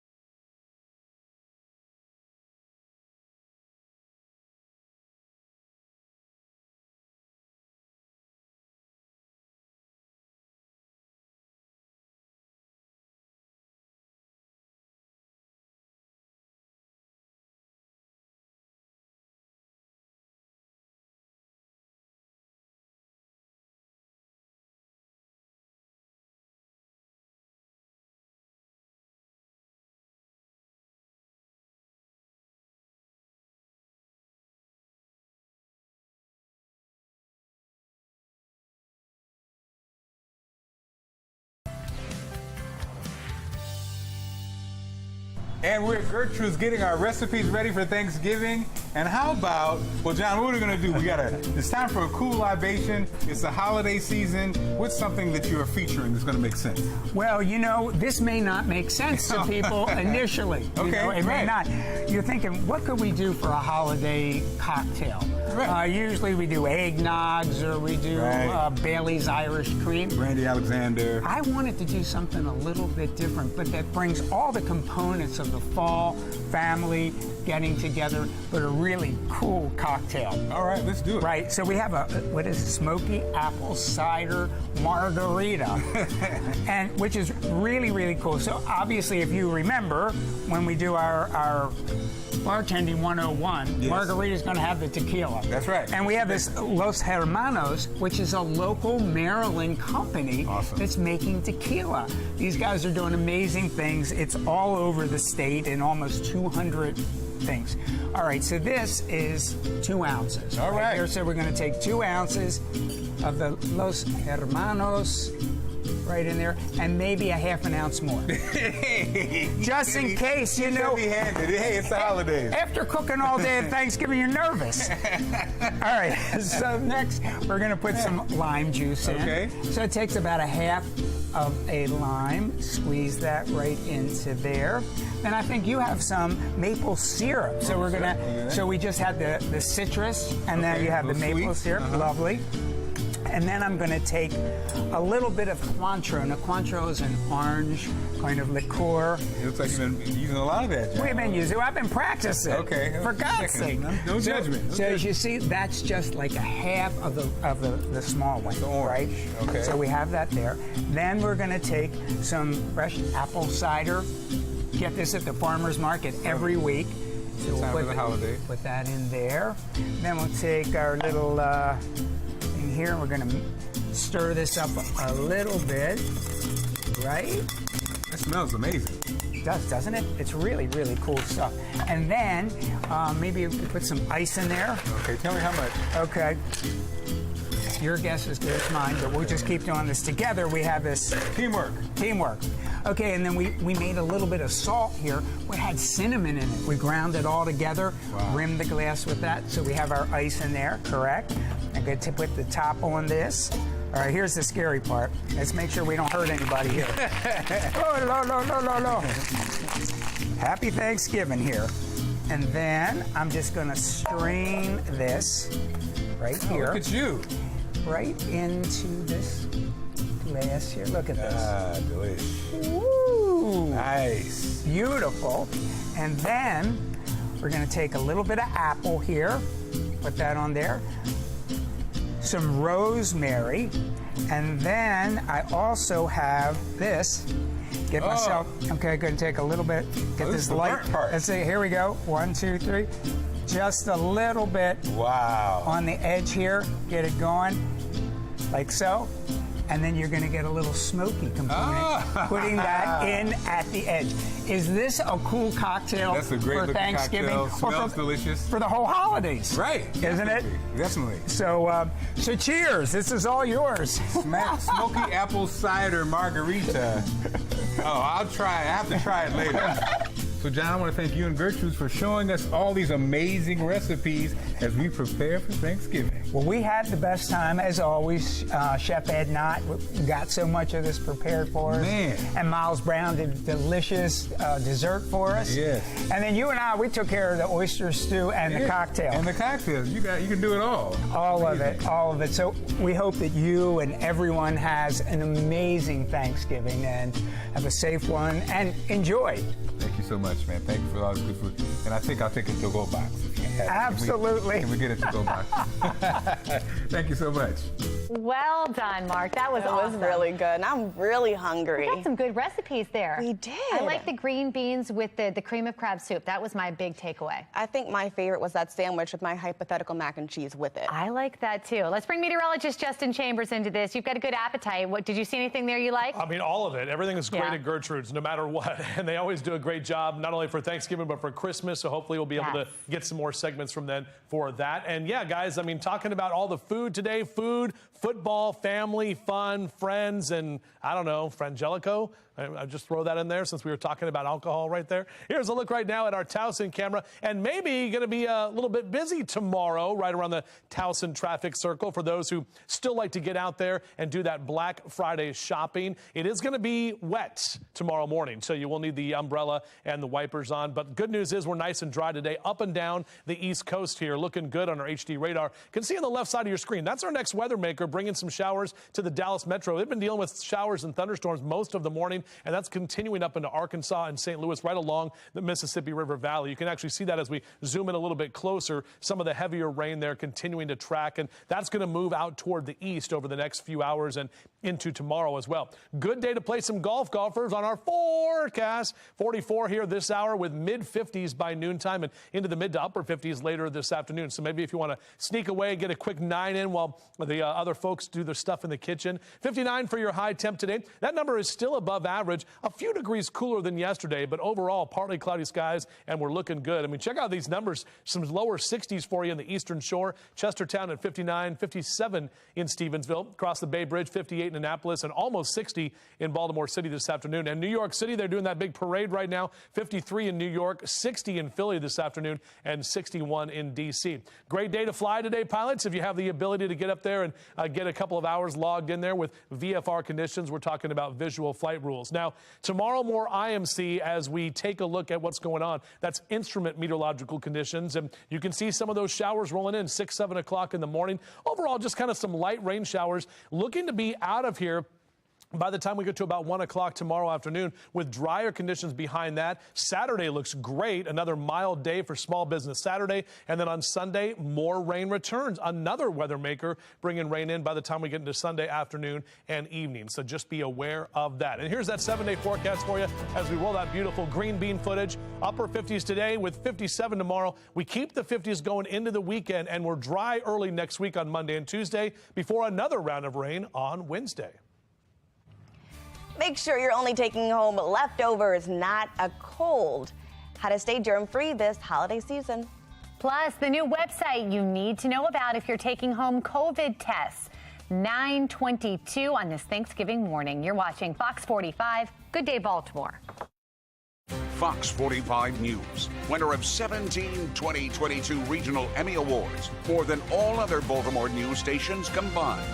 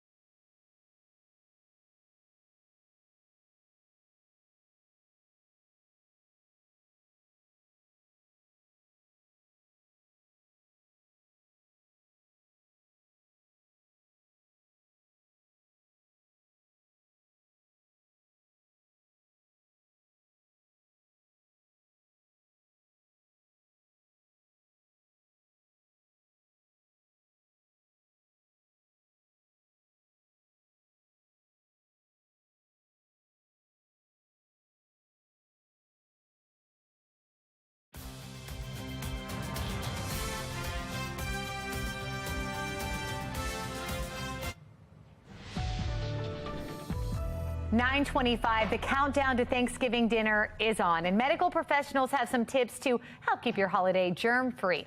Now, here's number one. Make sure you're immunized and updated on your virus vaccines and flu shots. Then make sure you got some hand sanitizer available and have multiple towels in the bathrooms. Have plated meals instead of a buffet, and make sure that there is plenty of seat spacing. Consider disposable dishware and utensils. Finally, wash all produce, heat food to the right temperatures, and properly store your leftovers.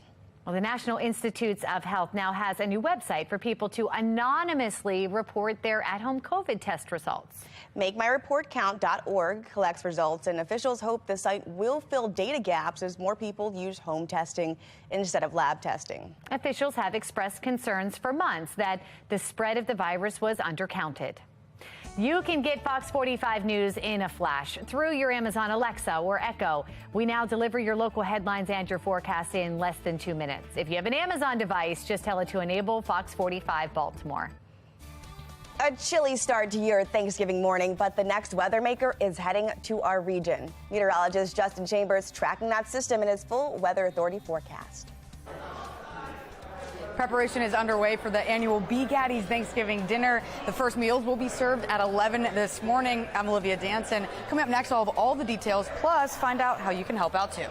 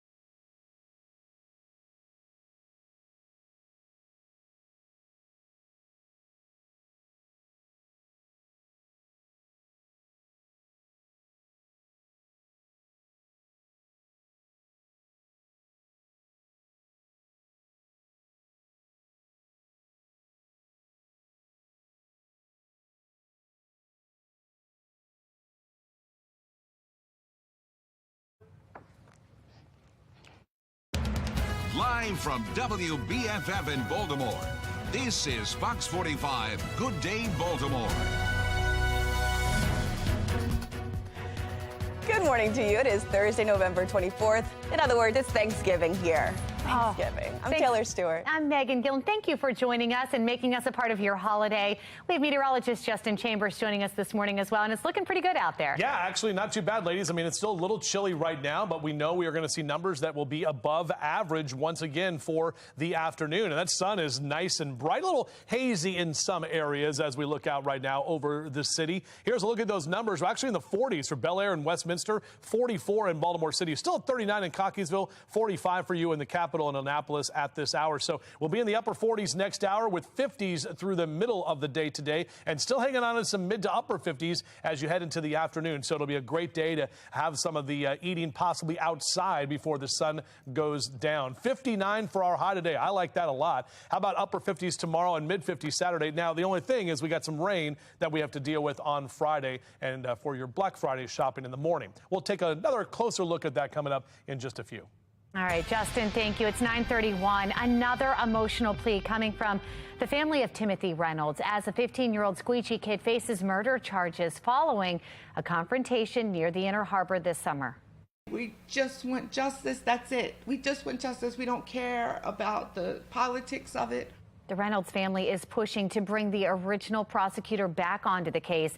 She was pulled the day before last week's juvenile hearing after being accused of sharing evidence with the victim's family.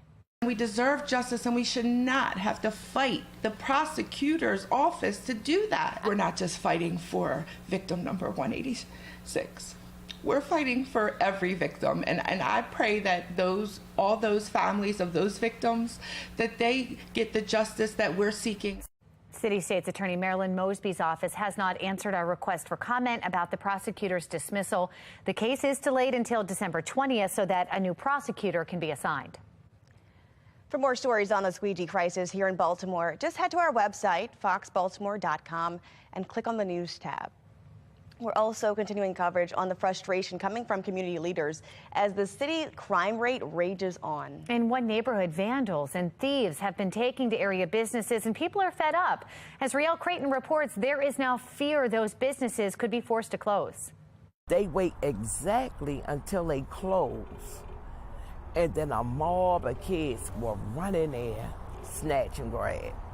It's nothing they could do. For Paulette Carroll, it's the fear crime could make their struggle even greater. It's very hard. Seniors that need this bank need Walgreens to pick up their medication. Carroll is president of the Town at the Terraces public housing community, where she says their neighboring businesses have been under assault. A lot of vandalism going on in the community, breaking in the doors, going in there, mob stealing, setting fire where the debit card is at. The nearby credit union and Walgreens, other stores, and she says at least 20 recent incidents of vandalism and theft. They already told us that they might be moving because of the vandalism. And now the threat, many could pull out because of it. In a community where there are very few options and where the nearest grocery store is about a mile away, it's a very big hike, she says, for many here. We live in a desert. We really don't have no supermarket. Price right about the call. Carol wants to see more patrols in the area, more protection for stores as they watch the worst unfold, the crime they want out, instead pushing out the businesses they rely on. This community haven't been touched within 45 years. Without this store and Walgreens, we won't have nothing. And it seems no one cares. All right, the day is well underway at the B. Gaddy Family Center in Baltimore.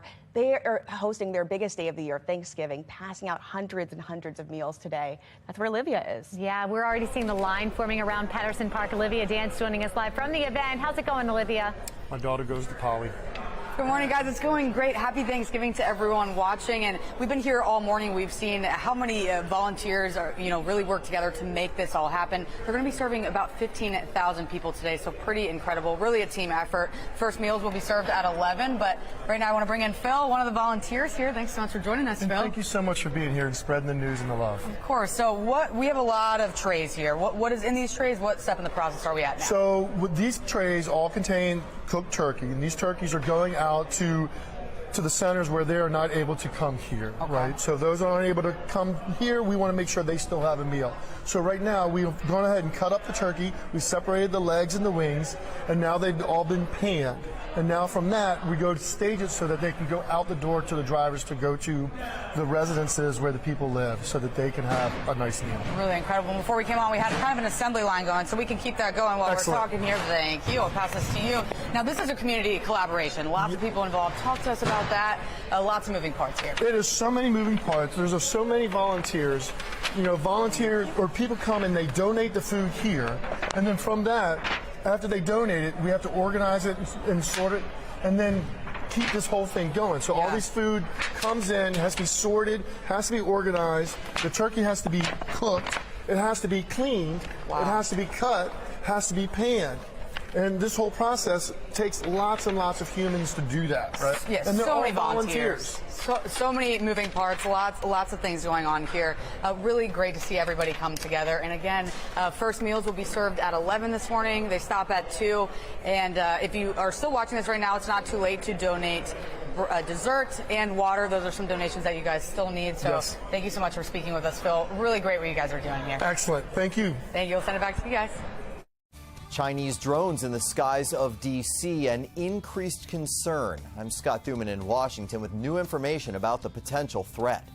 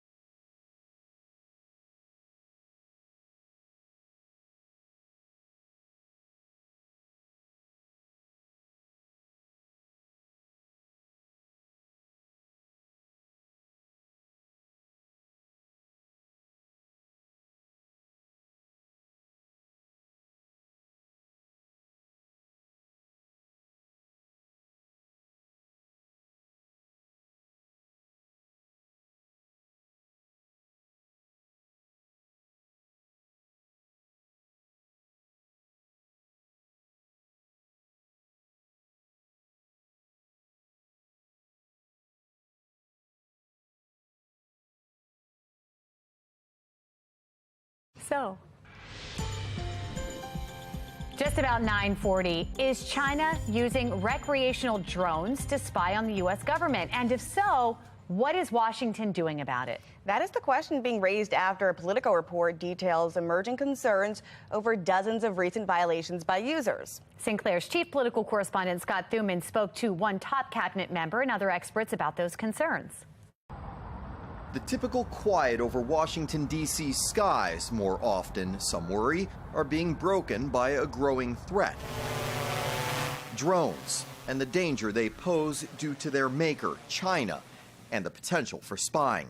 A new Politico piece documenting the alarm by lawmakers that the most secure airspace in the world is seeing the appearance of so many Chinese-made drones presents a new challenge, noting more than 100 incursions in a recent 45-day period.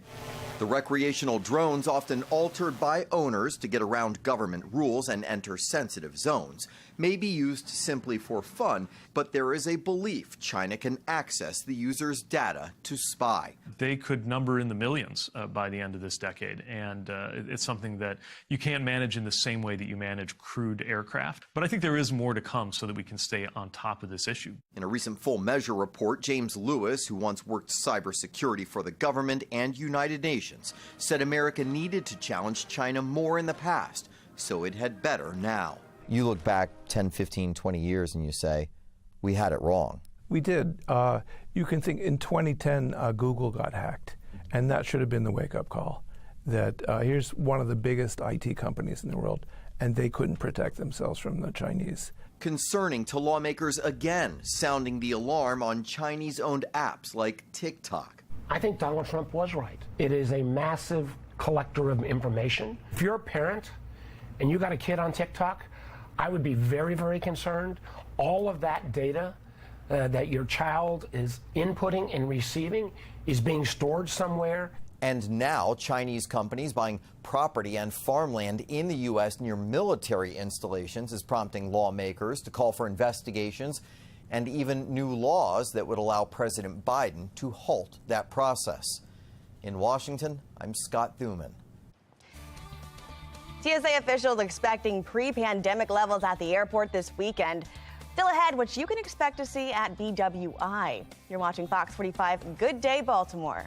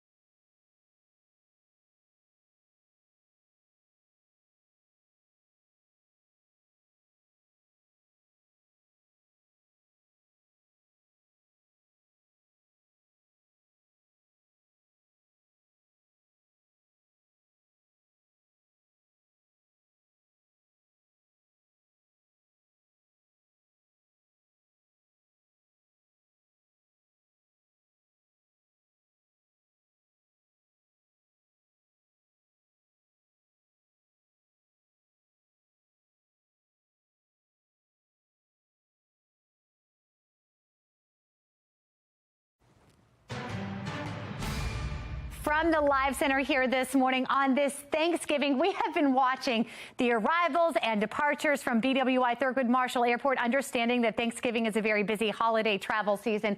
Yesterday was the big day. Today, we're looking good. We are literally on time everywhere you see, some of them early.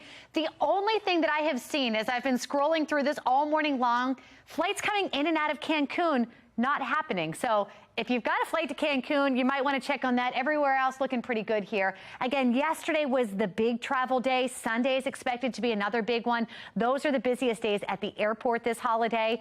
TSA is expecting more than 2 million people to pass through airports on those days alone. Transportation Secretary Pete Buttigieg is convinced that it's going to be a smoother experience if you're planning to travel this holiday. I was just looking over the numbers for this Thanksgiving travel. You look at yesterday, which I think is the busiest day we've seen so far for this holiday. Cancellation rates were less than 0.5%. And that's a rate, you know, they'll never be zero, just with some weather and mechanical issues that come up. If it stays in that range, that's definitely a rate that the system can handle. He went on to say that airports are still dealing with a tight labor situation and will need to hire more pilots, more mechanics, and ground crew. According to a recent survey by MedStar Health, 64% of people feel stressed around Thanksgiving. The main concerns for people on the holiday are cooking and preparing to host and spending time with family. This year, people are also concerned with the number of viruses spreading. In fact, 32% of respondents said that they're worried about catching COVID at a gathering. All righty, I would like to check in with meteorologist Justin Chambers because I know he's doing an outside turkey, and I think other folks want to do an outside turkey too. What do you think, Justin? Yeah. Good day for it? Yeah, it is going to be a good day for it. So You I've have been deep saying thoughts. all morning. I've had 34 weather hits. So Oh, I might have missed a few. I'm just kidding.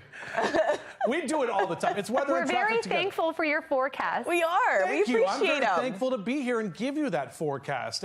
But yeah, the good news is that we are having some above average temperatures. I mean, we had 63 yesterday. The other day was close to 60 degrees. We're going to be close to that number again today. And remember, just, you know, a week ago, we were cold. We were talking winter-like numbers, and we are back to more fall-like numbers with mainly clear skies. And the thing that Megan was talking about with the departures and the delays and things like that, that could come into play more so tomorrow and also possibly Sunday, which also, as she mentioned, one of the busiest travel days of the entire year. So up and down the East Coast, we are looking good here at this time. This is our next weather maker, impacting some folks in Dallas and areas here through the Mississippi River Valley. You can see some of those showers and thunderstorms just to the south of Dallas, and then more of that moderate to heavy rain right up into Arkansas and all the way up into parts of St. Louis there. So that's where the travel delays could happen if you're trying to go there later today. And then this is tomorrow. This is what I was talking about. Look at all of that rain. Now, we're not talking about any major snowstorms, so that is definitely good news because that really throws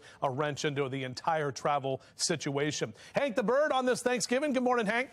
All right, yeah, he's excited about all the turkeys out there. 44 here in the this hour and in the mid-50s through noontime, into the upper 50s later today. And across Carroll and Baltimore counties, look at these numbers. Mid to upper 50s, definitely something to be thankful for. Could be dealing with a lot of wind and rain and cold temps, and not going to be the case. Eastern Shore, some of the warmest spots, some lower 60s for you on your Thursday afternoon. All right, we're back to the 50s here again tomorrow. There's the rain. Saturday looks great. Sunday, more rain for us. And then Monday and Tuesday next week, we dry out.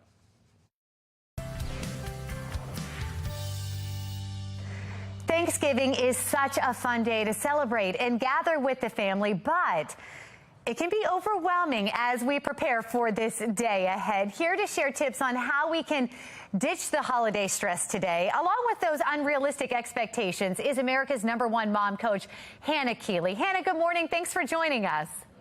Oh, happy Thanksgiving. I'm so excited to be here. It's such a fun time. I know many people right now, our viewers, are starting to prepare for the day, staring at their recipes, getting ready to get to work. What is one way that we can make this food prep, this kitchen work a little easier? Well, one thing, Megan, is we have to realize if we're looking at everything we're doing today and we feel our blood pressure going up a little bit, then maybe we need to de-escalate and understand we can let those, just like what you said, unrealistic expectations, we can just let's neutralize it just a little bit. What if the goal of today was to create amazing memories? If the turkey's dry, people are still going to eat it. Right. If the cranberry sauce comes out of a can, they'll probably enjoy it even more. Like, we can just let those picture perfect Pinterest ideas of Thanksgiving, let those go, and let's make sure we're tuning in to what our family really wants, creating memories together. The memories are what you remember years down the road, not necessarily the food, but sometimes that can bring up a whole new stress, the tradition surrounding Thanksgiving. How do we keep it fun without overstressing, trying to do all those little things that we've done every single year because it's tradition? Right. And sometimes we have to look at those traditions and say, wait, did I really enjoy it?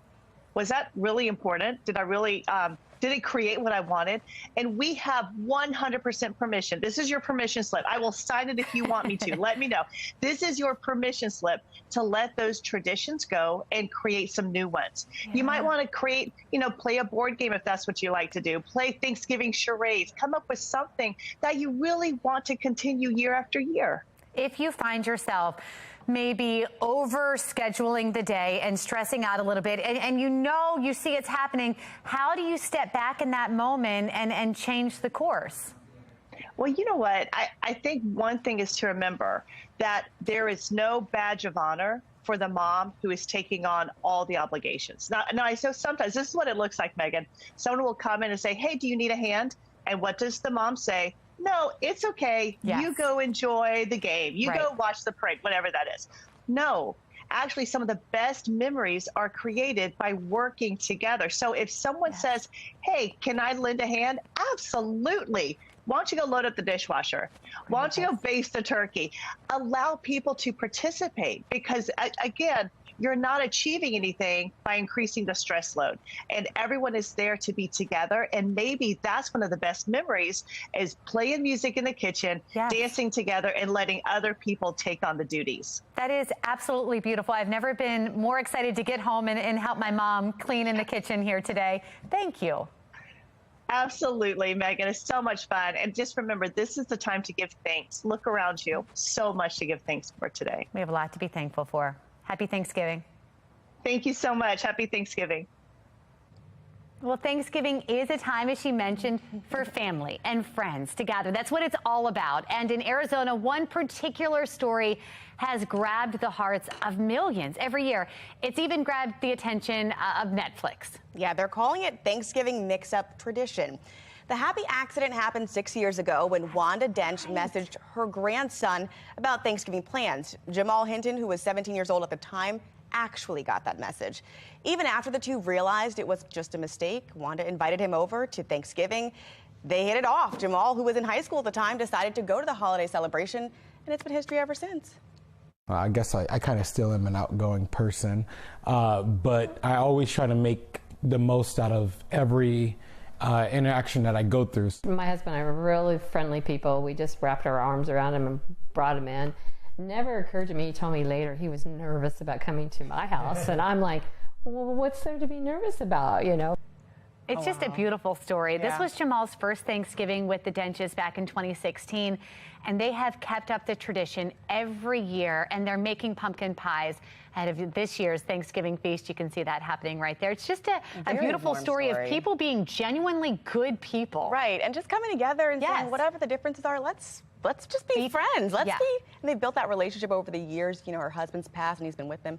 It's what Thanksgiving's all about. Yep, coming together. Right?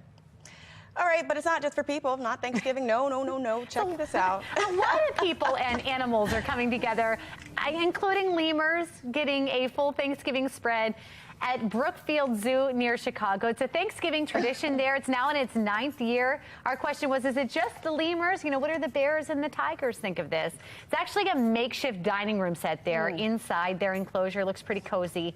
They have some pumpkin pie. They've got all the fixings. Sweet potatoes, what we think maybe they're eating gnawing on us? there. It's hard to tell, but they seem happy. Stay with us here on Fox 45 this morning. After the break, we've got your update on your Thanksgiving forecast and your 10-day exclusive forecast.